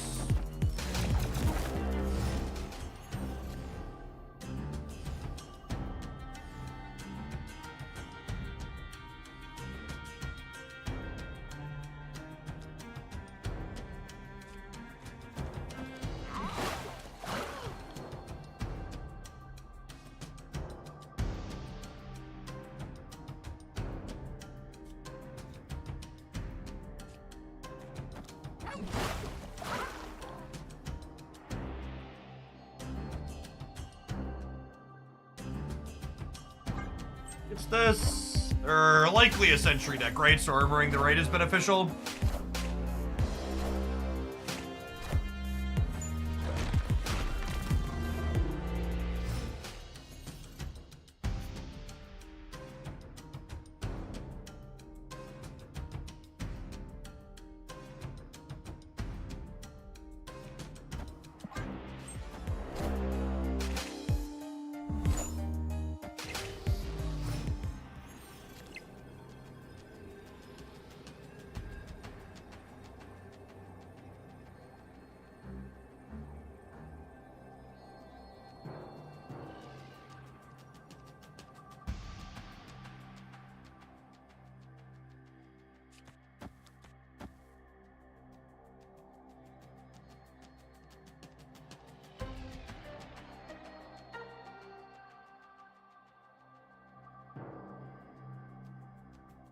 I want to play for all 3 here?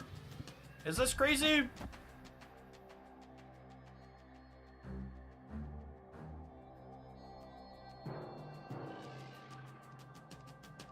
I'll play for all 3.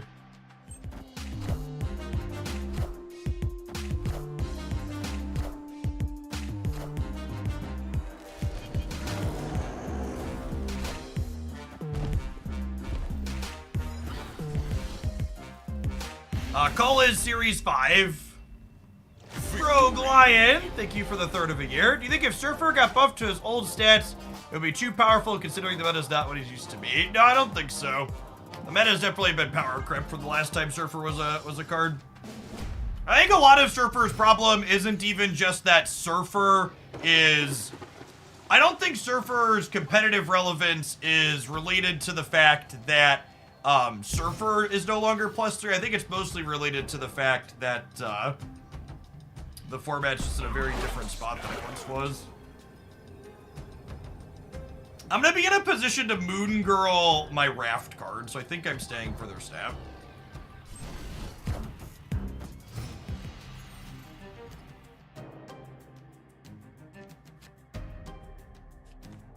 Do I snap them back? Oh, I'm not going to be in a position to Moon Girl the Raft card, right? I guess I could Moon Girl the Raft card on 5.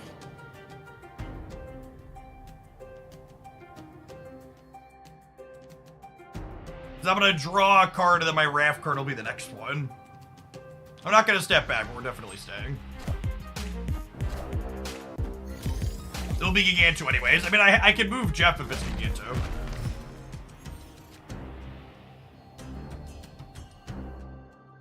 Okay, now we slam it. And I have 2 She-Hulks with the Sunspot Soak.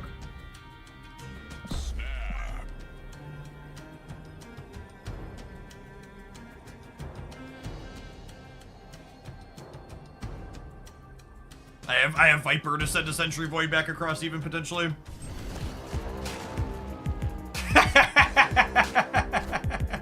Chat was right, we didn't need to. Chat's so smart. Chat's so smart.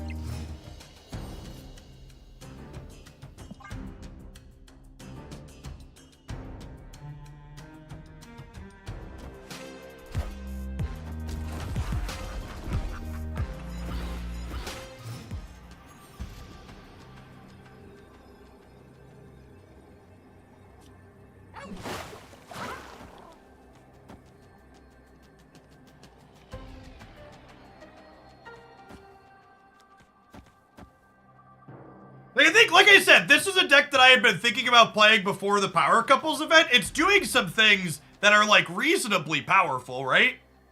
Like, there's some good stuff here.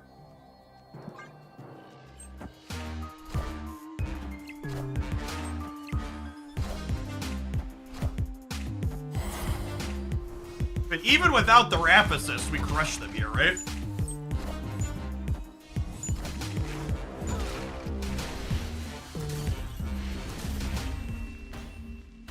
It certainly makes me feel like, Jan, I'm a sucker for a Moon Girl She-Hulk deck. So you can always know that this deck's gonna be worse than I think it is, but I am a sucker for a She-Hulk Moon Girl deck. Alright, I said I was gonna let this try and do a whole gold Conquest, but I kinda wanna check out the shop, and I feel like I wanna let it go out on top. So I'm gonna choose to end this deck with a happy memory. And we might revisit it later, but for this part of the session, we're gonna be done. I'm gonna write that one down, that'll get to be a highlight.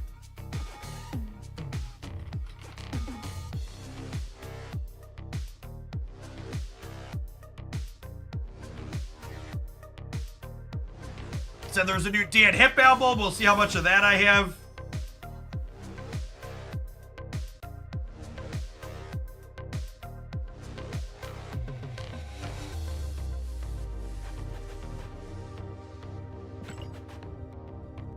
Boss tips, okay.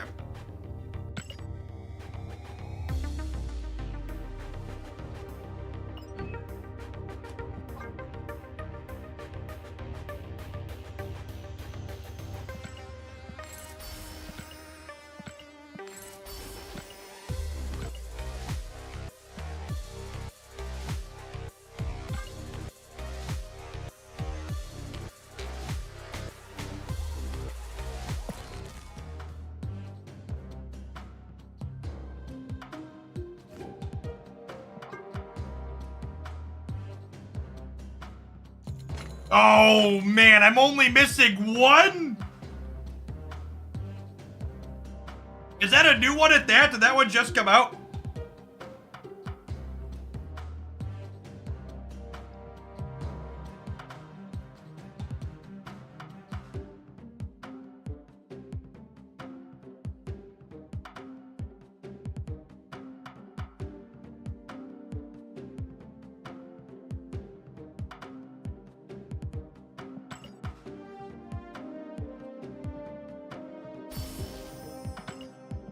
$700 gold. Honestly, I'm not gonna buy her right away.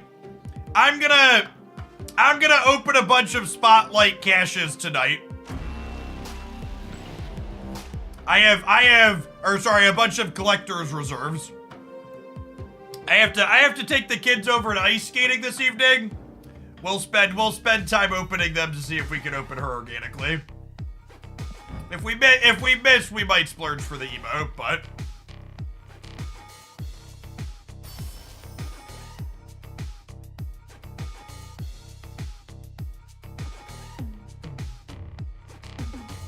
let's do 20 minutes of opening on stream. Nah, I want to play games today. All right, what's the Cull Obsidian variant status looking like here?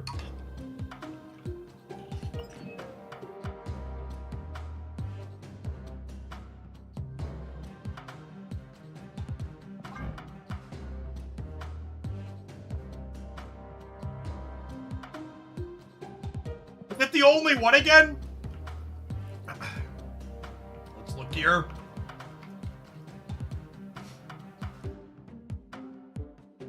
It is in fact the only one. Okay. All right. I'm gonna buy Cull with tokens, and then we'll open spotlights for his variants. I'm over 70,000 tokens, I believe. Yeah.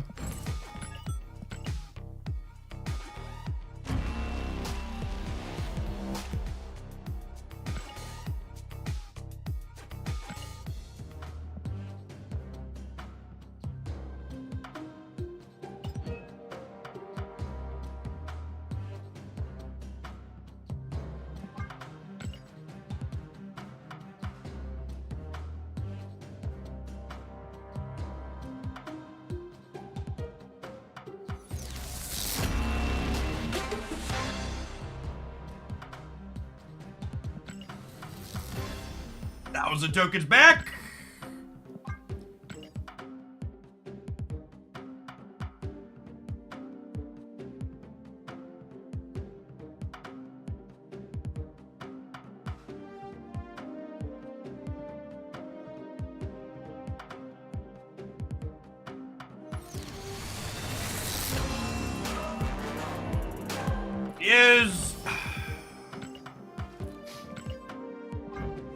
Do I want this Nimrod? I might want this Nimrod, chat.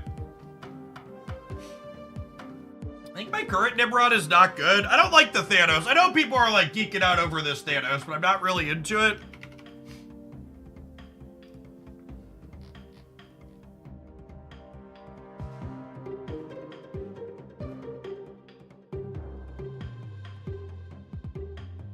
Yeah, I think I'm into the Nimrod. We have so many keys, yep.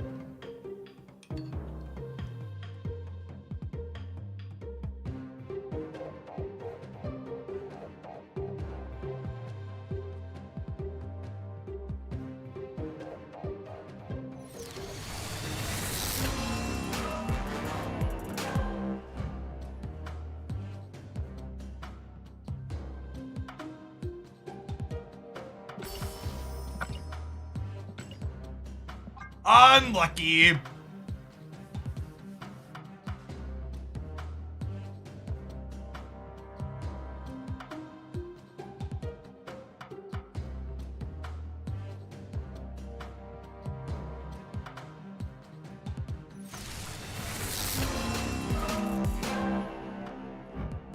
All right. I want to address something that's been brought up in chat a lot. And what I'm about to say constitutes relationship advice for many of you. A lot of people are talking about Thanos and Death should be a power couple.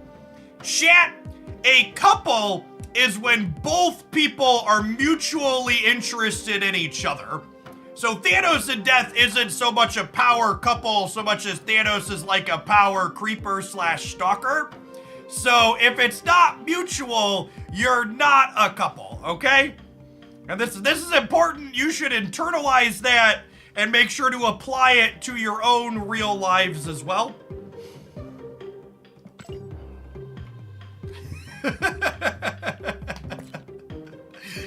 Thanos is thirsty.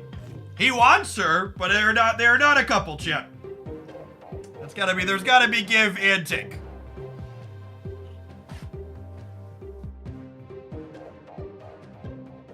All right, what are we doing? I want to Cull. I want to see what the Cull auto deck is, huh?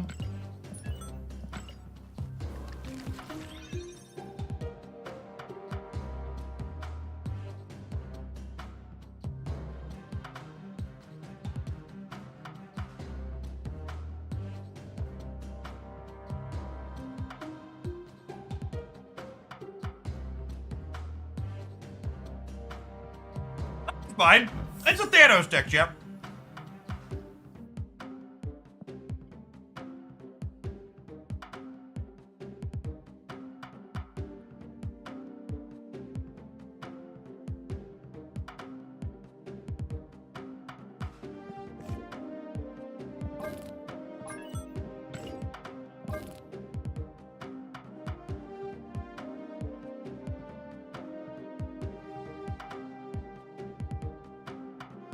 Well, I assume most people are going to be starting with Thanos, so let's try and do something a little different, huh?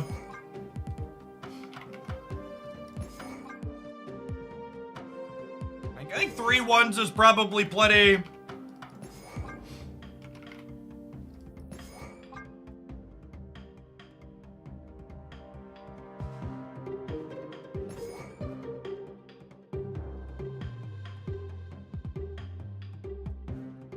Yeah, Scar could be one direction.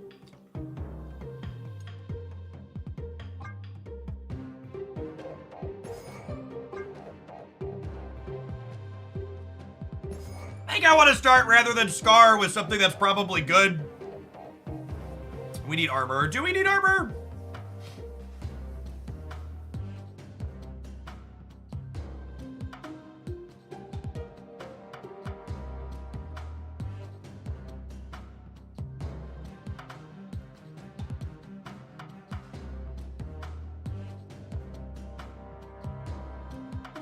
Yeah, Enchantress is probably good here.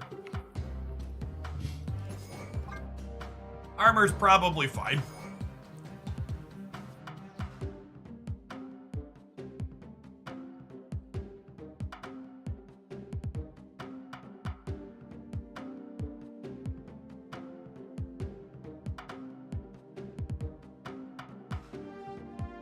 Achuma could be okay. I kind of want something else that's like lower on the curve, though. I think another 3 is probably good.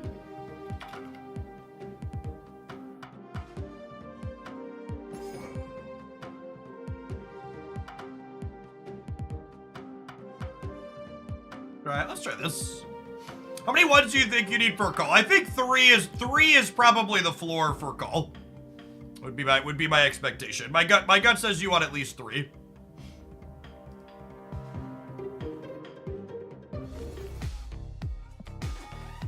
Well, I can claim my quest here real quick before I forget. God, all these menus are so god awful slow.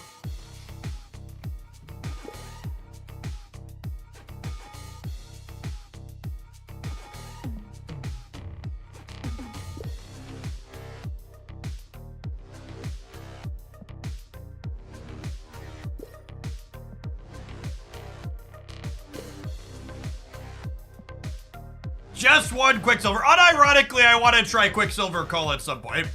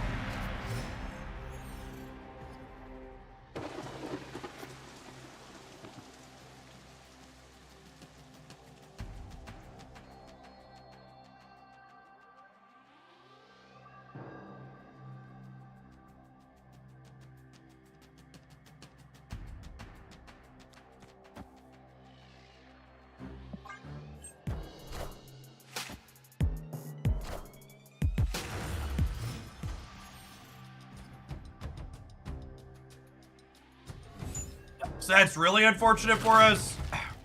Opponent Gives us 1 less draw on armor. Retreat here. escaped.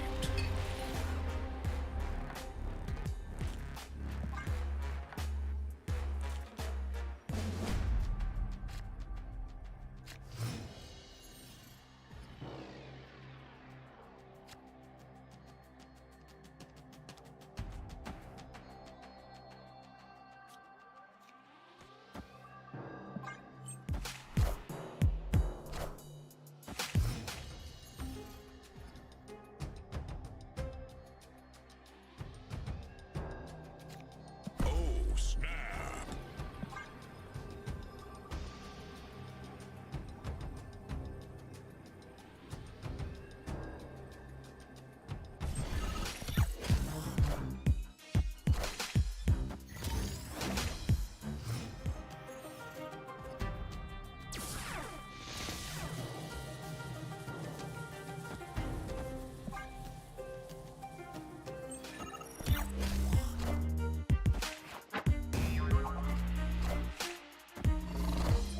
It's a solid one to get rid of, chat.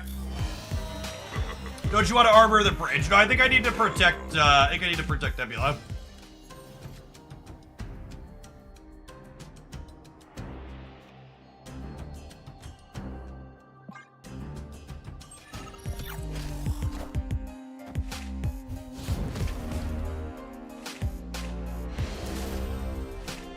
Victory. That was a Venom then?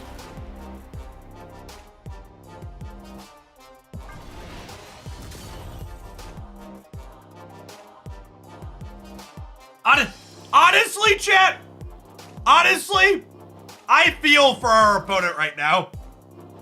I am 100% at a similar state in the Marvel stat metagame where I'm just like, all these fucking tech cards, man, just Just feel like, walk away. Too many tech cards. Speaking of walking away, chat, don't you dare walk away during these adverts. We'll see you in 120 seconds for some more Cull Obsidian. Thanks for hanging out. Don't go anywhere.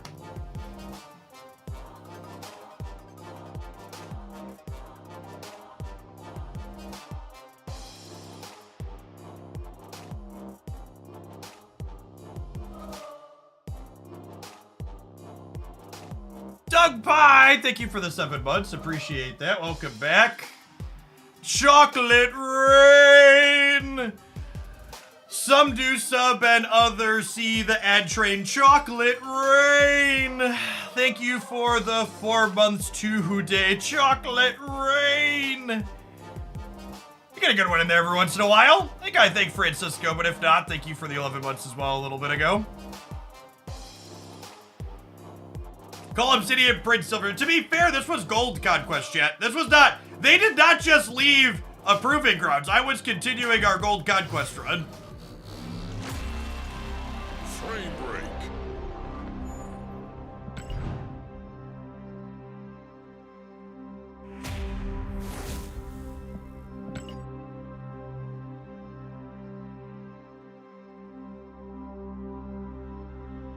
Oh my god, it is so slow! Why is it so slow?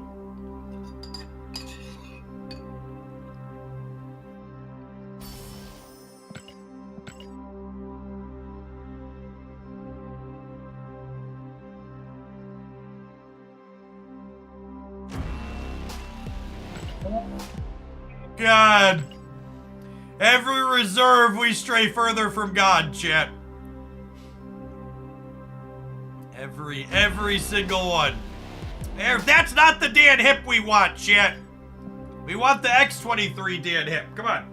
Come on, Brood. Wrong hip variant.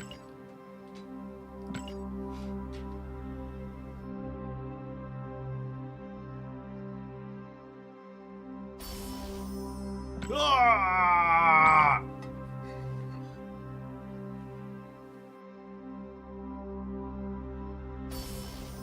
All right. We'll try and make a point to open boxes while we run ads for the rest of the day, so we can try and get to the X23 variant to finish our thing. It's like 7 seconds now instead of 6. Actually, it was 7 seconds for me before. Now it's like 9 to 12 seconds. It got slower.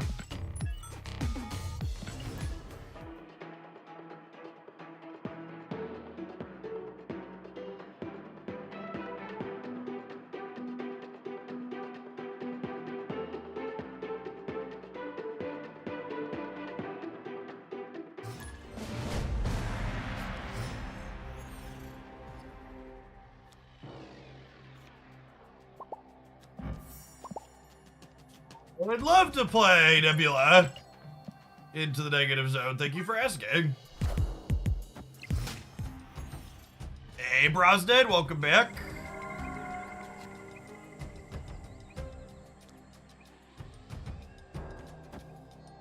You're muted. Do not emote. You are definitely muted now.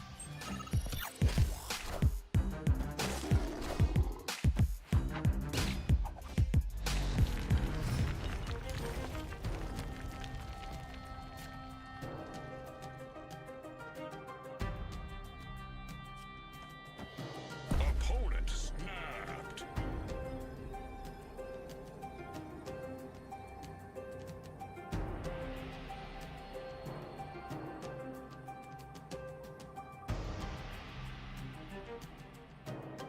Oh, snap.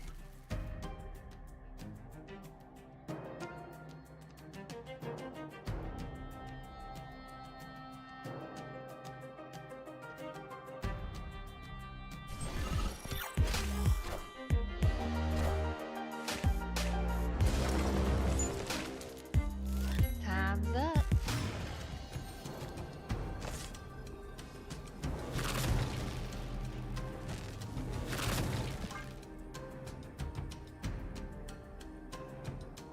Killmonger me, bro.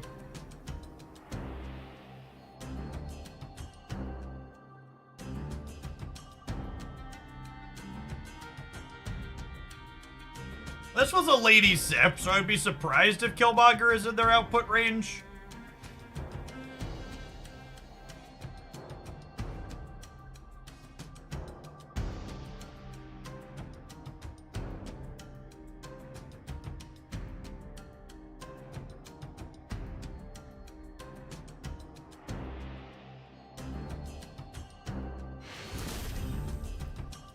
Victory.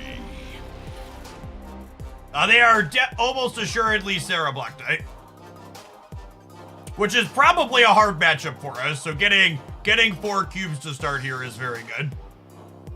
We need a lead like that to have a real shot here, I think.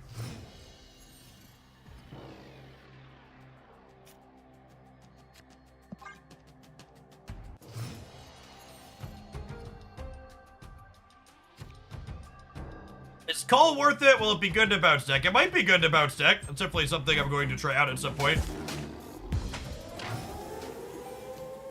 That's probably, I want to try like Darkhawk bounce with it, maybe. Snap. I guess we could lose the raft this turn. They've done nothing though, so I'm gonna snap.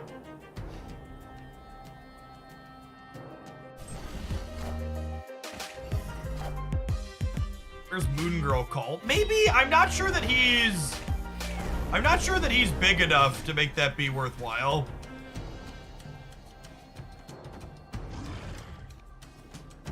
So showing here something that we've talked about in the past, where you can stage Cull the same turn you stage the 1-drop. So no 1-drops currently in play. Cull is unplayable. I add the Spider Ham. I can then add the Cull.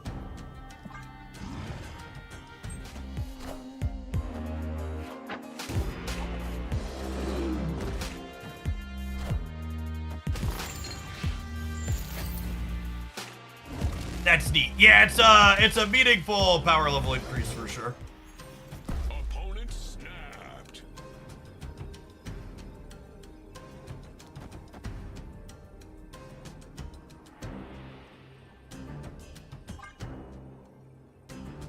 I'm gonna stay with the Shang in hand.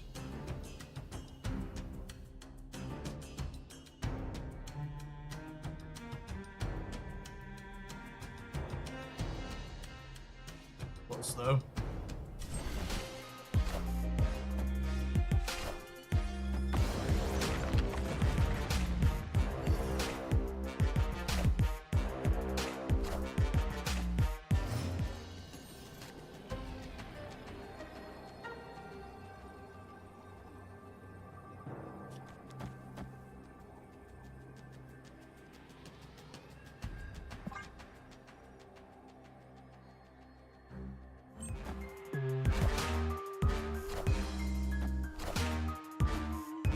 Yep.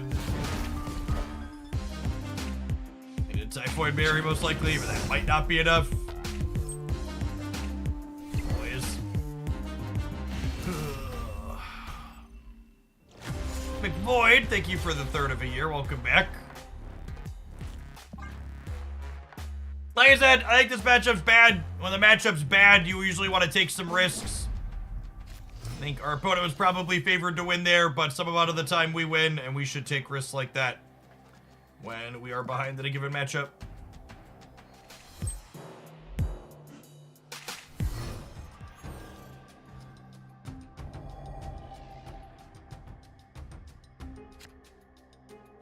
Opponent snapped. Oh, snap.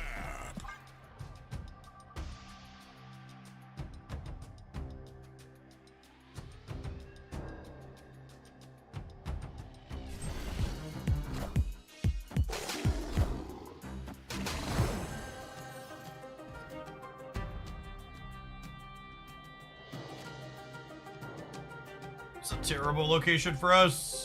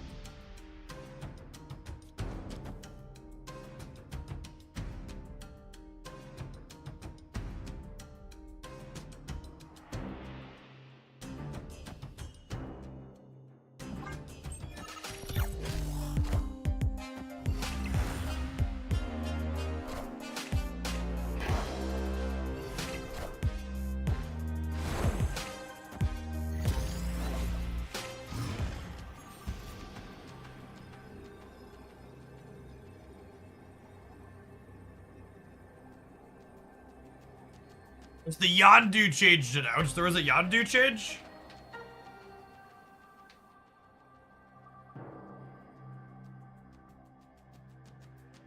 By Shang the middle, I'm at 14.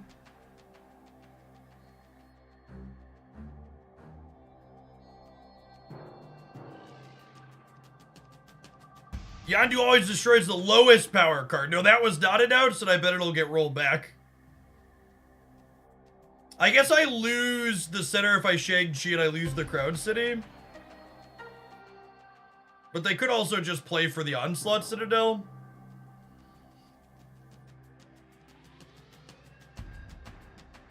It's so tough.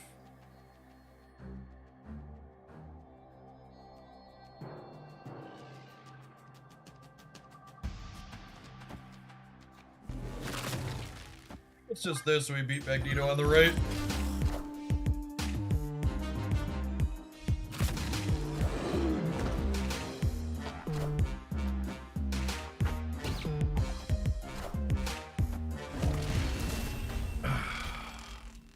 Victory. Lightning Bolt, thank you for the quarter of a year. Welcome back.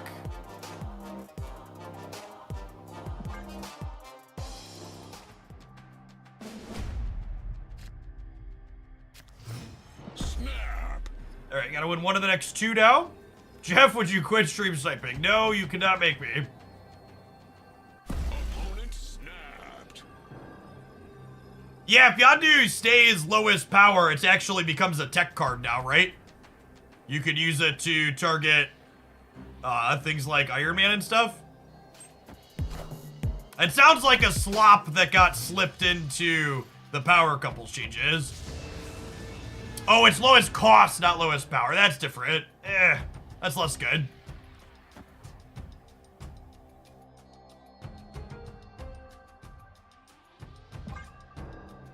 That's far, far less exciting.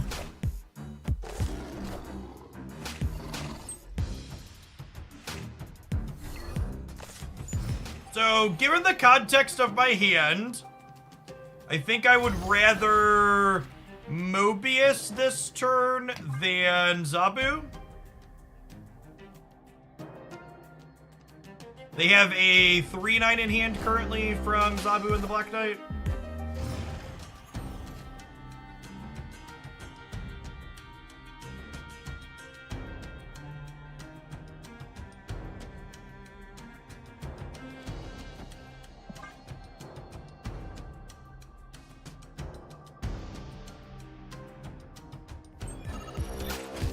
Well, I would be very surprised if that Yandu change doesn't get reverted.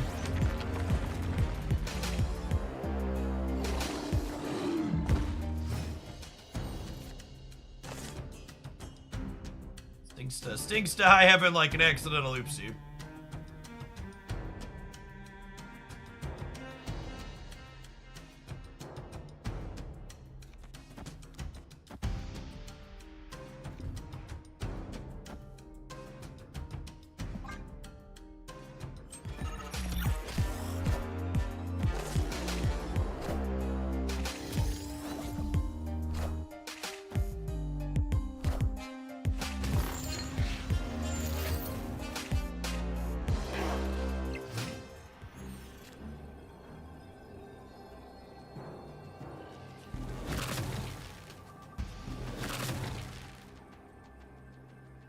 Seven, 12, only up to 16 here. I think we're dead, but they're all in, so as you will.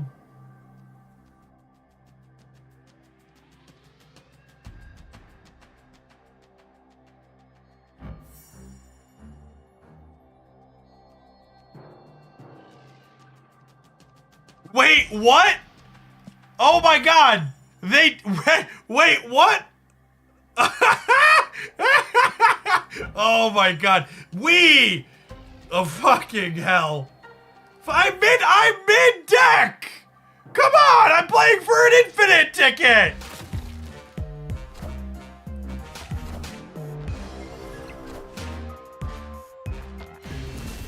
Oh no, wait, it worked. Wait,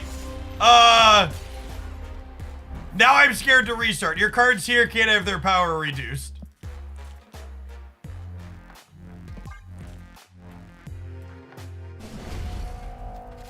Yeah, it totally says here. It totally says here. Nebula into Forge is actually good in this matchup, because our opponent won't want Sentinels in their hand.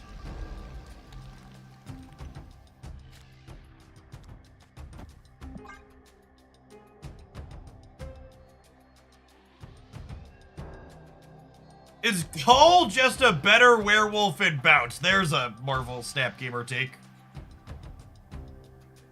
Werewolf. Werewolf is regularly bigger than 10 in Bounce. Quite regularly. I mean, Nebula and Morag is, like, still fine for us, right?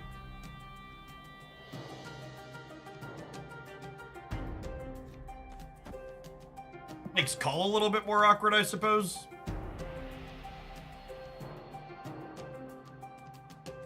Yes, Werewolf also dodges around Shang. I want to try Cull and Bounce, but saying it's just better Werewolf is, not a true statement.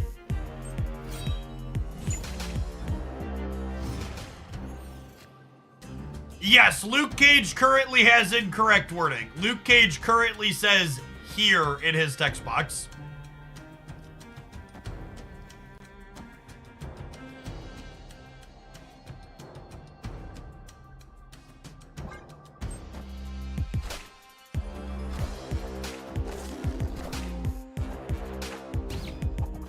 Oh, shit.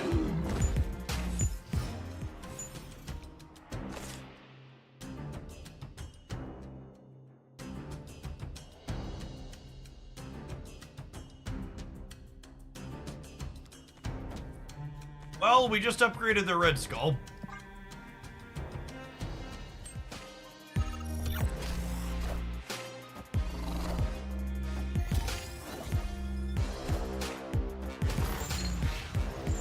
Hey, Cheng.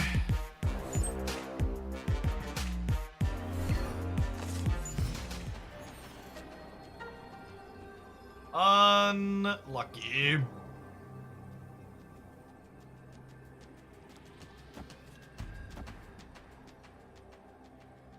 Red Skull's only 14 though, right?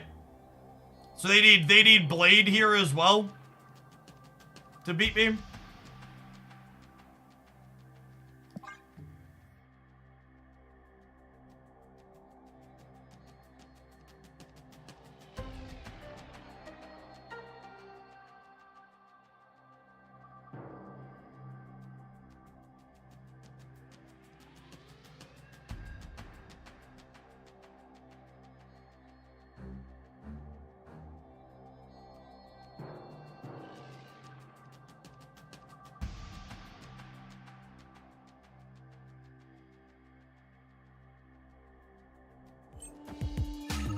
And they would need Blade, not Ebony Blade, chat.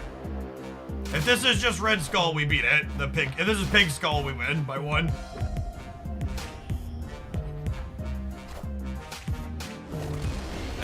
That's worse than Pig Skull, chat. Victory. Couldn't you just play the Pig Skull?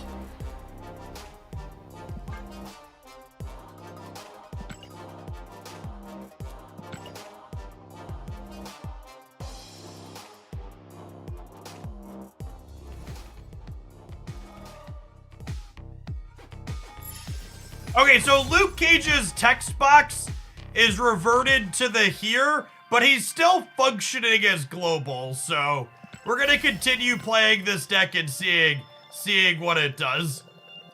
Someone's saying Mantis is different too. Let's take a look at some of the things people are talking about here. But Luke Cage is functioning globally. His text box is just wrong.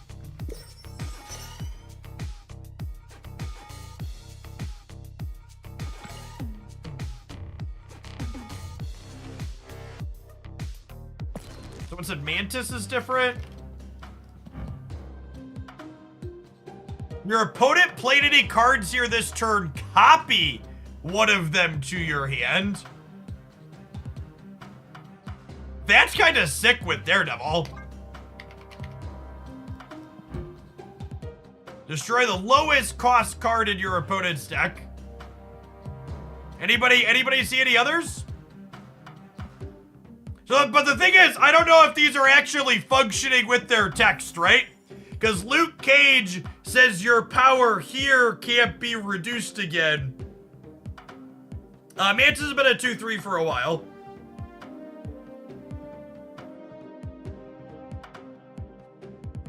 Did an OTA get leaked? I don't know. It's kind of a mess, whatever it is. There's kind of no other way to put it. It's kind of just a mess. Thanks for supporting Marvel Snap.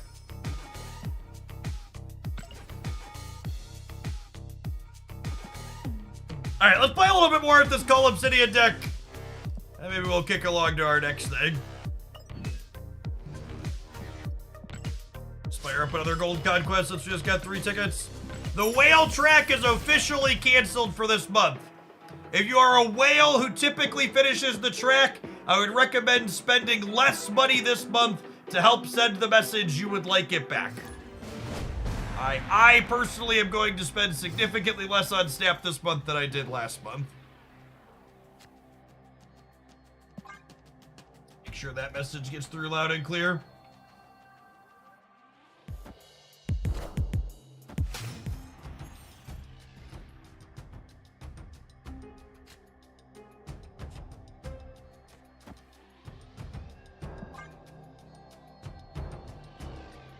Asking whales to practice impulse control is a big ask. Yeah, it's fair.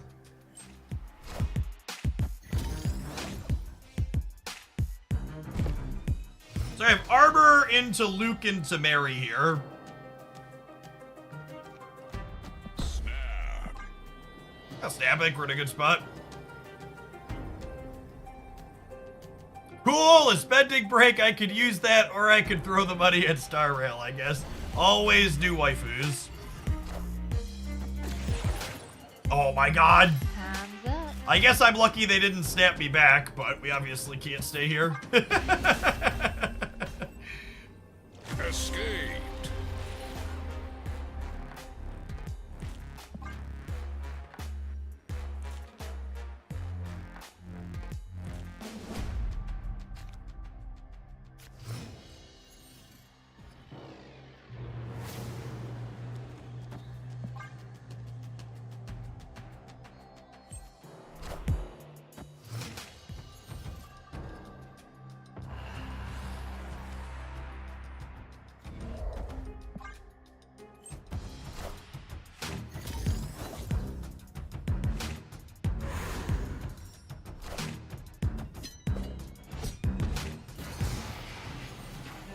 That's good to know for the future, though.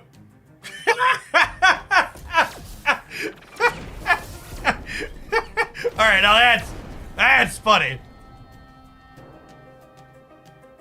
Oh, snap.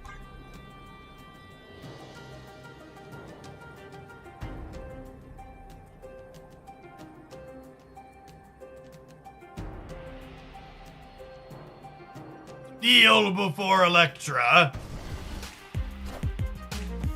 I'd make a Daredevil joke here, but Second Dinner just voided their relationships. That would probably be insensitive. Fabergak, thank you for the 7 months. Welcome back.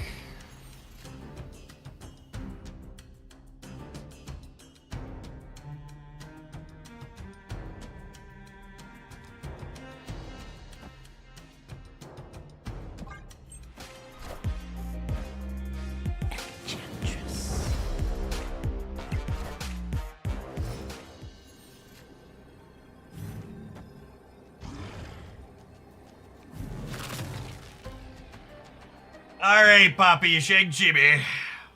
My bones are ready.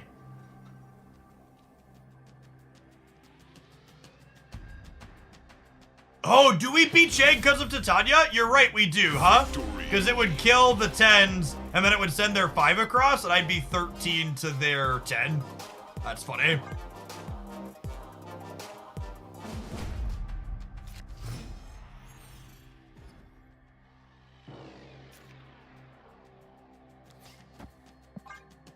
Spider Netherham's a dangerous game in this matchup. They've got Martyr, Titania, and Infinite. Porking Nico is fantastic for us, though, obviously.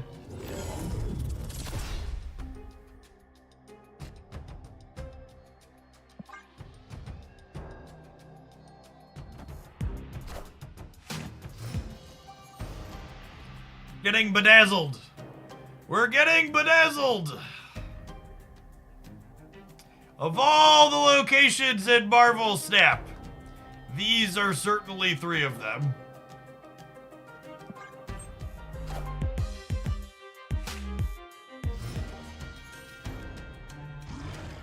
Snap.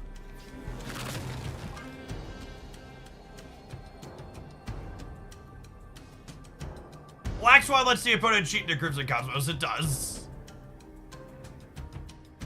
It's another world ship game, yeah, basically. Victory. It is basically another world ship game.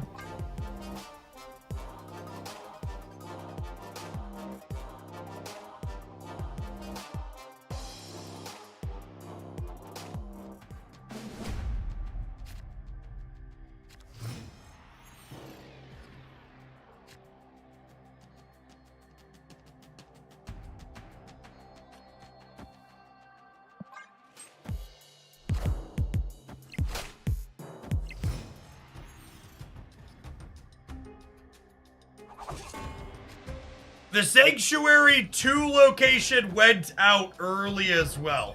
Holy yikes, gamers.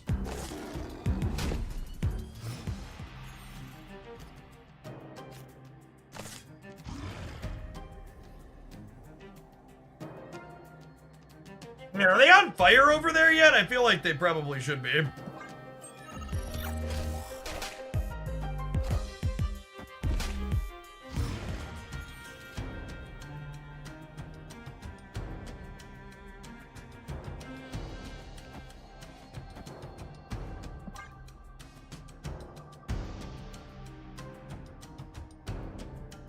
Did anyone mention the Meek text change? What does Meek do? That one surprises me. Meek's pretty reasonable, I think. What's his text box say?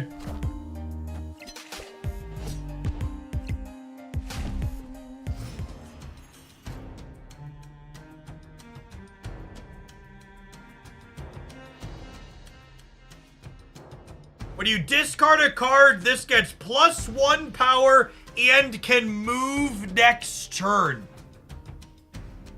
Wow, that's a big upgrade. Holy. That's like really meaningfully good, huh? Yeah, you get to pick where it goes.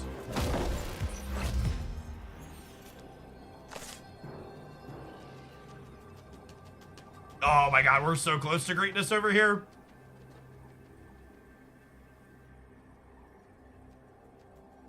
I think I actually have to leave here. I'm gonna retreat later because our opponent's been really conservative about staying.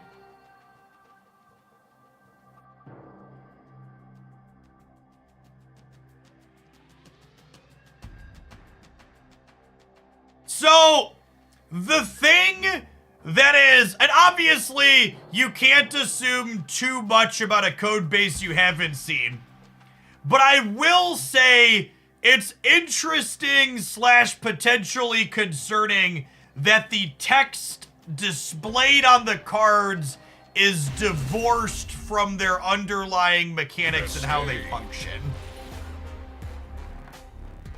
I guess that makes sense. Yeah, all of the updates are text only. But it's, this mistake is a very interesting amount of insight into... Yes, so they pushed localization changes separate from the code changes.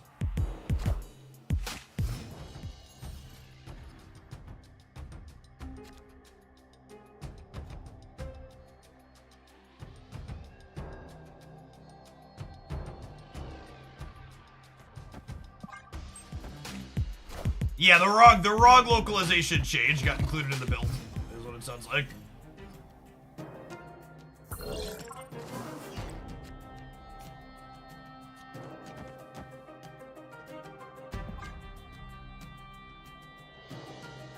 Yes, none of the text box updates. None of the text box updates that went live. None of the text box updates that went live are actually implemented.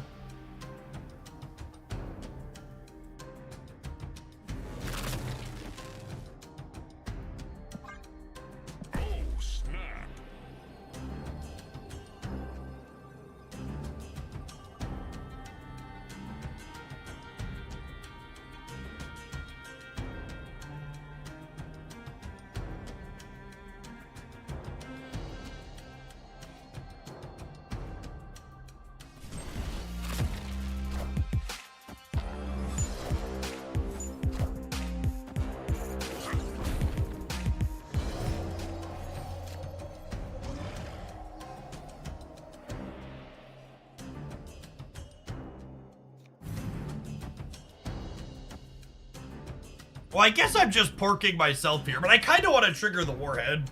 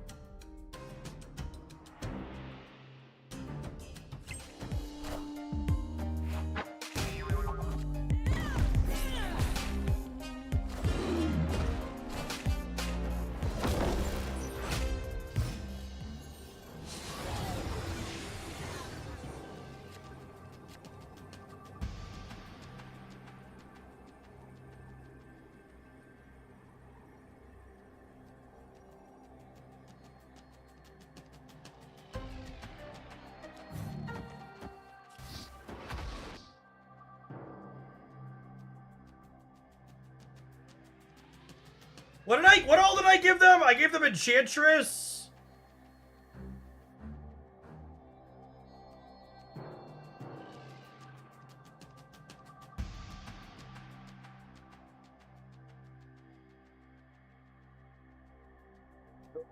Dude.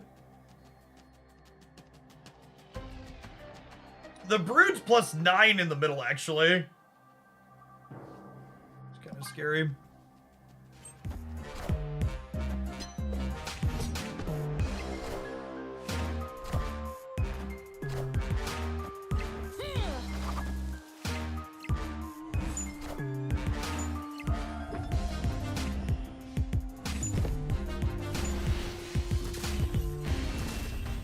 I thought Martyr was about to get us, chat. I thought she was about to get us. We won the breaker though, so even if Martyr jumps right here, we'd be 16-16, and then we'd be 15-9 versus 12-10. Thank you, Electra.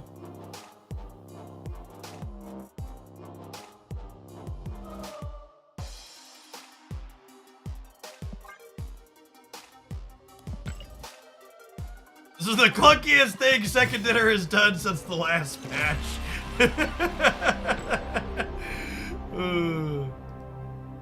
I feel like I need to take 5 and like document this on Twitter really quick. And it looks like it's time for ad sales. Take an ad break. I'm gonna take some screenshots and post them so we have reference material, and then we're gonna play some more with this Cull Obsidian deck. Thanks for hanging out. Don't go anywhere. I demand gold as compensation. Yep. YouTube gamers, consider tapping the like button while you're watching. Over 500 people on that platform. Barely 200 like button pressers. All right, so what are the ones? We have a Mantis change. We have a Mantis change. We have a Meek change. What are ones that are different? So not the Luke Cage is just a regression. What are ones that are brand new text boxes? There's Meek. There's Mantis. Yandu.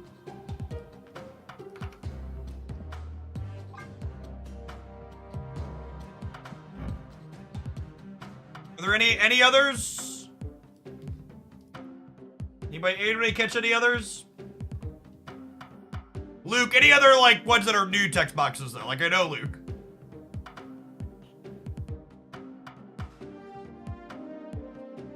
Ebony Maw. No.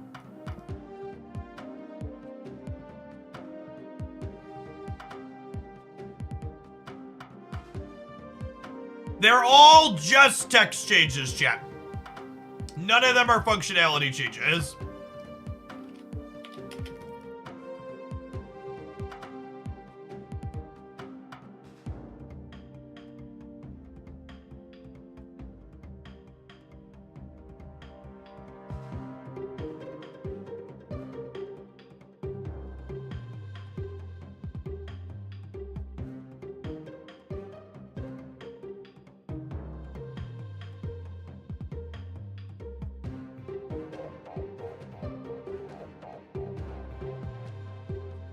Looks like the wrong localization file might have gotten merged into the Power Couples update today in Marvel Snap.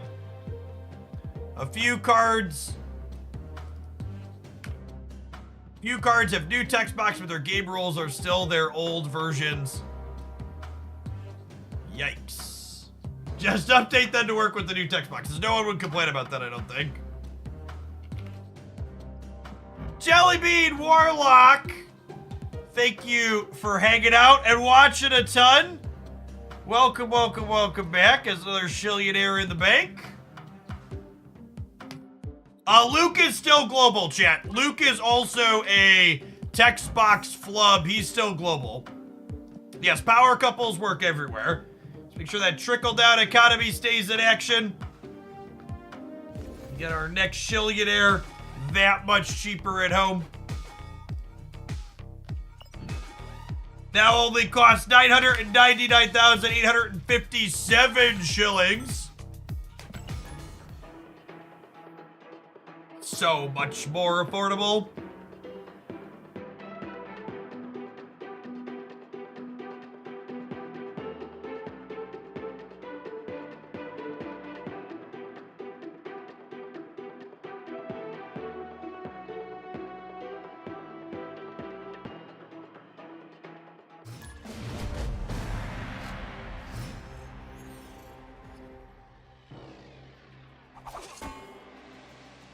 I'd love to play Nebula into the Ninja Path. Thank you for asking.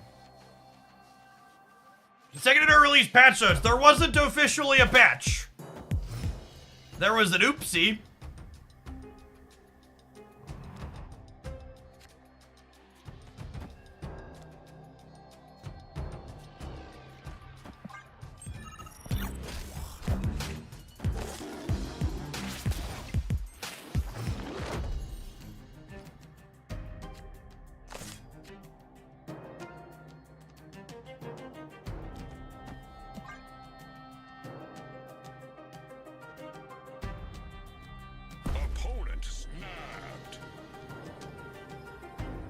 Alessio is probably much better for their deck than ours. I'm gonna go next when they snap on it. I don't know, my Mobius here, unfortunately.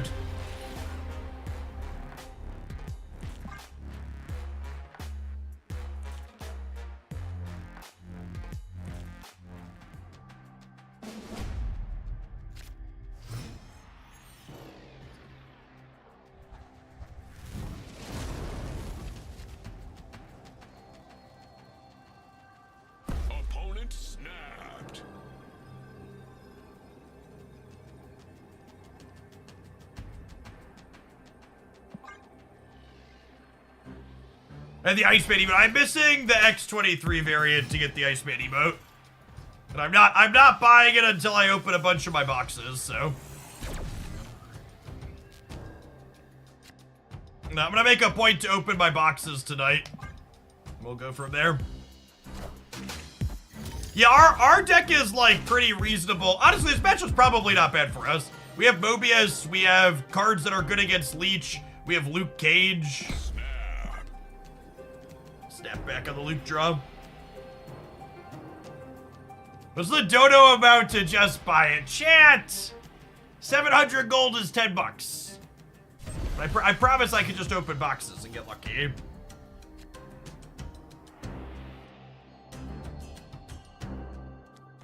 It's a little bit of a dangerous game.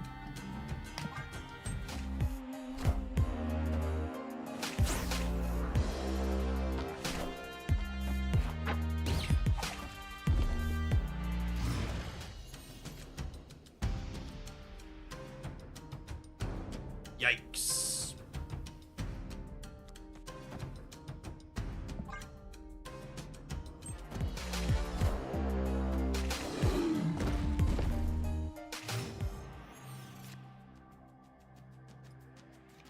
That's the Zabu I wanted for Christmas.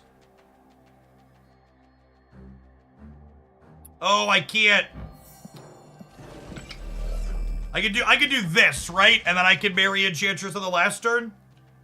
That's what I want to do. I want to do this. Enchantress.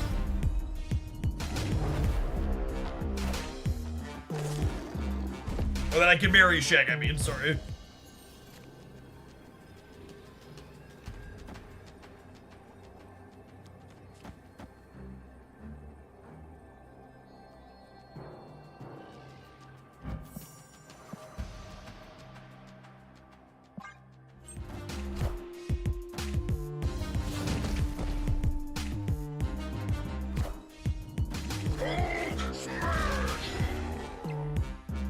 We're beating She-Hulk on the right.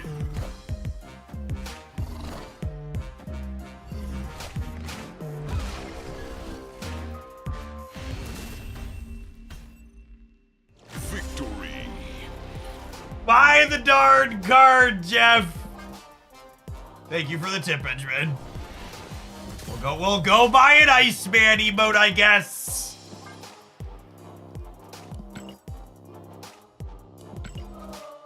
That saves me from having to open boxes tonight, so thank you.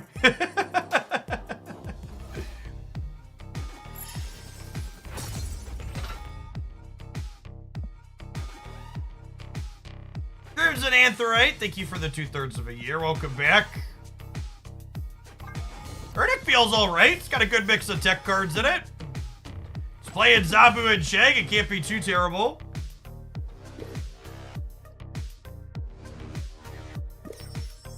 Good old beat She-Hulk in every lane. Ain't that true, Colby? Thank you for the 2 months. Welcome back.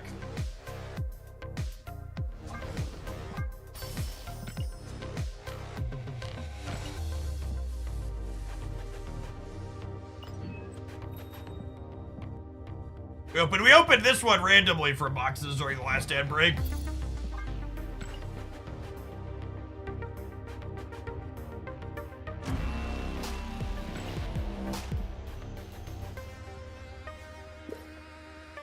I incidentally had the other 11 in this album. 'Cause, well...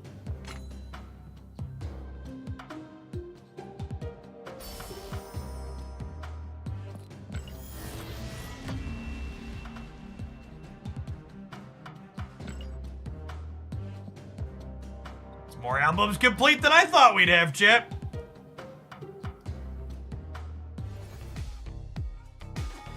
Alright, let's see if Pork Mary Cull can get us a second infinite ticket today, huh?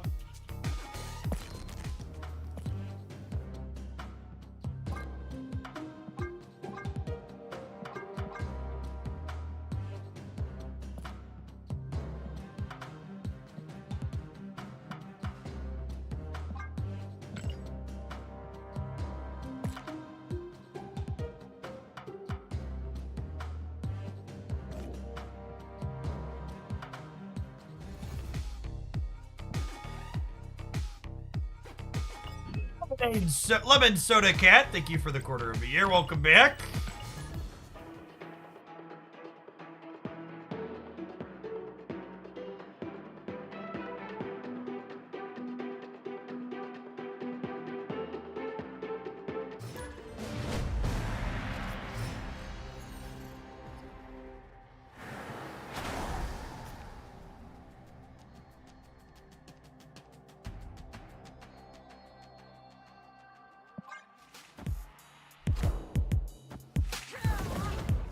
Oh no, not Celine! How will we ever win the game now, gamers? Alright, so we want to prioritize filling up the right side here with armor.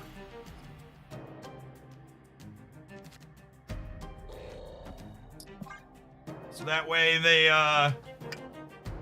can't get their sentry sent across the board.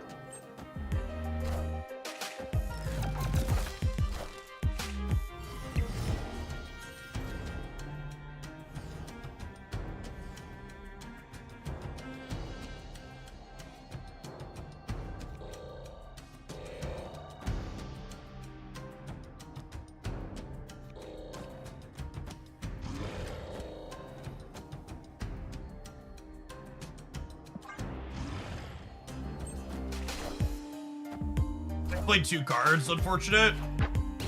Oh, come on.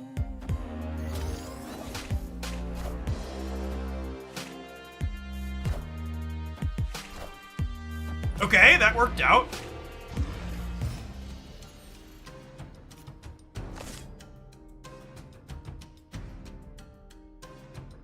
I know you used to play Magic, but do you play any physical card games? I do not.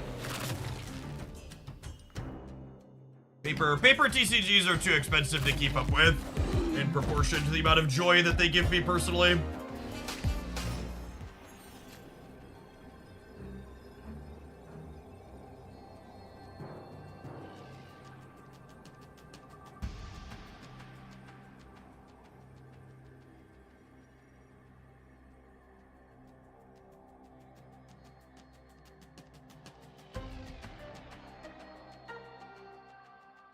So if both of these live, it beats Annie on the right, which is likely their play.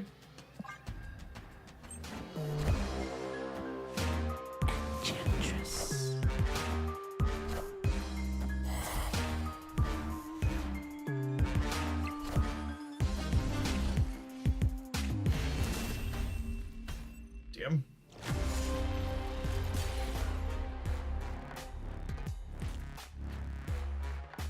The Love is in the Storm V1 deck's been busted for me. Haven't lost a game all day. Nice. Do they run Shang? Usually.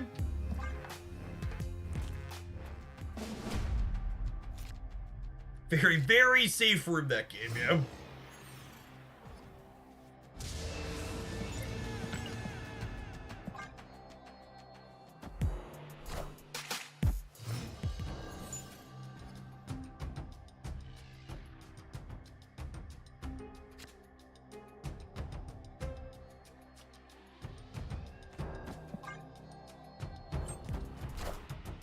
Jeff?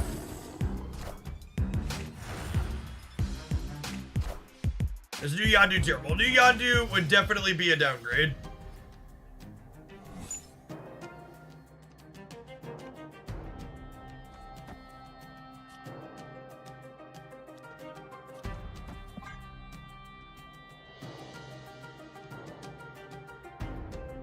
Chat, the opponent's deck is one of the established best decks in the metagame. It's been number 2 in terms of most popular for the last 2.5 to 3 weeks.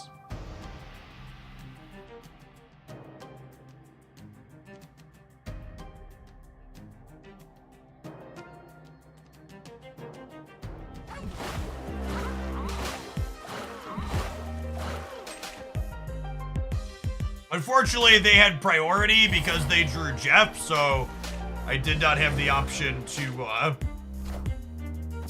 block this play here.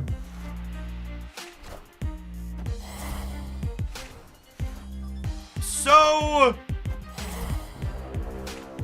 they can win the middle, but they have to commit another resource here. Is like noteworthy.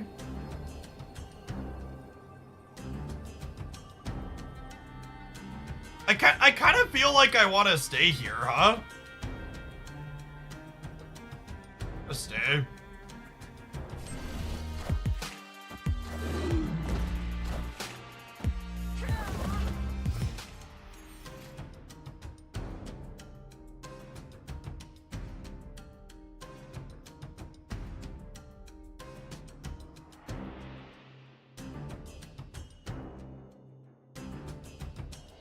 What do we think of just doing this? Is this crazy?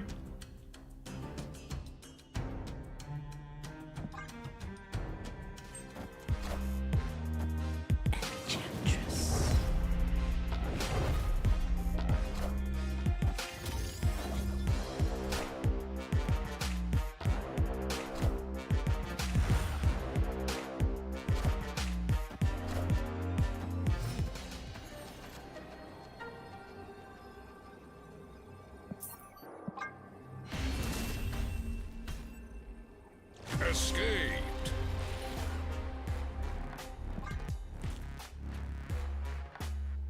Mobius is just a vanilla, or Mobius is just a vanilla 3/3 here, right?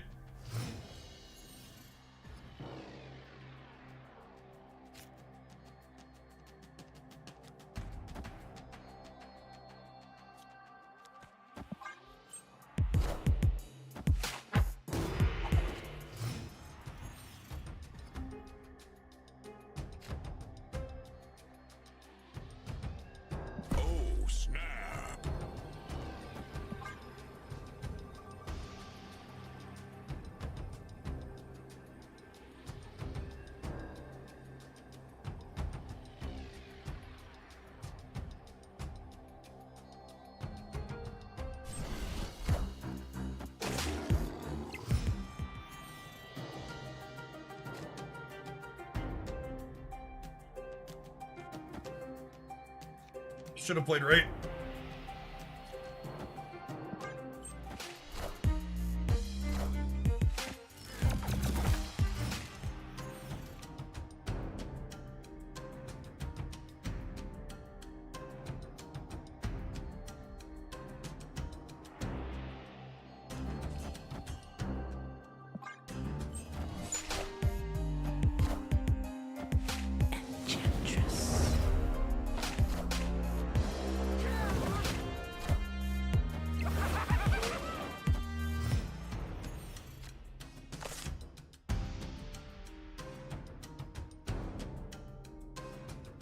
Opponent snapped.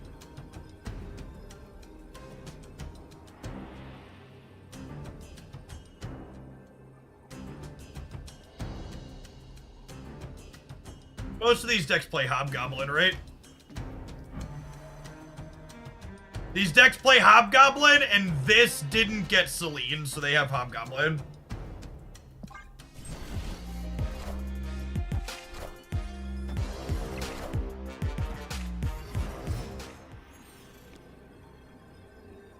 Get to lose to Shang-Chi, because that's how this works. Fuck this game chat. Oh, it's so frustrating. I hate to end on a low note, but I want to move along to another deck. Just every single matchup involving this card is such a frustrating experience. Nah, we're not logging off because we got plenty of people here and I got other decks I want to try, but just sucks. I couldn't wait to play Luke Cage, because if I waited to play Luke Cage and they Hobgoblin me, I lose the game on the spot. Yeah, we also lost to Jeff, I suppose. Yeah, it's frustrating that all your decks start with 11 slots too. It's so brutal when a card's an auto-include card in a game where I only have 12 slots in my deck.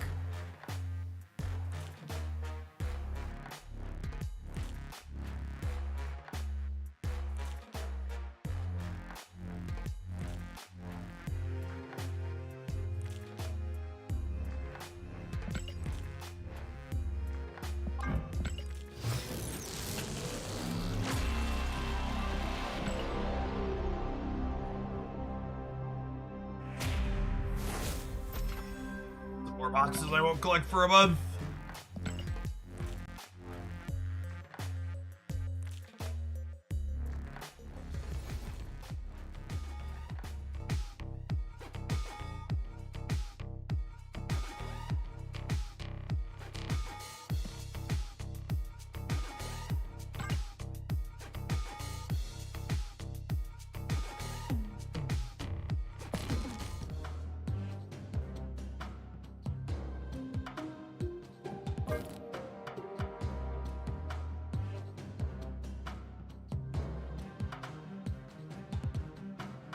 Well, I mean, so like, this is something I talked about in the preview event for this event where you're adding stats to things. There's a very real chance that a lot of the cards that are getting extra power from the Power Couples event still just aren't competitive.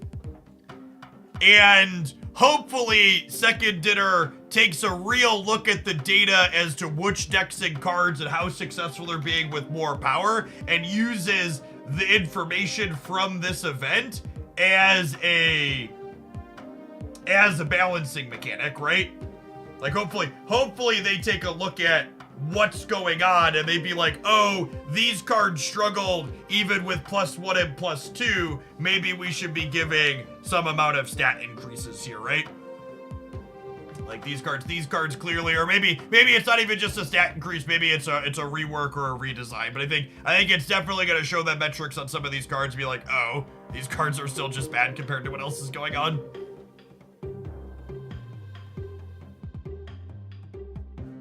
Do I want to play Cull with Bounce, or do I want to play Power Couple stuff? I don't know that I'm feeling inspired to play Cull stuff, chat. The card's just not particularly inspiring.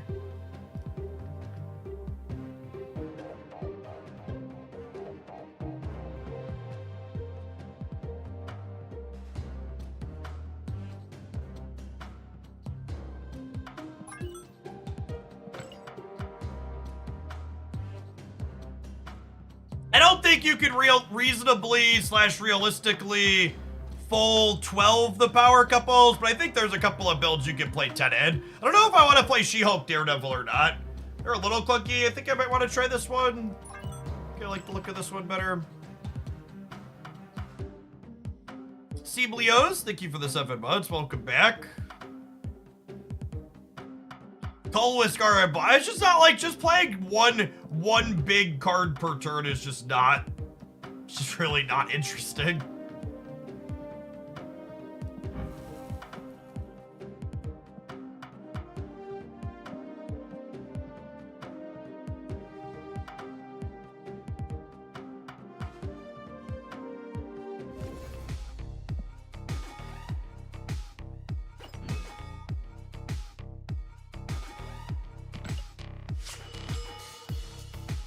According to Snap.fan, Blink has changed. The thing you need to understand about early data mines on sites like Snap.fan is that if the card doesn't have a release date, its text box is very much a placeholder. So if it doesn't have a data mined release date, you should take it with a huge grain of salt.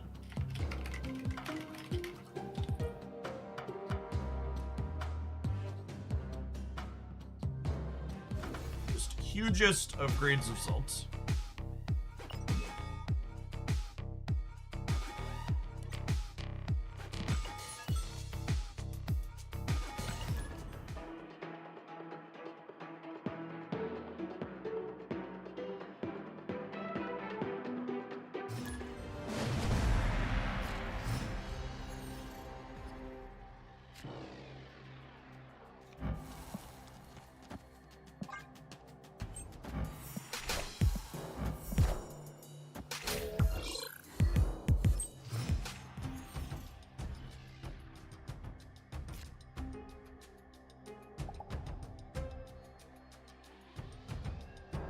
Where did I find this deck? In the Power Couples video that's pinned above Twitch chat.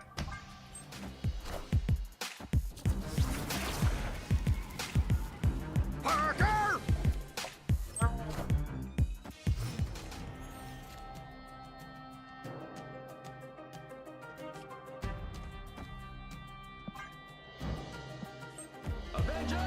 Look at him, chat!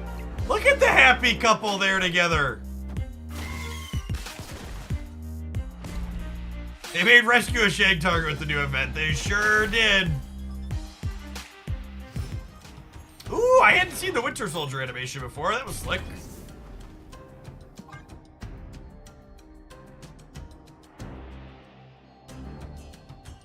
Does Deep Space stop power couples? Chat, love knows no bounds. You think Deep Space can come in between these two lovebirds? Killmonger's coming to ruin the love, almost assuredly. What a fucking murderer.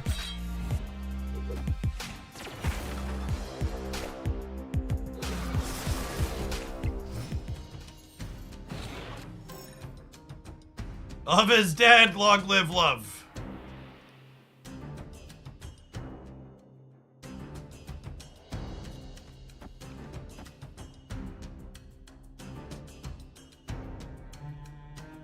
Opponent snapped.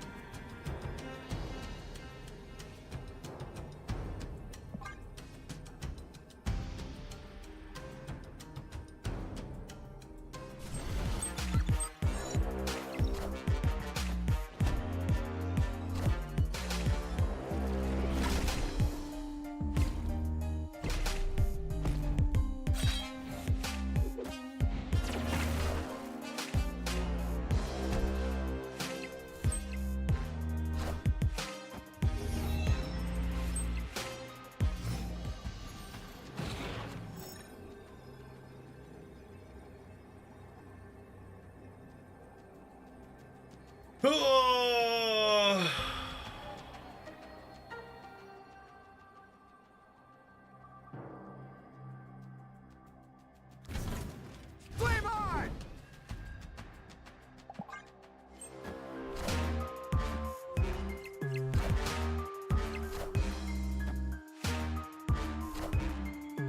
I am Iron Man. We have won with these flipped? We'd have won with these flipped, right? I'd have been 44 here.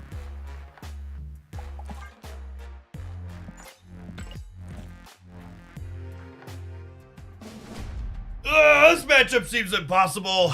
I don't know how. I've actually talked about this, but I think the Destroy deck, it holds a lot of the responsibility for the tech card metagame in which we currently exist. It is incredibly difficult / impossible to keep up with the stat lines that the Destroy deck puts out without playing Shang-Chi or Shadow King.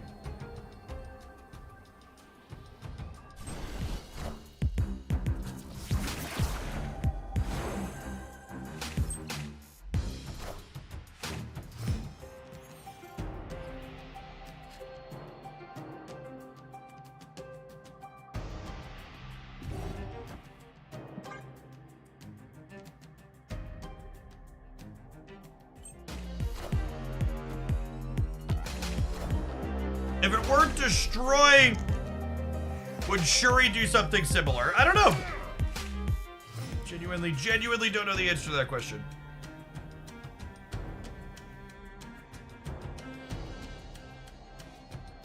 I think the current Destroy decks more consistently make big numbers than Shuri makes big numbers. Would be my feelings.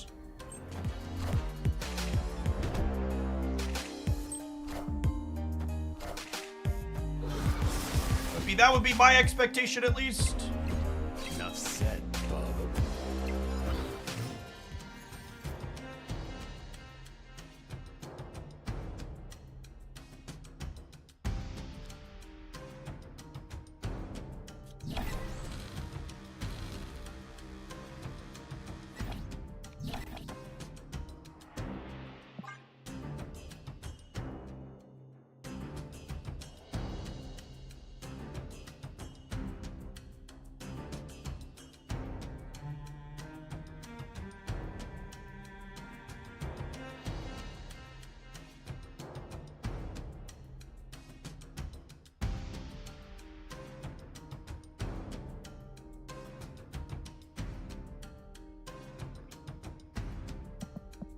Might be able to win a coin flip with Rogue into a null here.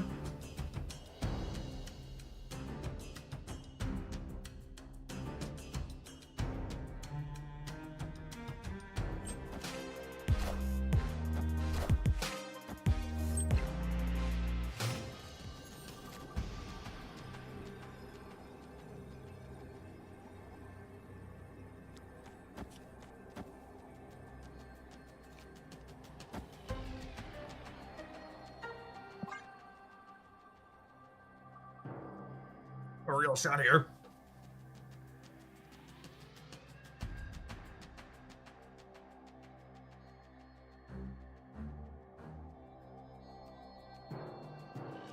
Cap's a big boy, and he makes Agent 13. Get excited here.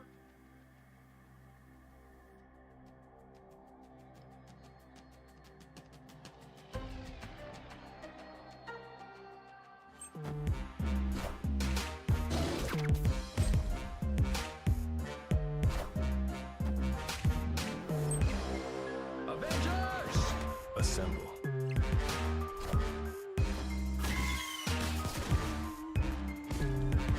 Enough said, Bob. They could definitely be ghosting. They could also just be a little bit lucky. It's hard to know. Definitely always feels pretty bad though. They run the whole rope down and then play around your thing perfectly. Captain America is still looking embarrassing as a 3/7.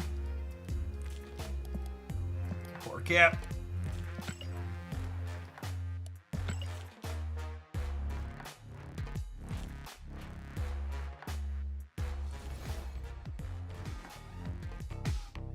Rogue, Gambit, and Invisible Woman. Mr. Fantastic package fits in the server. Ooh, that's a good shout out. Should try that today.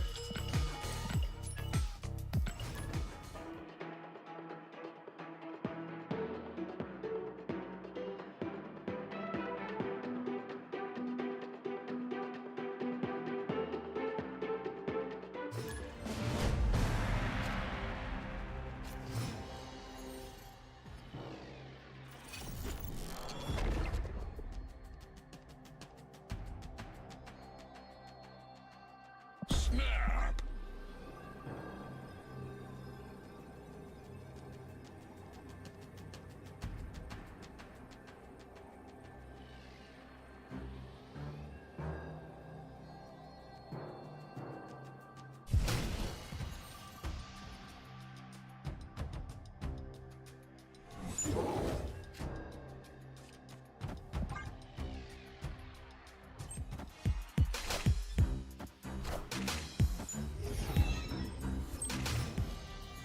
They have a 2-7 Jeff the Baby Land Shark, and they still haven't snapped me back, sweaty gamer.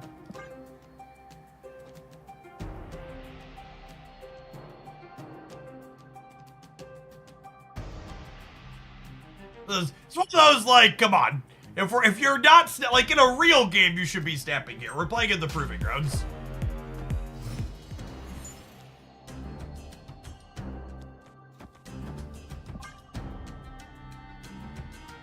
They only snap on 6, yeah, basically.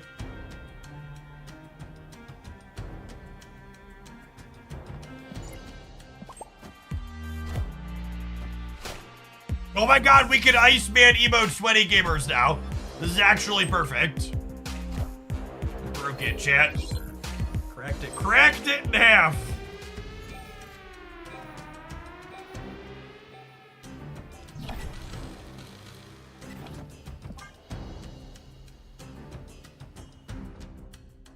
You're welcome. Thank you, Benjamin. Does a couple need to play in the same lane? They do not.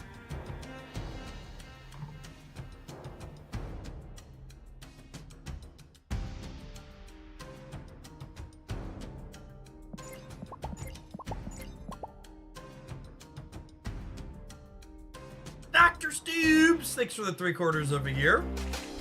Welcome back.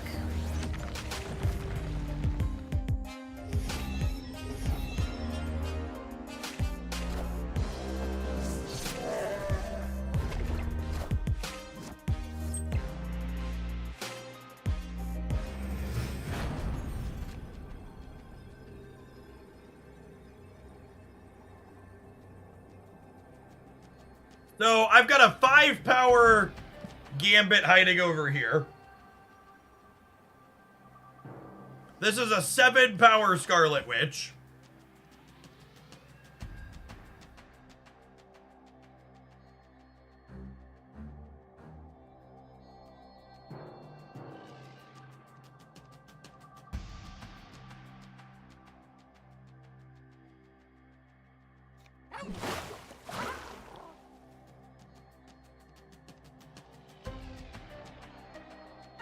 No, it's a 7-power Scarlet Witch.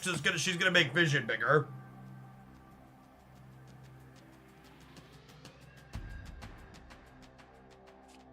You think I need to cover their Miss Marvel in the middle? Yeah, maybe.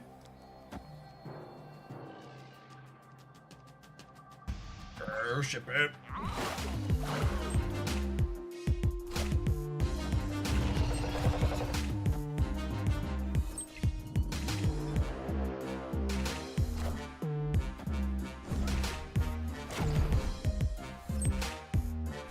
Fuck you! I have the power of love!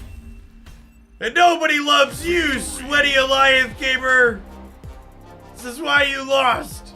Because you're a sweaty Alliance gamer that nobody loves!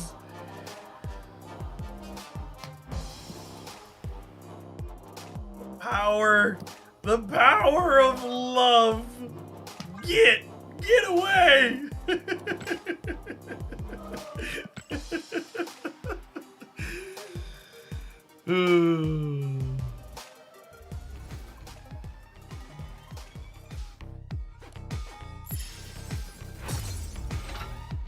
The perfect amount of salt.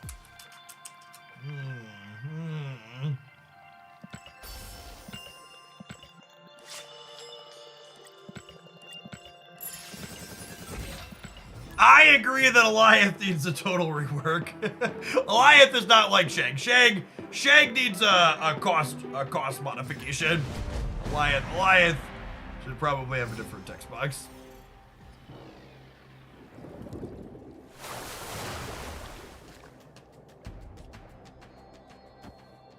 Oh, snap.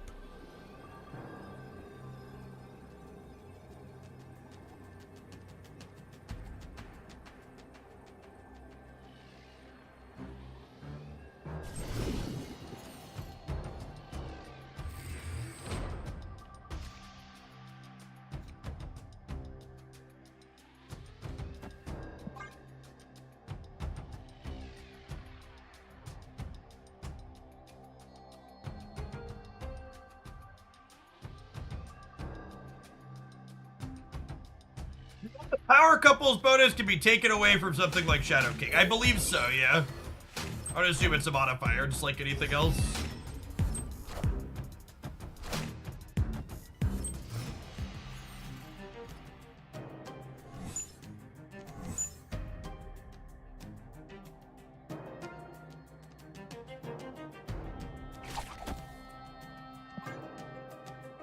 Get Angela here.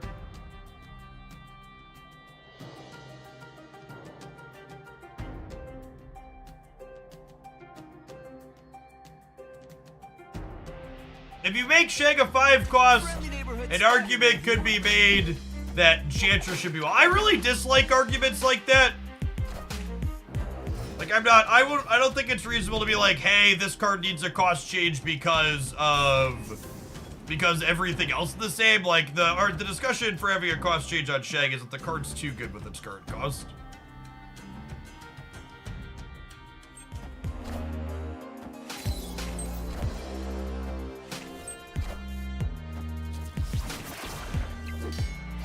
Are they also a love enjoyer, chat?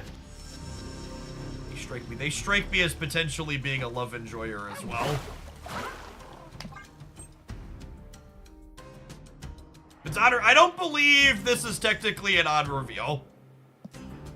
It's just a thing that happens when they come into play.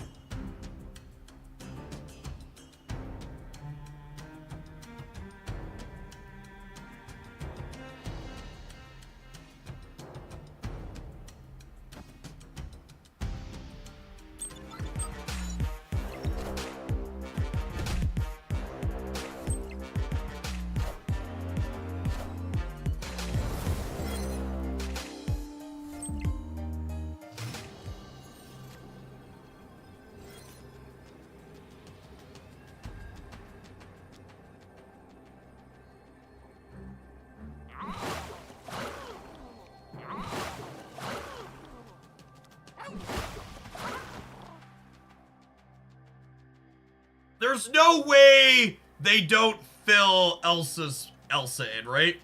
So I don't think I can play for the right. I think I want a Cap in the middle because they're gonna Shang my rescue, and then Cap can take the Monster Metropolis bonus with Spider-Man, hopefully. Let me like play this here just in case. Oh wait, actually, does she get the power couple text? How does this work?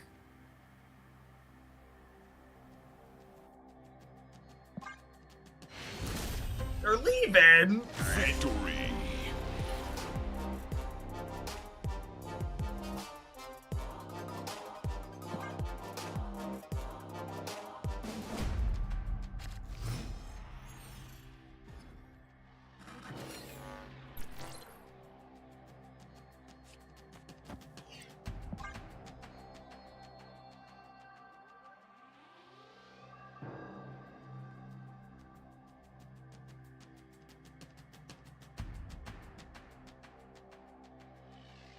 You play Dude Angela Sarah using Hitmonkey, you should check my Power Couples video from today.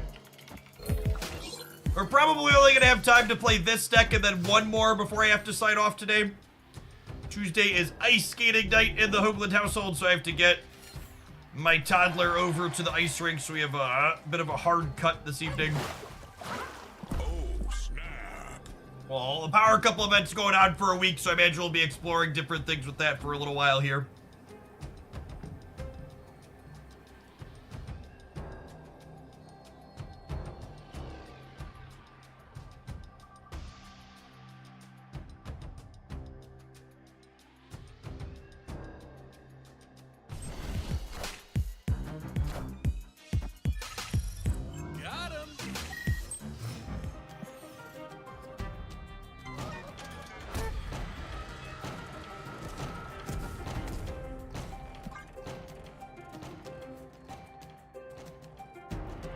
your thoughts? The power couple event as a concept. I think it seems really well executed. I like the idea of it a lot.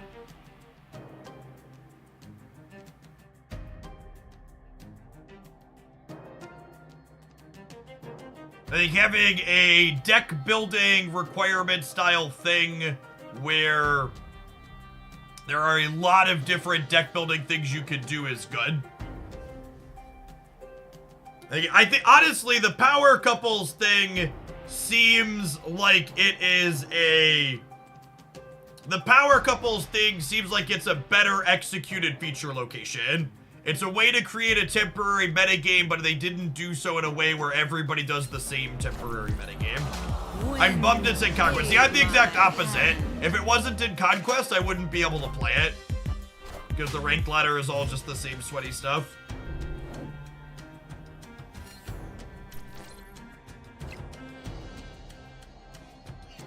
I'm very glad that it is in Conquest, otherwise I wouldn't get to experience it. Axe, thank you for the membership on the YouTube side. Appreciate the support. Welcome to chat.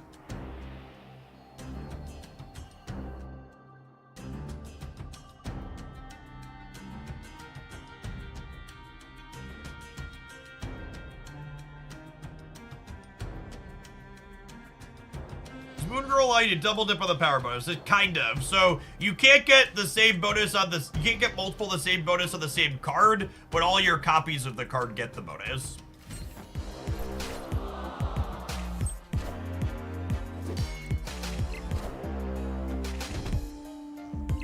Is Cull Obsidian worth it? Cull Obsidian's probably fine if you like playing Thanos.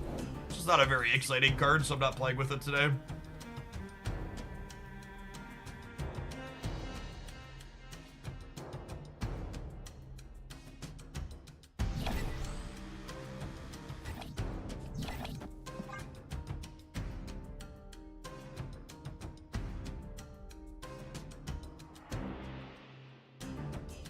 Dodge a Gamora, we can dodge a ball.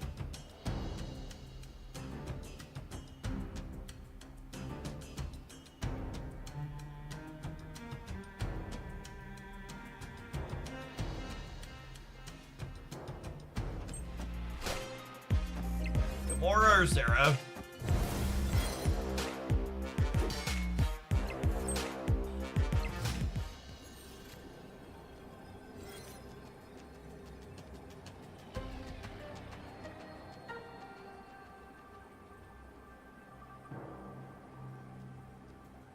We haven't seen Sue or Mr. Fantastic from the event, so I don't think I play around that.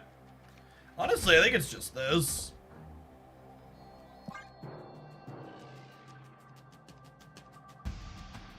Get real big on the left. This takes us to 8, 11, 13, 26 over there.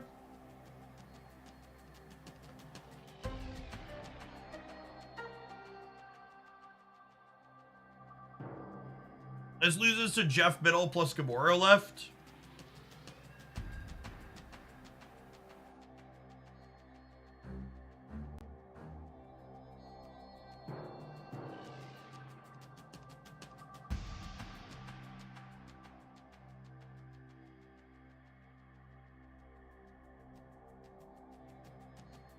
Does a power couple text appear on opponent's cards? Yep.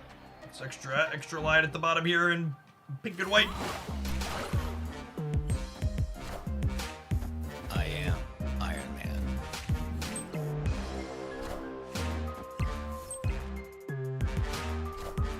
Got him? Oh no! I Rip. am Iron Man. Okay, so they are a rogue gambit deck as well.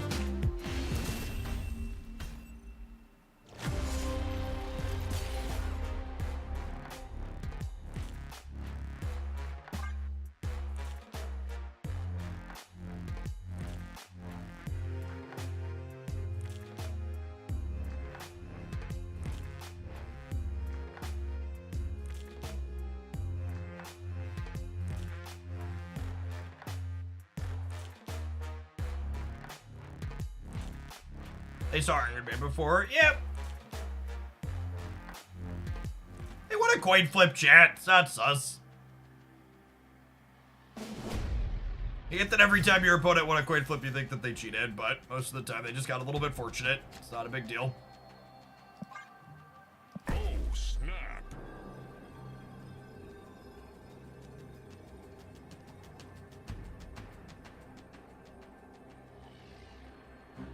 At least one of their couples is unpaired. Is it? Oh, yeah, because if they have... They can't have Vision and Gambit and She-Hulk, right? That's a good catch. Oh, wait, this is wrong. I should Scarlet Witch here.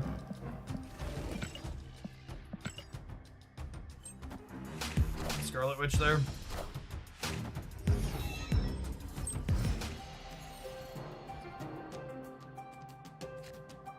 Holy, all the mediocre locations for us, huh?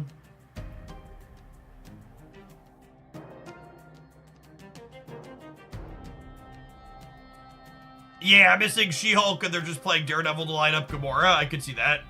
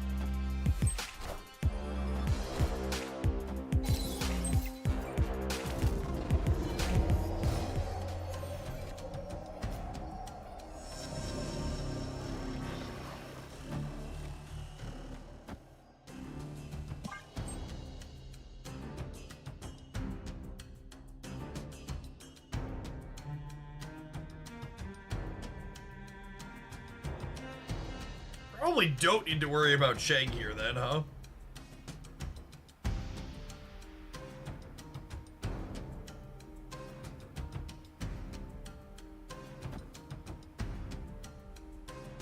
Getting Gamora in here? No, because it's Dimension.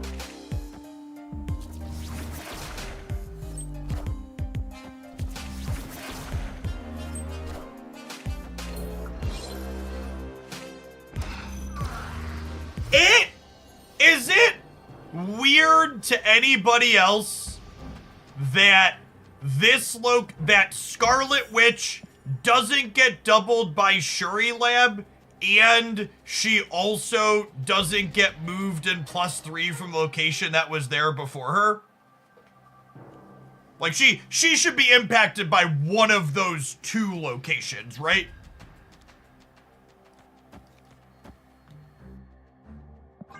Feels very strange.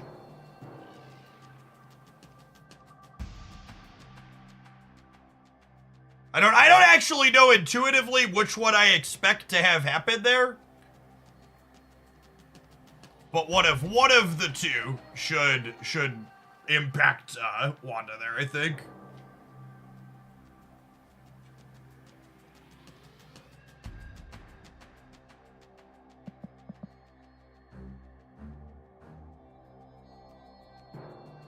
So Mr. Fantastic is gonna add 2 over here plus Gambit, and then Storm's gonna pull the Shuri's Lab out here before any of their cards double. And then we'll have Gambit trigger murder something for us after the game ends.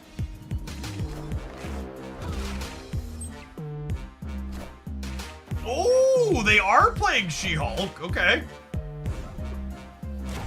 They might just be playing Rogue as a tech card then.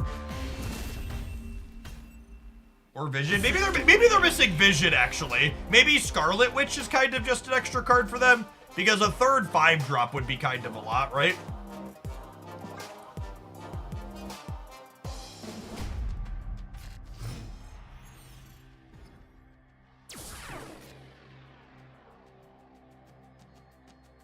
They change how splits work. I got my second inked finish. with White Stardust on Death. So, the thing to understand about splits is that your odds of getting a premium split are determined by your total number of splits across all variants for the card. So if it was your first split on a specific variant, it could still be, I'm just gonna get rid of this, just run out of Shang deck. You could still end up, if you have other death splits on other cards.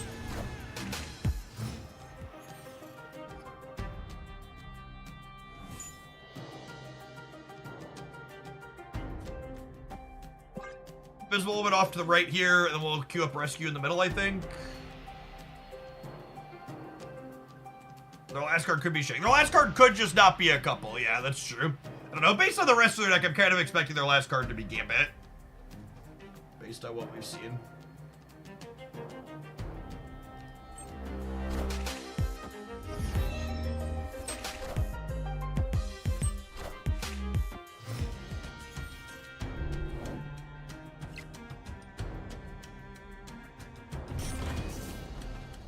And Jeff's a great draw, because he lets me go Gambit here, plus Jeff trigger the Rescue next turn.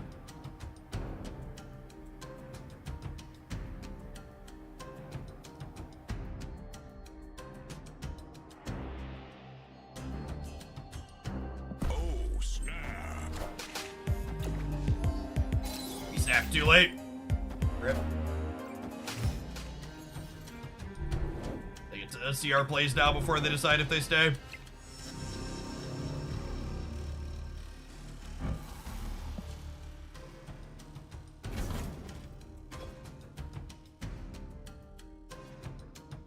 Yep.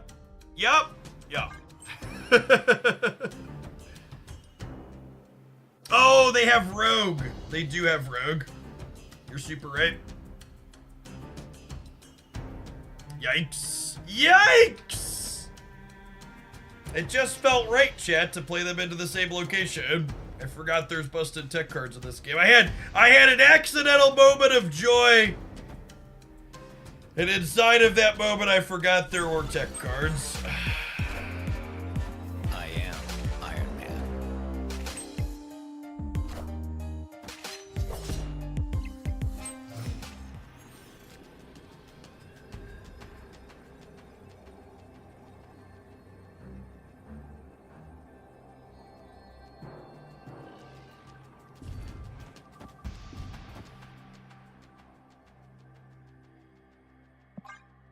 Yippee-ki-yay!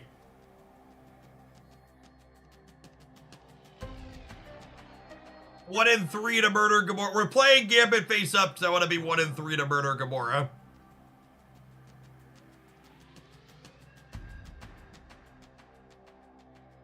Scarlet Witch into nowhere. No, I want the Rogue and Gambit power couples bonus.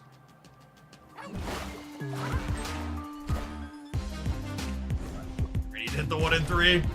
Nailed it! Never doubted Gambit for a second. He's a lover, not a fighter, chat. Bros did. Thank you for the 15 months. Welcome back.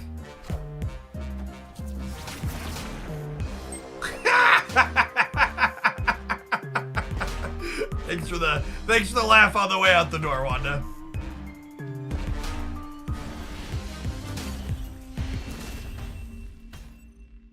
Victory.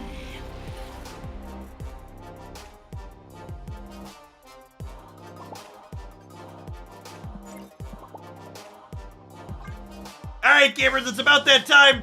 Let's take an ad break. I need to run to the restroom. In 120 seconds, we're going to play some more of this. Thanks for hanging out. Don't go anywhere. BRB. Don't forget to stretch your legs.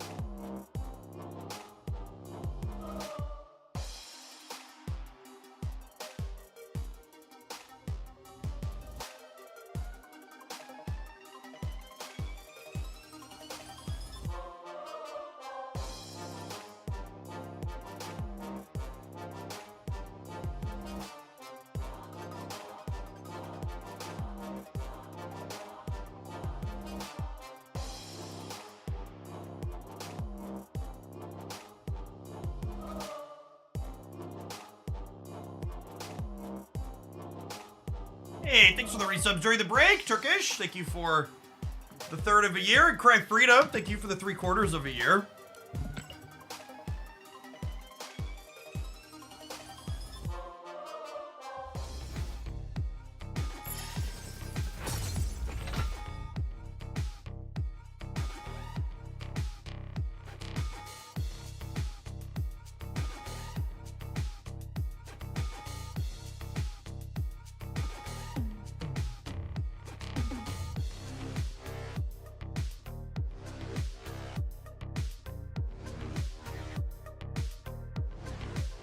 Got my sub in just before the ad. Love it.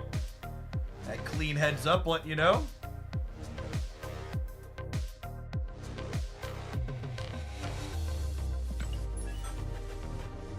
Are all these couples in the comic books? It seems they gave preference to MCU over strictly comic books.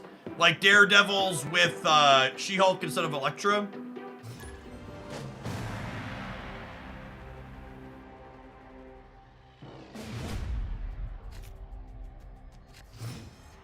You had 200k Chow Slams. I think I've peaked at like 140 on mine. My Farita's C2, but my Zinnian's only C1. Keep going back and forth, and if I want to spend for the next constellation on her or not.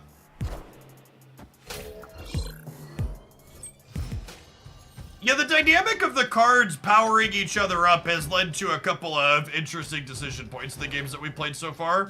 I like it a lot.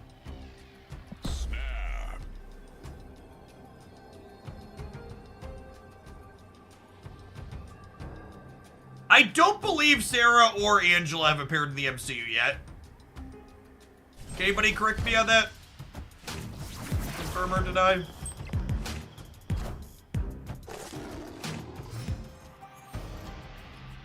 That is correct. Okay.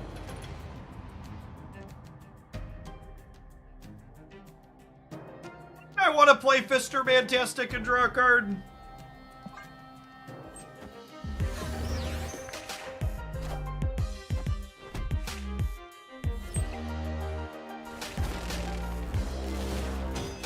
Can we see this kind of event, but with negative powers to overuse card? I think enabling sweet things is more interesting than penalizing others, so I think I would dislike that idea. I think I'm gambiting here. I think I want to take the 50-50 to kill Billy Boy. I'm gonna be sad to discard a lot of these cards, but I think it's worth the 50-50. Can I get a flavor check on Gambit pitching Rogue to murder somebody? Are we pro Gambit pitching Rogue to murder someone, or anti Gambit pitching Rogue to murder somebody? Are we savoring, or is it a miss?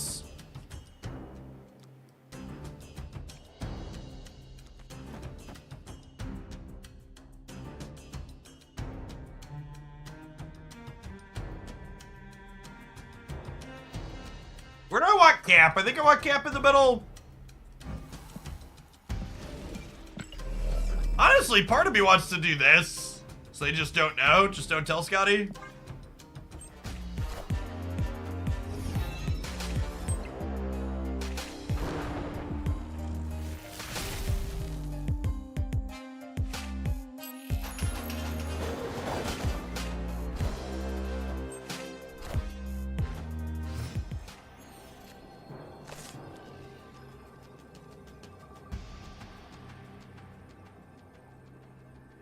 So, super cute sequence here from the opponent. This Iron Lad hit Thor, which put a hammer in their deck, and then this drew the hammers. So they actually have Thor plus a Mjolnir they can play this turn. We're winning the center, but I don't know that I can win left or right, huh? I guess this is plus 10 over here, putting me up to 17. Like probably Thor here, right? Might be wrong to stay. Oh wow, they played for middle?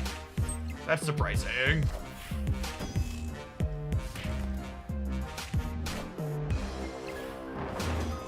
Oh, they were counting on me playing into the Vibranium Mines. No, sir. No, sir. Got him. Avengers! Assemble. Yeah, Chad, I played Captain America and he won the game. America. Lovely.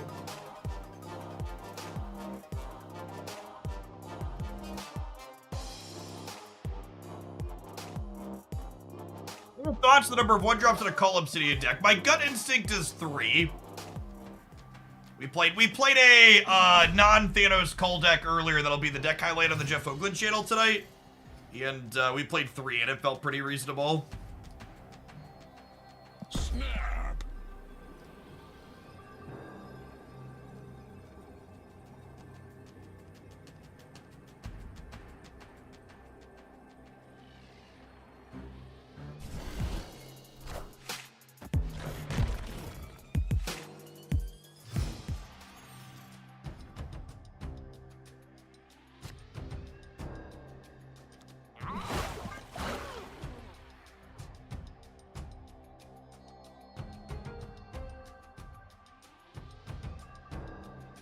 There's just all power couples in this deck. No, I'm playing Jeff and Storm.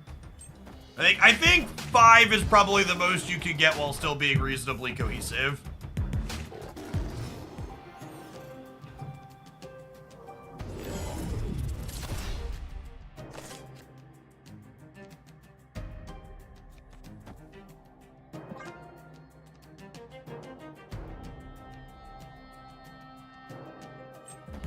Face the might of Asgard. Do Iron Man and Rescue not have Love is in the Air power? They do.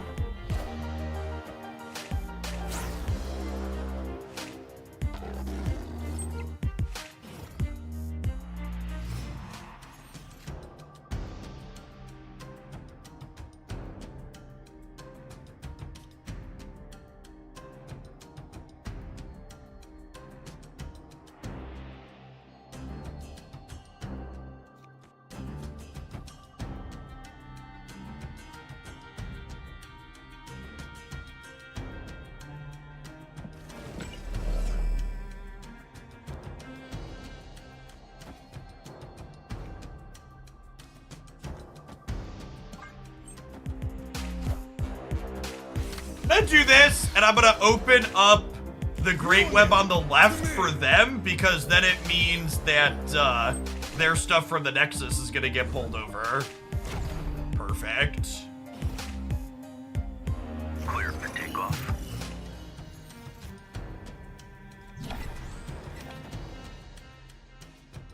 Why didn't Rogue get bigger? Does Rogue not lose her power couple ability when she copies something? That's not flavorful. That must be an oversight.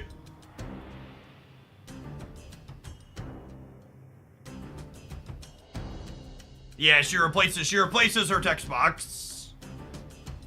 Yeah, I would assume that that's not intended.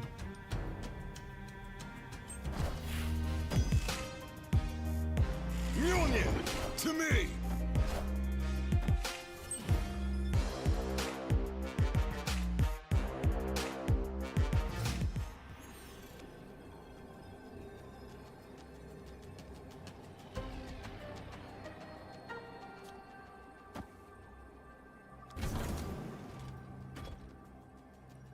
So this is a 16. This is 15. Opponent snapped.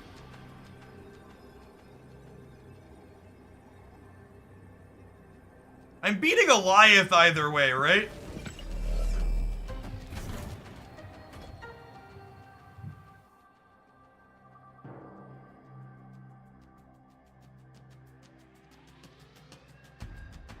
If I bring Jeff, someone gets pulled into the Great Web chat.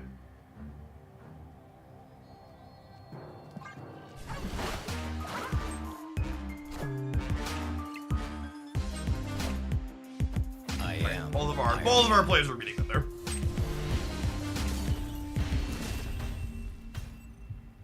Victory. I would like the record to reflect the chat suggestion to move Jeff the Baby Landshark loses this game 100% of the time. Sorry, 66% of the time. If Jeff gets pulled back, we still win. But if either of these get pulled out, we lose. Yeah, storming Nexus is also bad. I'm always losing the left, so I need to win Nexus and center.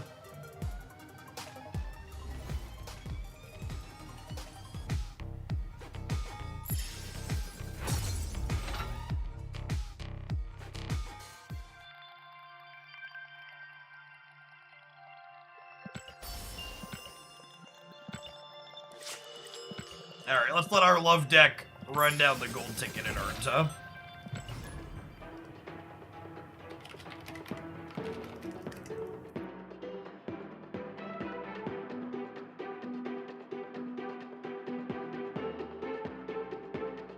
Pretty sure Great Web said to me it was taking that turn off. Well, that's fair if it told you that.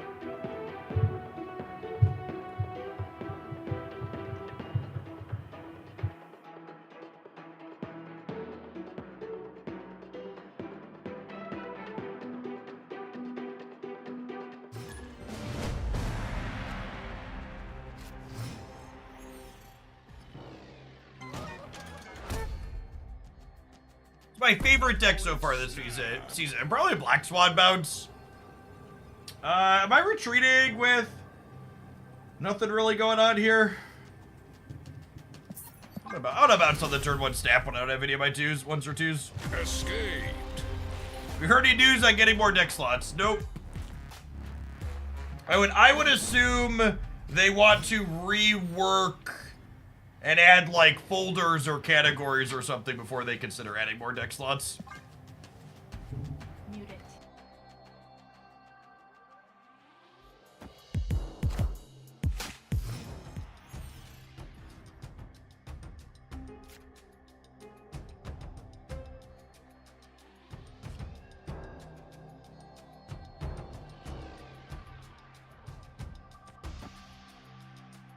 Opponent snapped.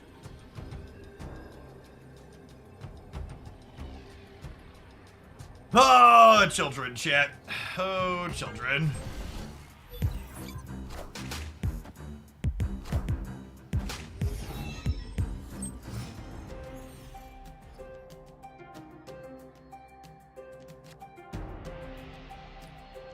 Oh, looks like destroy.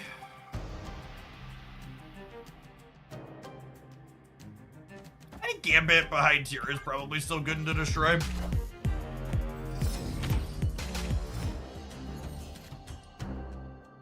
So this is obviously gonna slide right, but I want to play Vision into the Stark Tower next turn.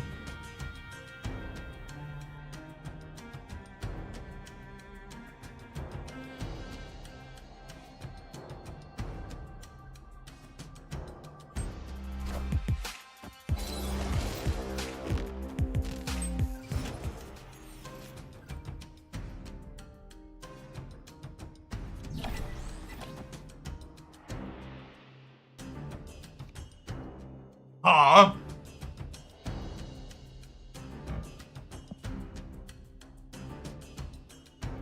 Now it's like a question of, do I want to play for, which power couples do I want to play for, right? Like, do I slam the Vision here and get him the Stark Tower bonus? Or do I play Mr. Fantastic and Agent 13, and then I could Captain America plus Rogue next turn, potentially?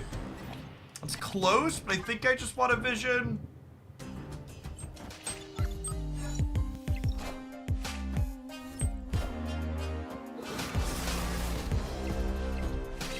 Okay, and them eating an 8-power, what's their called with the Carnage means that Null is certainly in our future, right? Oh no, they just are doing this here. Okay. Yeah, okay, never mind. So we're super dead then? I think we're super dead then.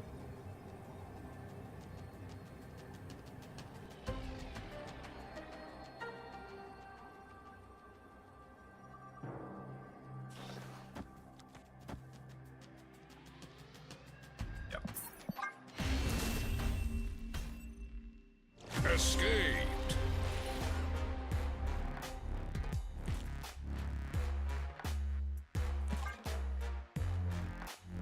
Our only other loss with this deck was another destroy matchup. This seems pretty difficult to impossible.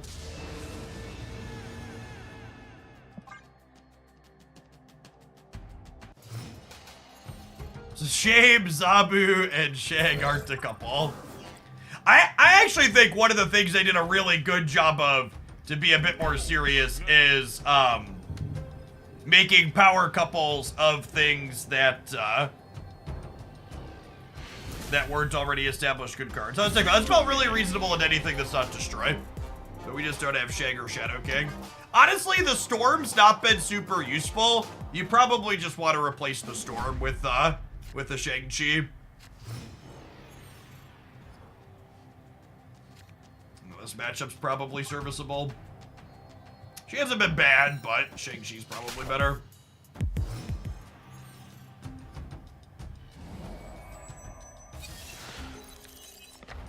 They didn't make Thor a couple feathers. Yes, I would wager that part of the reason why Thor is not one of the couples with Jade is because both of those are very good cards already. Who's the power couple in this deck? 10 of our 12 cards are power couples. Well, I was hoping to Wanda into a location that was bad for Destroy. Task failed successfully, I suppose. Opponent snapped. If I do this, it locks them out of playing Null, which is appealing.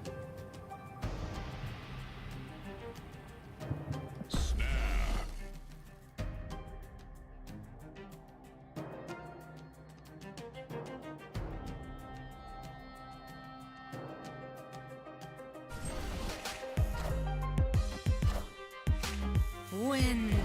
Wait, what? My hand. Okay. Wind. Yeah. Aid my hand. Deal. Enough said, bub.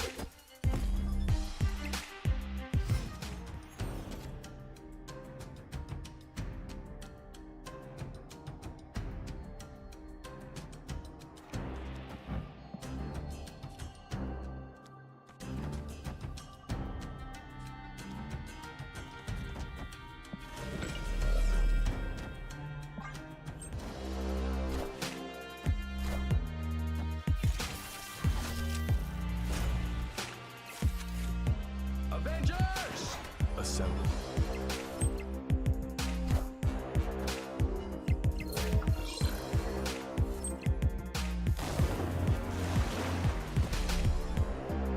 Enough said, bub.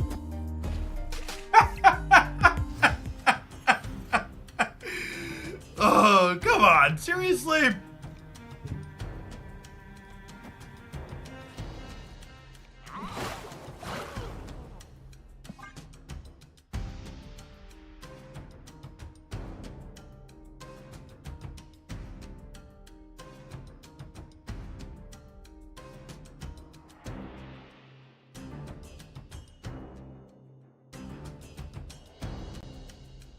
Yeah, Surfer with Rogue Gambit, Mr. Fantastic. Sounds legitimately reasonable. And Invisible Woman.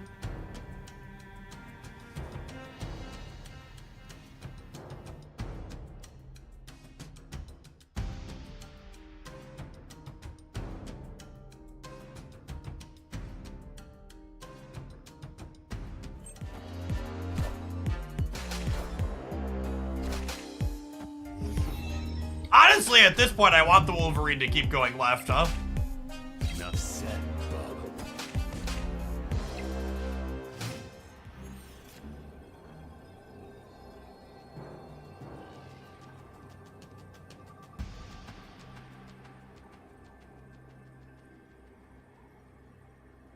Yeah, we're just dead because they also have a death. Just like go Death Deadpool and play anything here.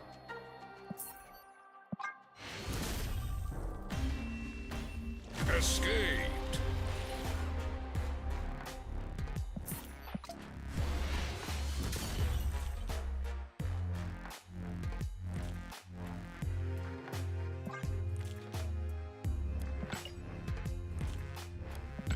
The classic unlucky Wanda into the Wolverine winning its role 4 times in a row or 3 times in a row.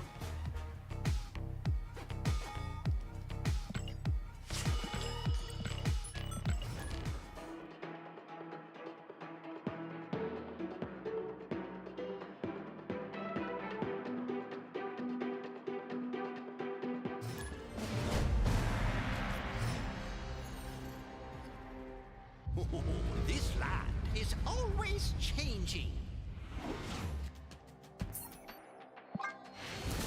I don't want to play against Destroy, so I'm going to go ahead and just take a mulligan on the whole match.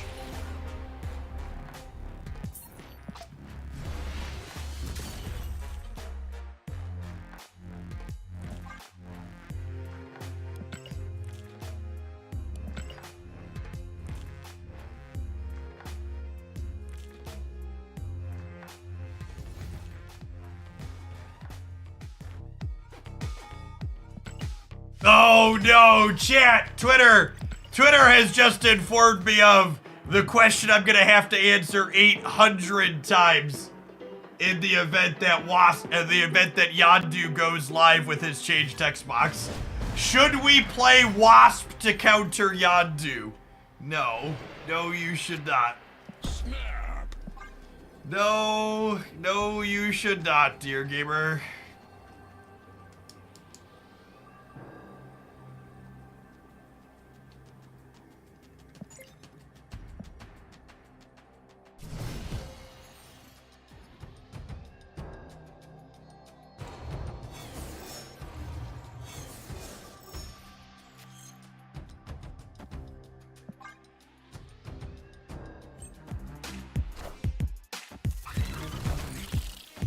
Wind. Ooh, them using up their brood is nice for us. It's our last location over here, huh?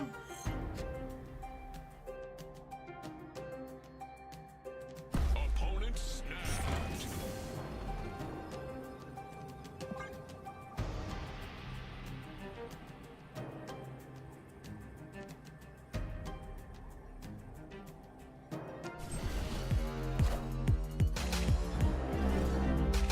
Pretty good.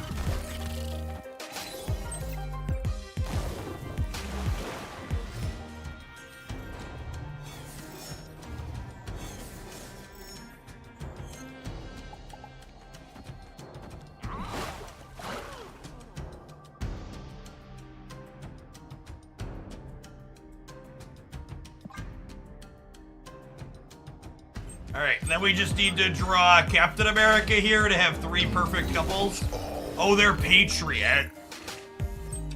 That's scary.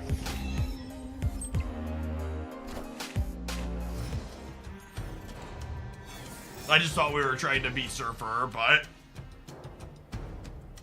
I don't know that we can beat that.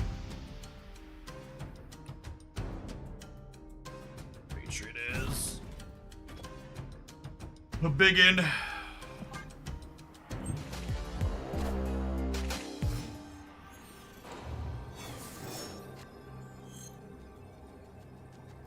We needed this last turn, although I guess if I would have drawn this last turn, it would have gotten Goliath.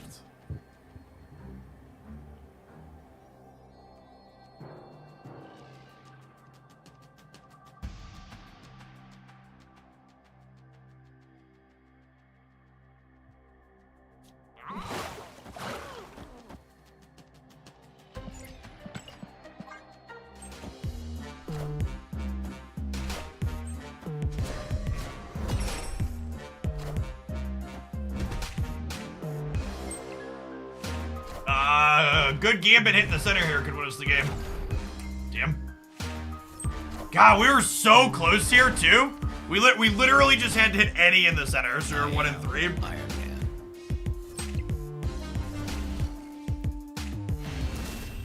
Friend Luigi, thank you for the year and a half. Welcome back. Unlucky.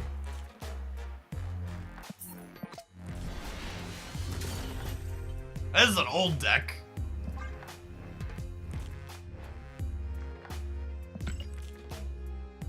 Gambit needs more training. He does. He needs to learn how to hit appropriately. Thankfully, I know how to hit things appropriately, like this advert button. Let's go ahead and take a 2-minute break. We'll see you in 120 seconds. Thanks for hanging out. Don't go anywhere.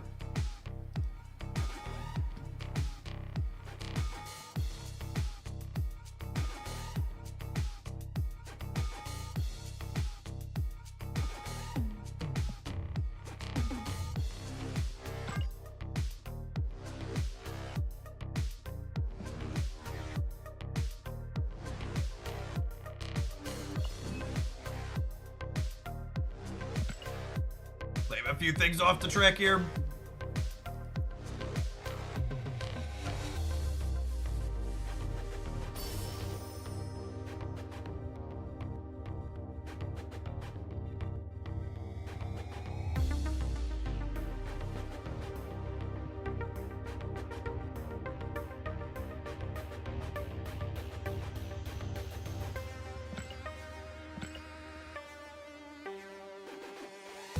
Final hour. Thank you for the 7 months. Welcome back.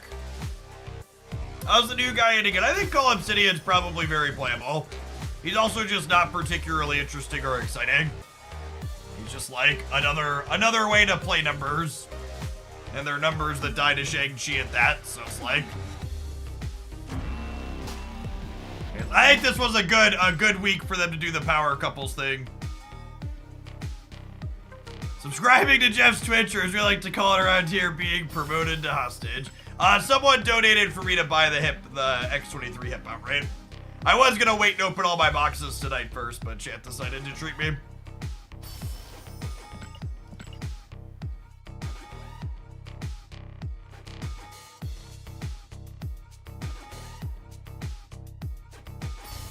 Kind of reminds me of Crossbones, but dies to Shang. At the very least, Cull Obsidian's better than Crossbones. The fact that you can stage the 1 energy card the same turn you play him is a big deal.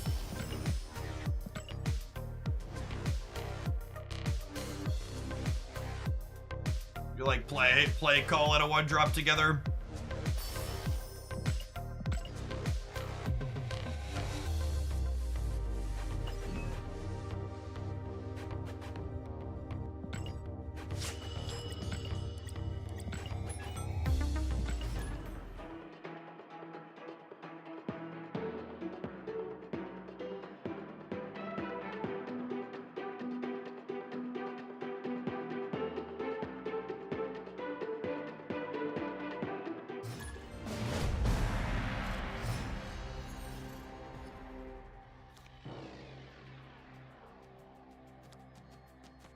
Oh, snap.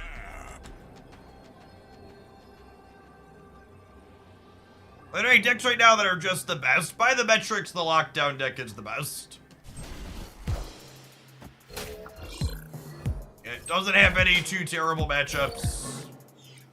Oh, look, our couple generated us a couple. Not that we have a Panther anywhere in sight.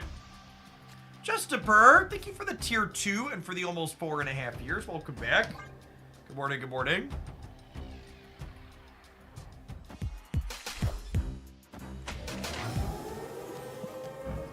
That was not the Maria Hill Dazzler. It's noteworthy here.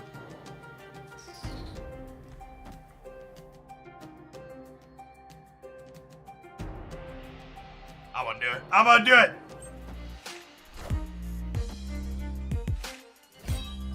That was the Maria Hill card.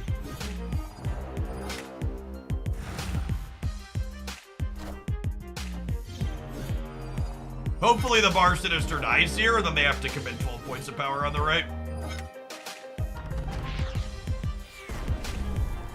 Rats.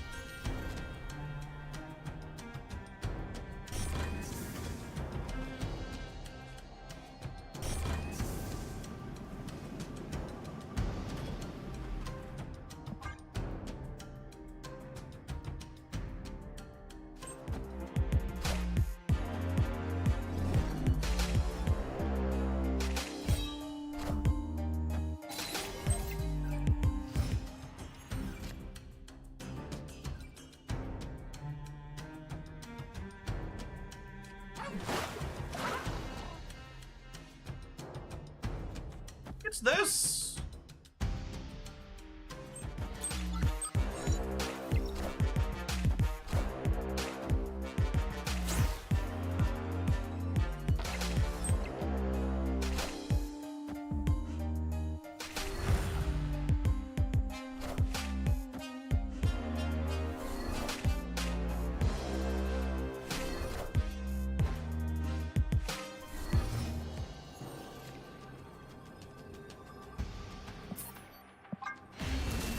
Yikes.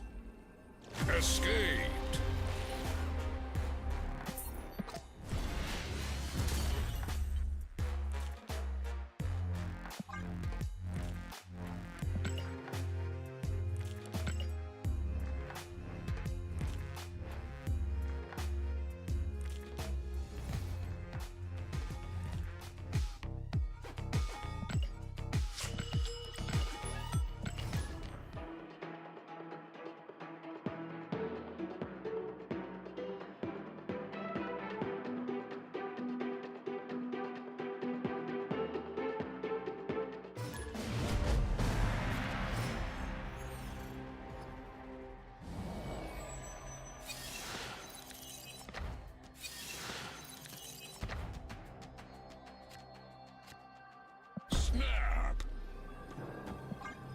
you see Galactus, you want to start filling up the right side because the most competitive Galactus deck is a Sentry and Nihilist deck. So you want to try and block their Void from coming across.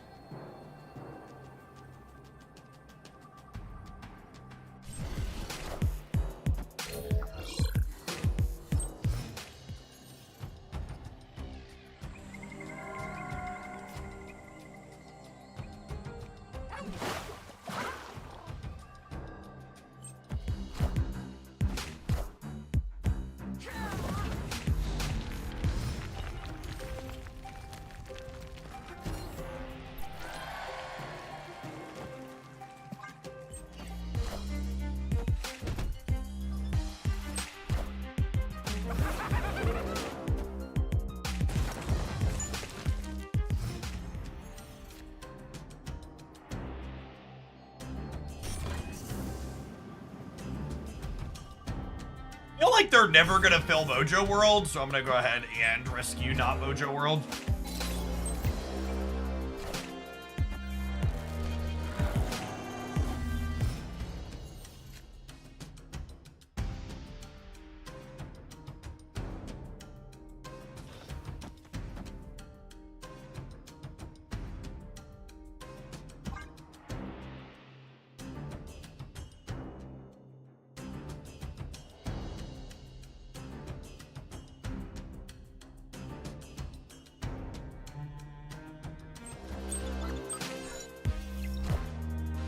I am Iron Man.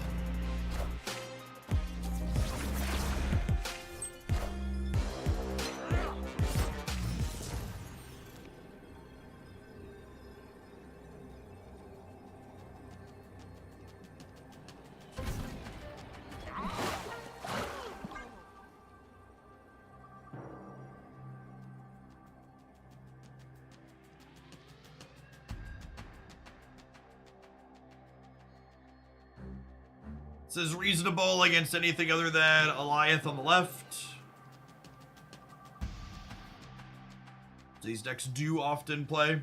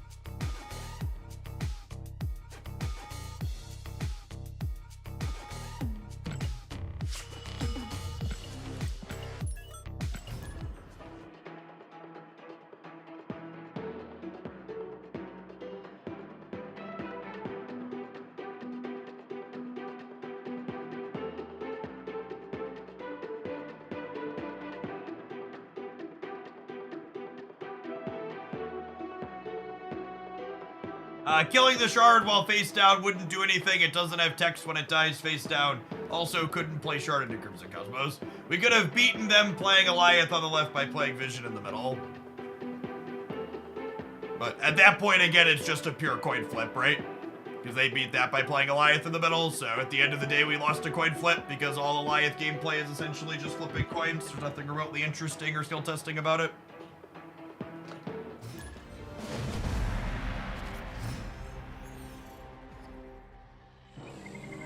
Oh, snap.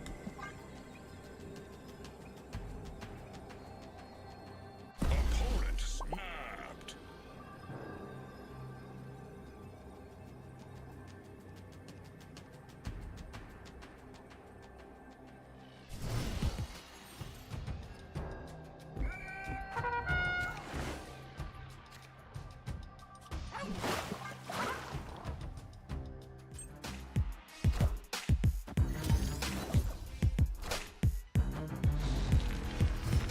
Armor makes our Gambit markedly worse. Well, that makes him potentially a touch better. It's really nice for Rescue. We have Rescue and Division.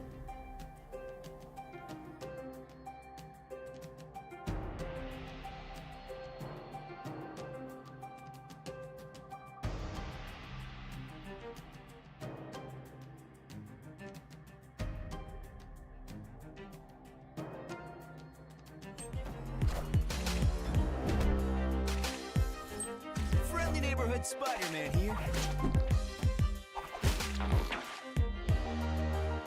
Wrong guy Gambit on the final turn could work. Yeah, maybe. It's a good show. Oh, we can rogue their armor now. Sweet.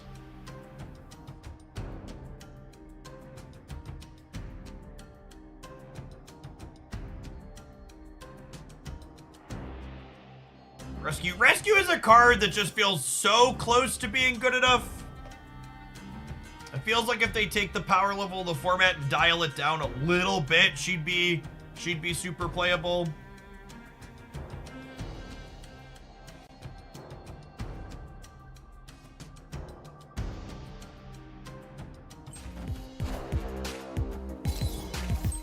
Or she's like a 412. Yeah, I mean they can also just make her huge, sure.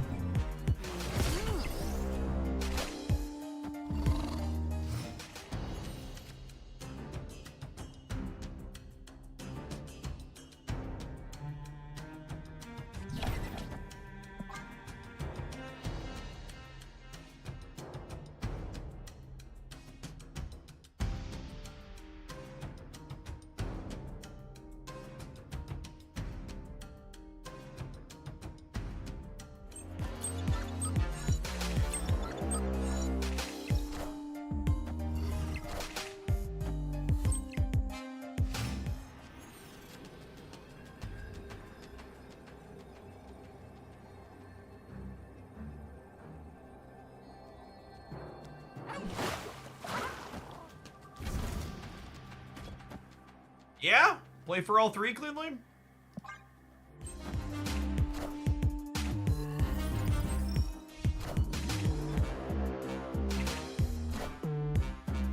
I am Iron Man.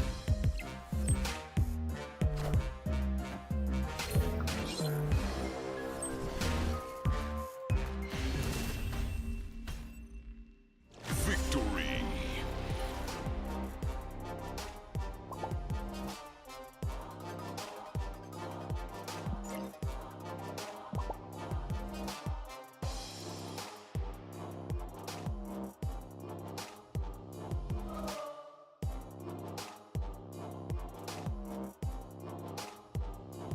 How does this math out that I remember the love thing? So Iron Man's the only one that got a love bonus this game, right? Iron Man and Rescue? The real question is, they misclick or are we sweating? Snap. Just a misclick. Oh, been there. Been there, clicked that.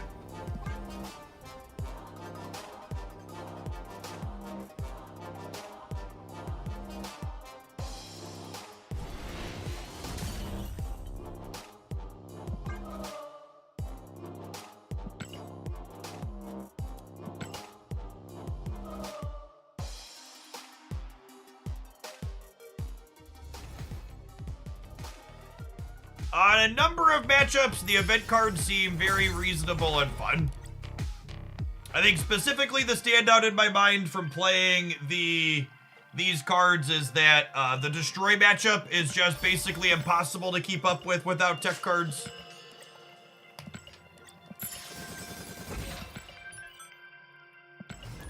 You reckon Moon Miles could be good this week? That deck doesn't really want to play Ghost Spider, right?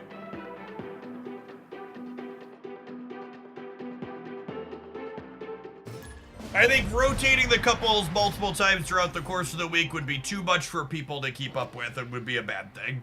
I think picking 10 like they did for the entire week was a good choice. I plan to test things similar to all of the different decks and the 2 stock ones at the very end of the Power Couples video today over the course of the week. We'll probably try a couple more Cull Obsidian things eventually too, but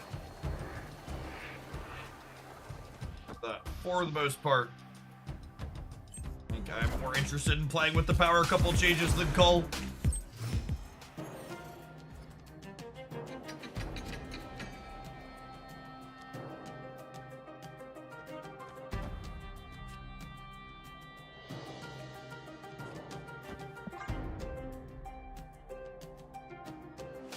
Avengers! Assemble.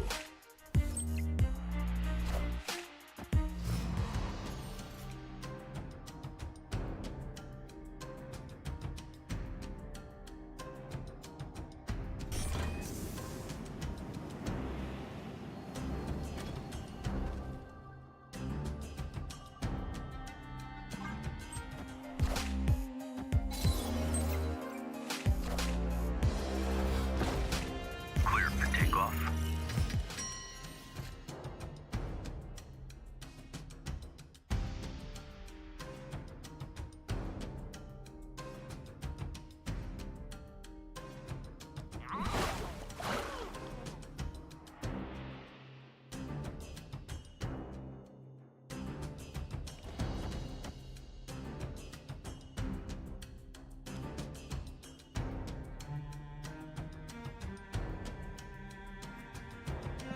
I think this triggers the rescue.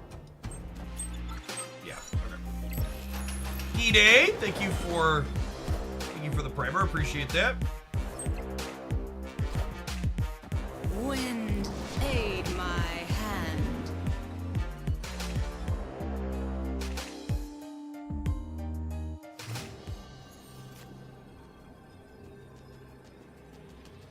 I think I just do this, huh? Call it a day?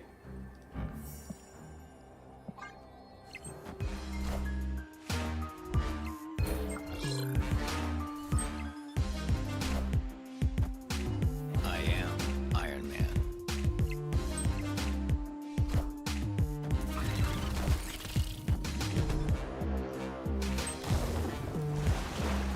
They're playing Surfer with Super Giant. That's cute. Surfer's a card you don't mind playing early. Got him. We got him here, but I like what they're cooking. Victory.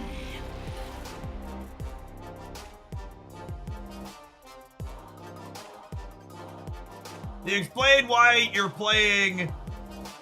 Can you explain why you're playing Storm instead of a tech card? Well, I didn't think I had room to play a tech card on curve, right? So, like, you look at these games where I'm playing, and you think about how I'm spending my energy on turns, like, 5 and 6. I don't usually have room to play a Shang-Chi, right? Like, I'm doing things like playing Captain America plus Gambit, or Rogue plus Gambit, or Mr. Fantastic plus Captain America. I'm, like, playing 2 3s, or I'm playing, like, a 5 plus a 1. And, like, it's probably just the case that Shang-Chi's a fucked up enough card that any deck gets better if you put Shang-Chi in it. But in a better balanced format, like a deck like this would be a perfect candidate for, oh, I don't need Shang-Chi, right? I have Iron Man to make a big number when that's what I need to do, and I have other things to do with my energy.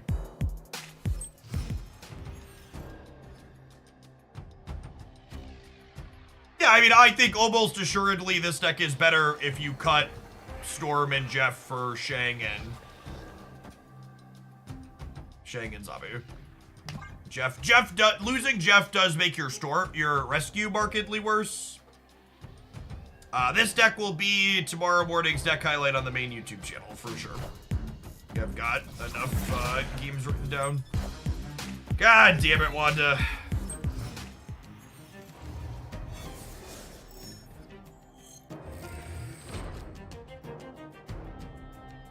Can you elaborate? Elaborate on what?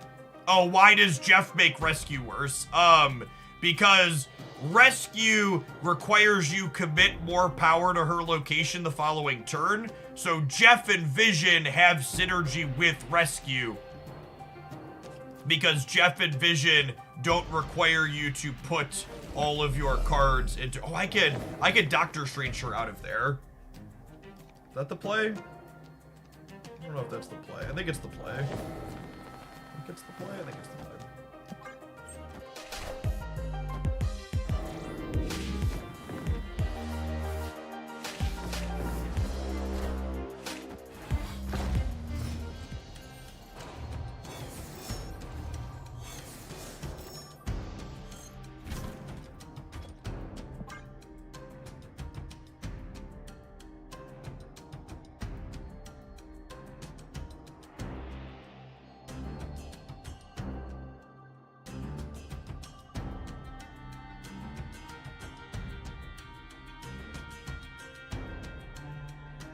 Superflow will end up right, correct? No, Starlit Citadel shuffles at random, so it's not going to be left, but it could be center. Oh, I guess the vault is moving, though, is the better point. I wasn't thinking about the vault moving.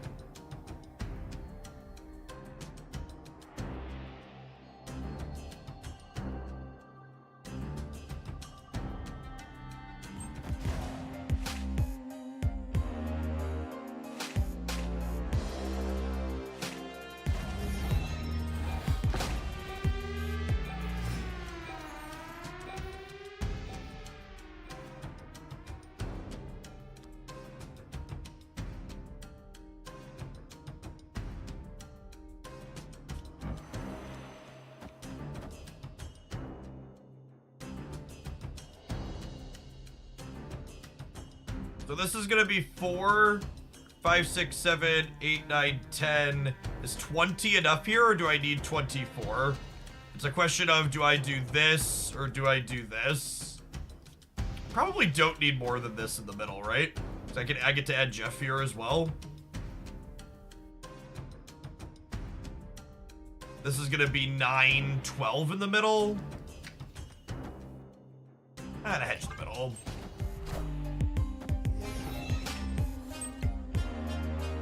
Could be wrong. Wait, I might need more help over here. Actually, that gives me 2 more over here, right?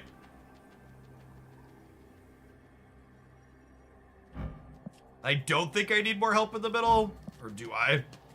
This is 6, 11, 13 middle.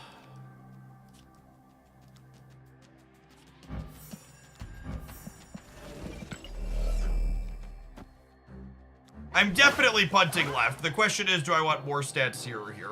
Brood into Surfer is only plus 12 over here, so this is probably fine. We probably just head center.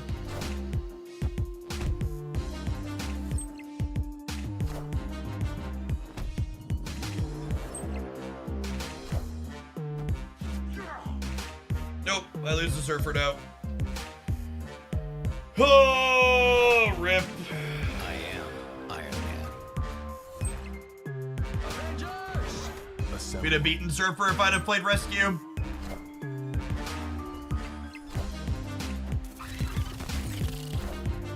Yeah. Ooh. Sometimes lucky, rubber ducky.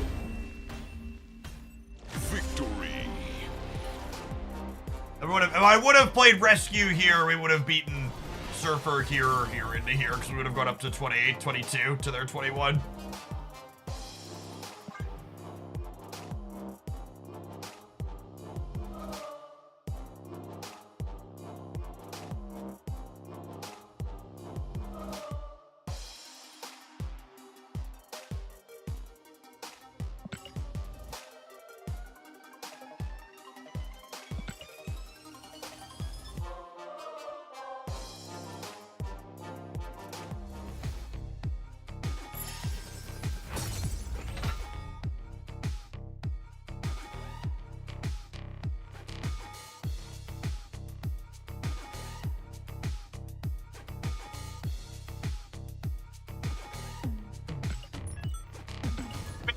Bill is an S tier username for sure.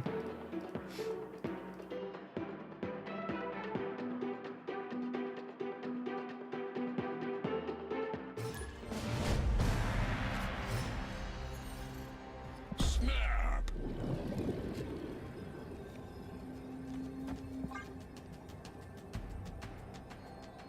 What's the hard cut? I have to be walking out the door at 4:30. Which is 45 minutes from now, but I also need to do some not live work to get YouTube stuff moving before that, so I'm probably ducking out like 10, 15 minutes. I think ideally I'd like one more good game with this deck for a highlight tomorrow, so I don't have to repeat matches.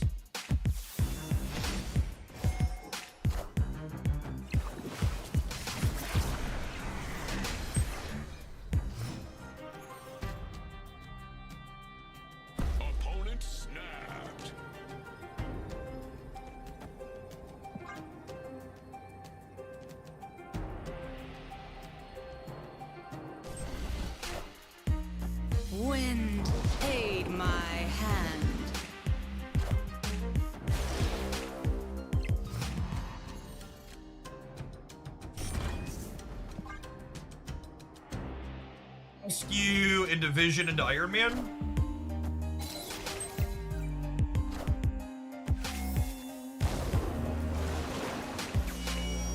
Clear for takeoff.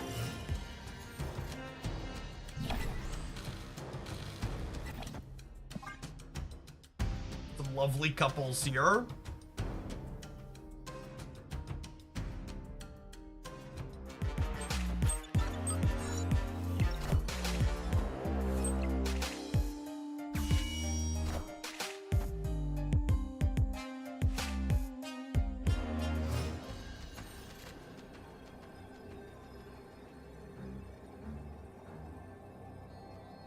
So their vision beats ours because of the Soul Stone.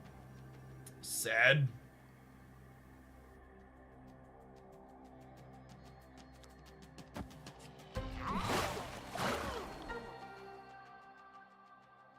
Does this win?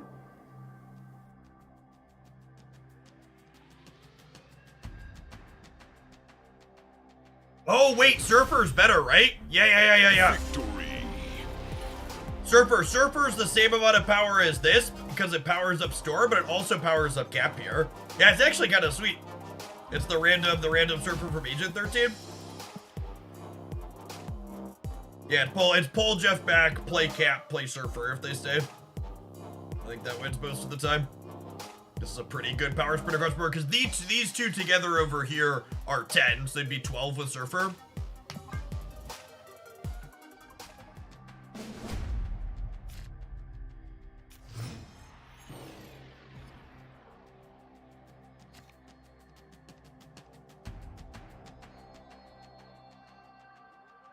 Oh, snap.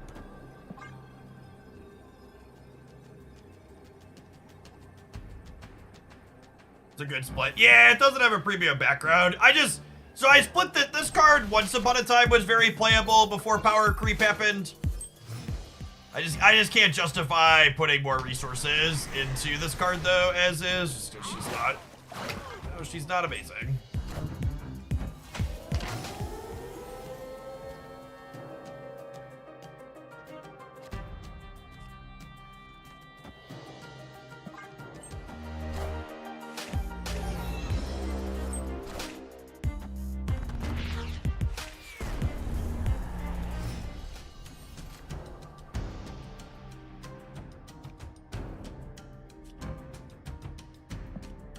So he'll only lose 1 power in the Quantum Realm is notable here.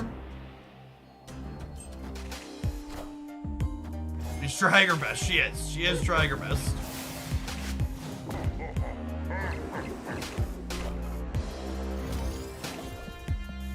Teenage Warhead. Weird. Armor's also not great for us, honestly.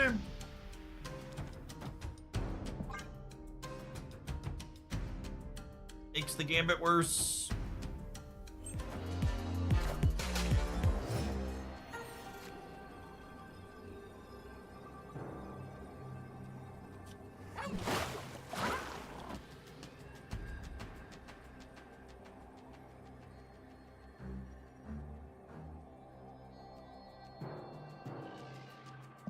Sure.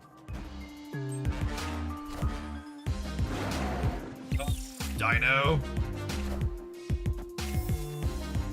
Should've roved, I guess. A good Gambit could get us here still. Avengers! Assemble.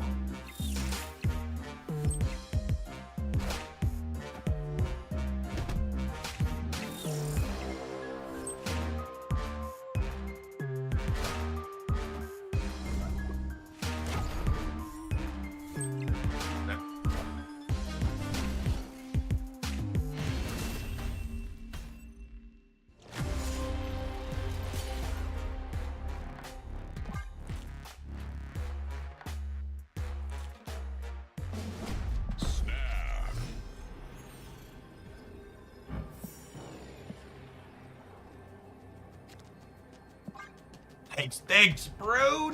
Appreciate it.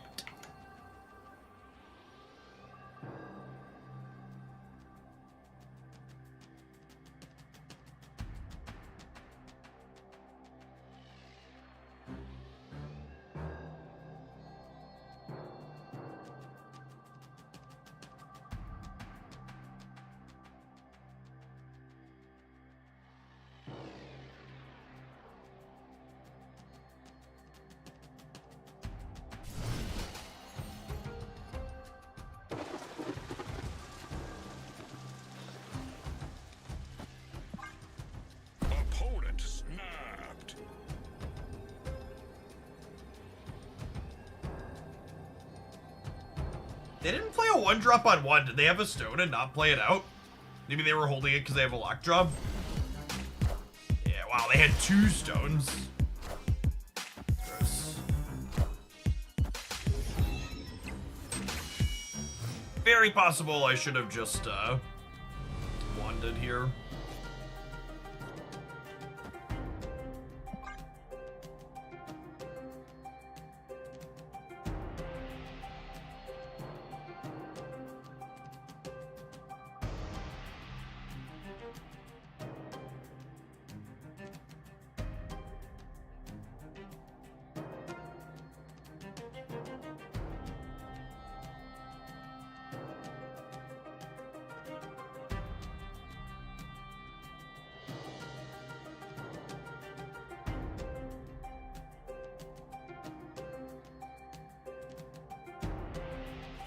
Avengers!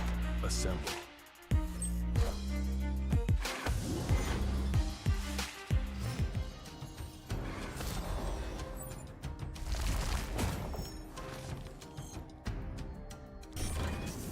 Just gonna fill in on the Castle Blackstone.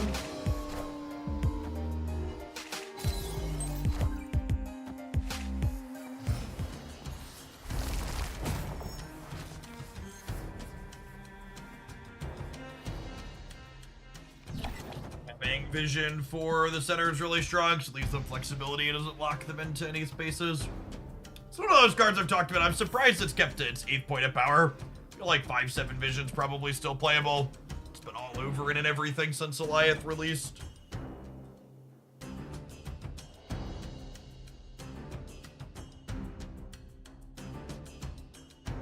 It's probably an L for us.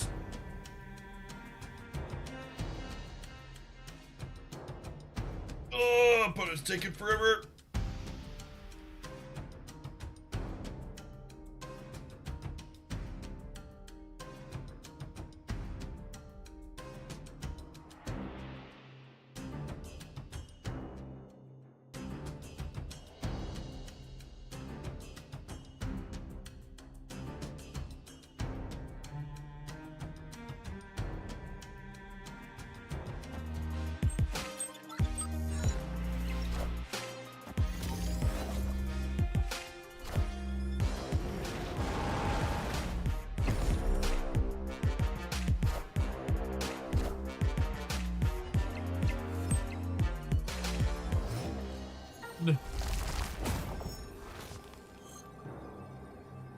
Well then.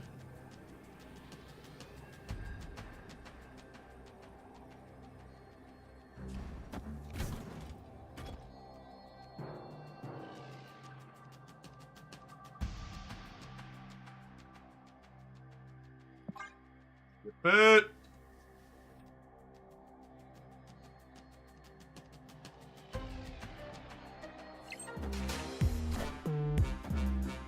oh my god, we beat them on the breaker, right? I am Iron Man.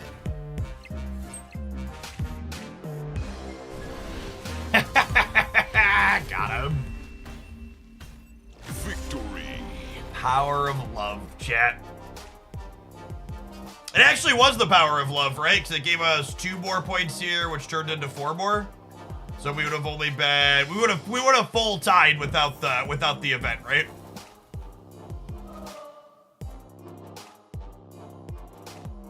Been -2, which puts us to 27 or 28. It's been 28 to 27 and 12 to 11.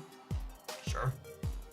All right, gamers, I'm gonna go ahead and sign off for the day. Appreciate everybody hanging out. We're gonna try a bunch of other Power of Love decks tomorrow. If you're looking for more, be sure to check out my YouTube highlight video today where I have 7 different deck ideas featuring these pairings of cards. If you're looking for some Cull Obsidian action, be sure to check out the youtube.com/Jeff Hoagland for some Cull Obsidian here in a little bit. And I'm gonna be posting the highlights of this deck tomorrow morning up on the Hoaglandia snap side. We are winning mid. Why not slide Vision into the Academy? Why slide Vision into the Academy? I wanted to beat them moving their Vision middle. Mostly just to flip either way. There's a strong strategic reason to do either.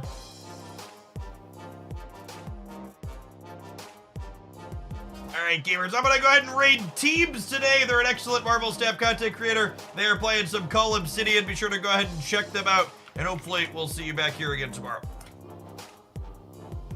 YouTube gamers, don't forget to hit the like button on the live stream on your way out the door. Appreciate the folks that do that.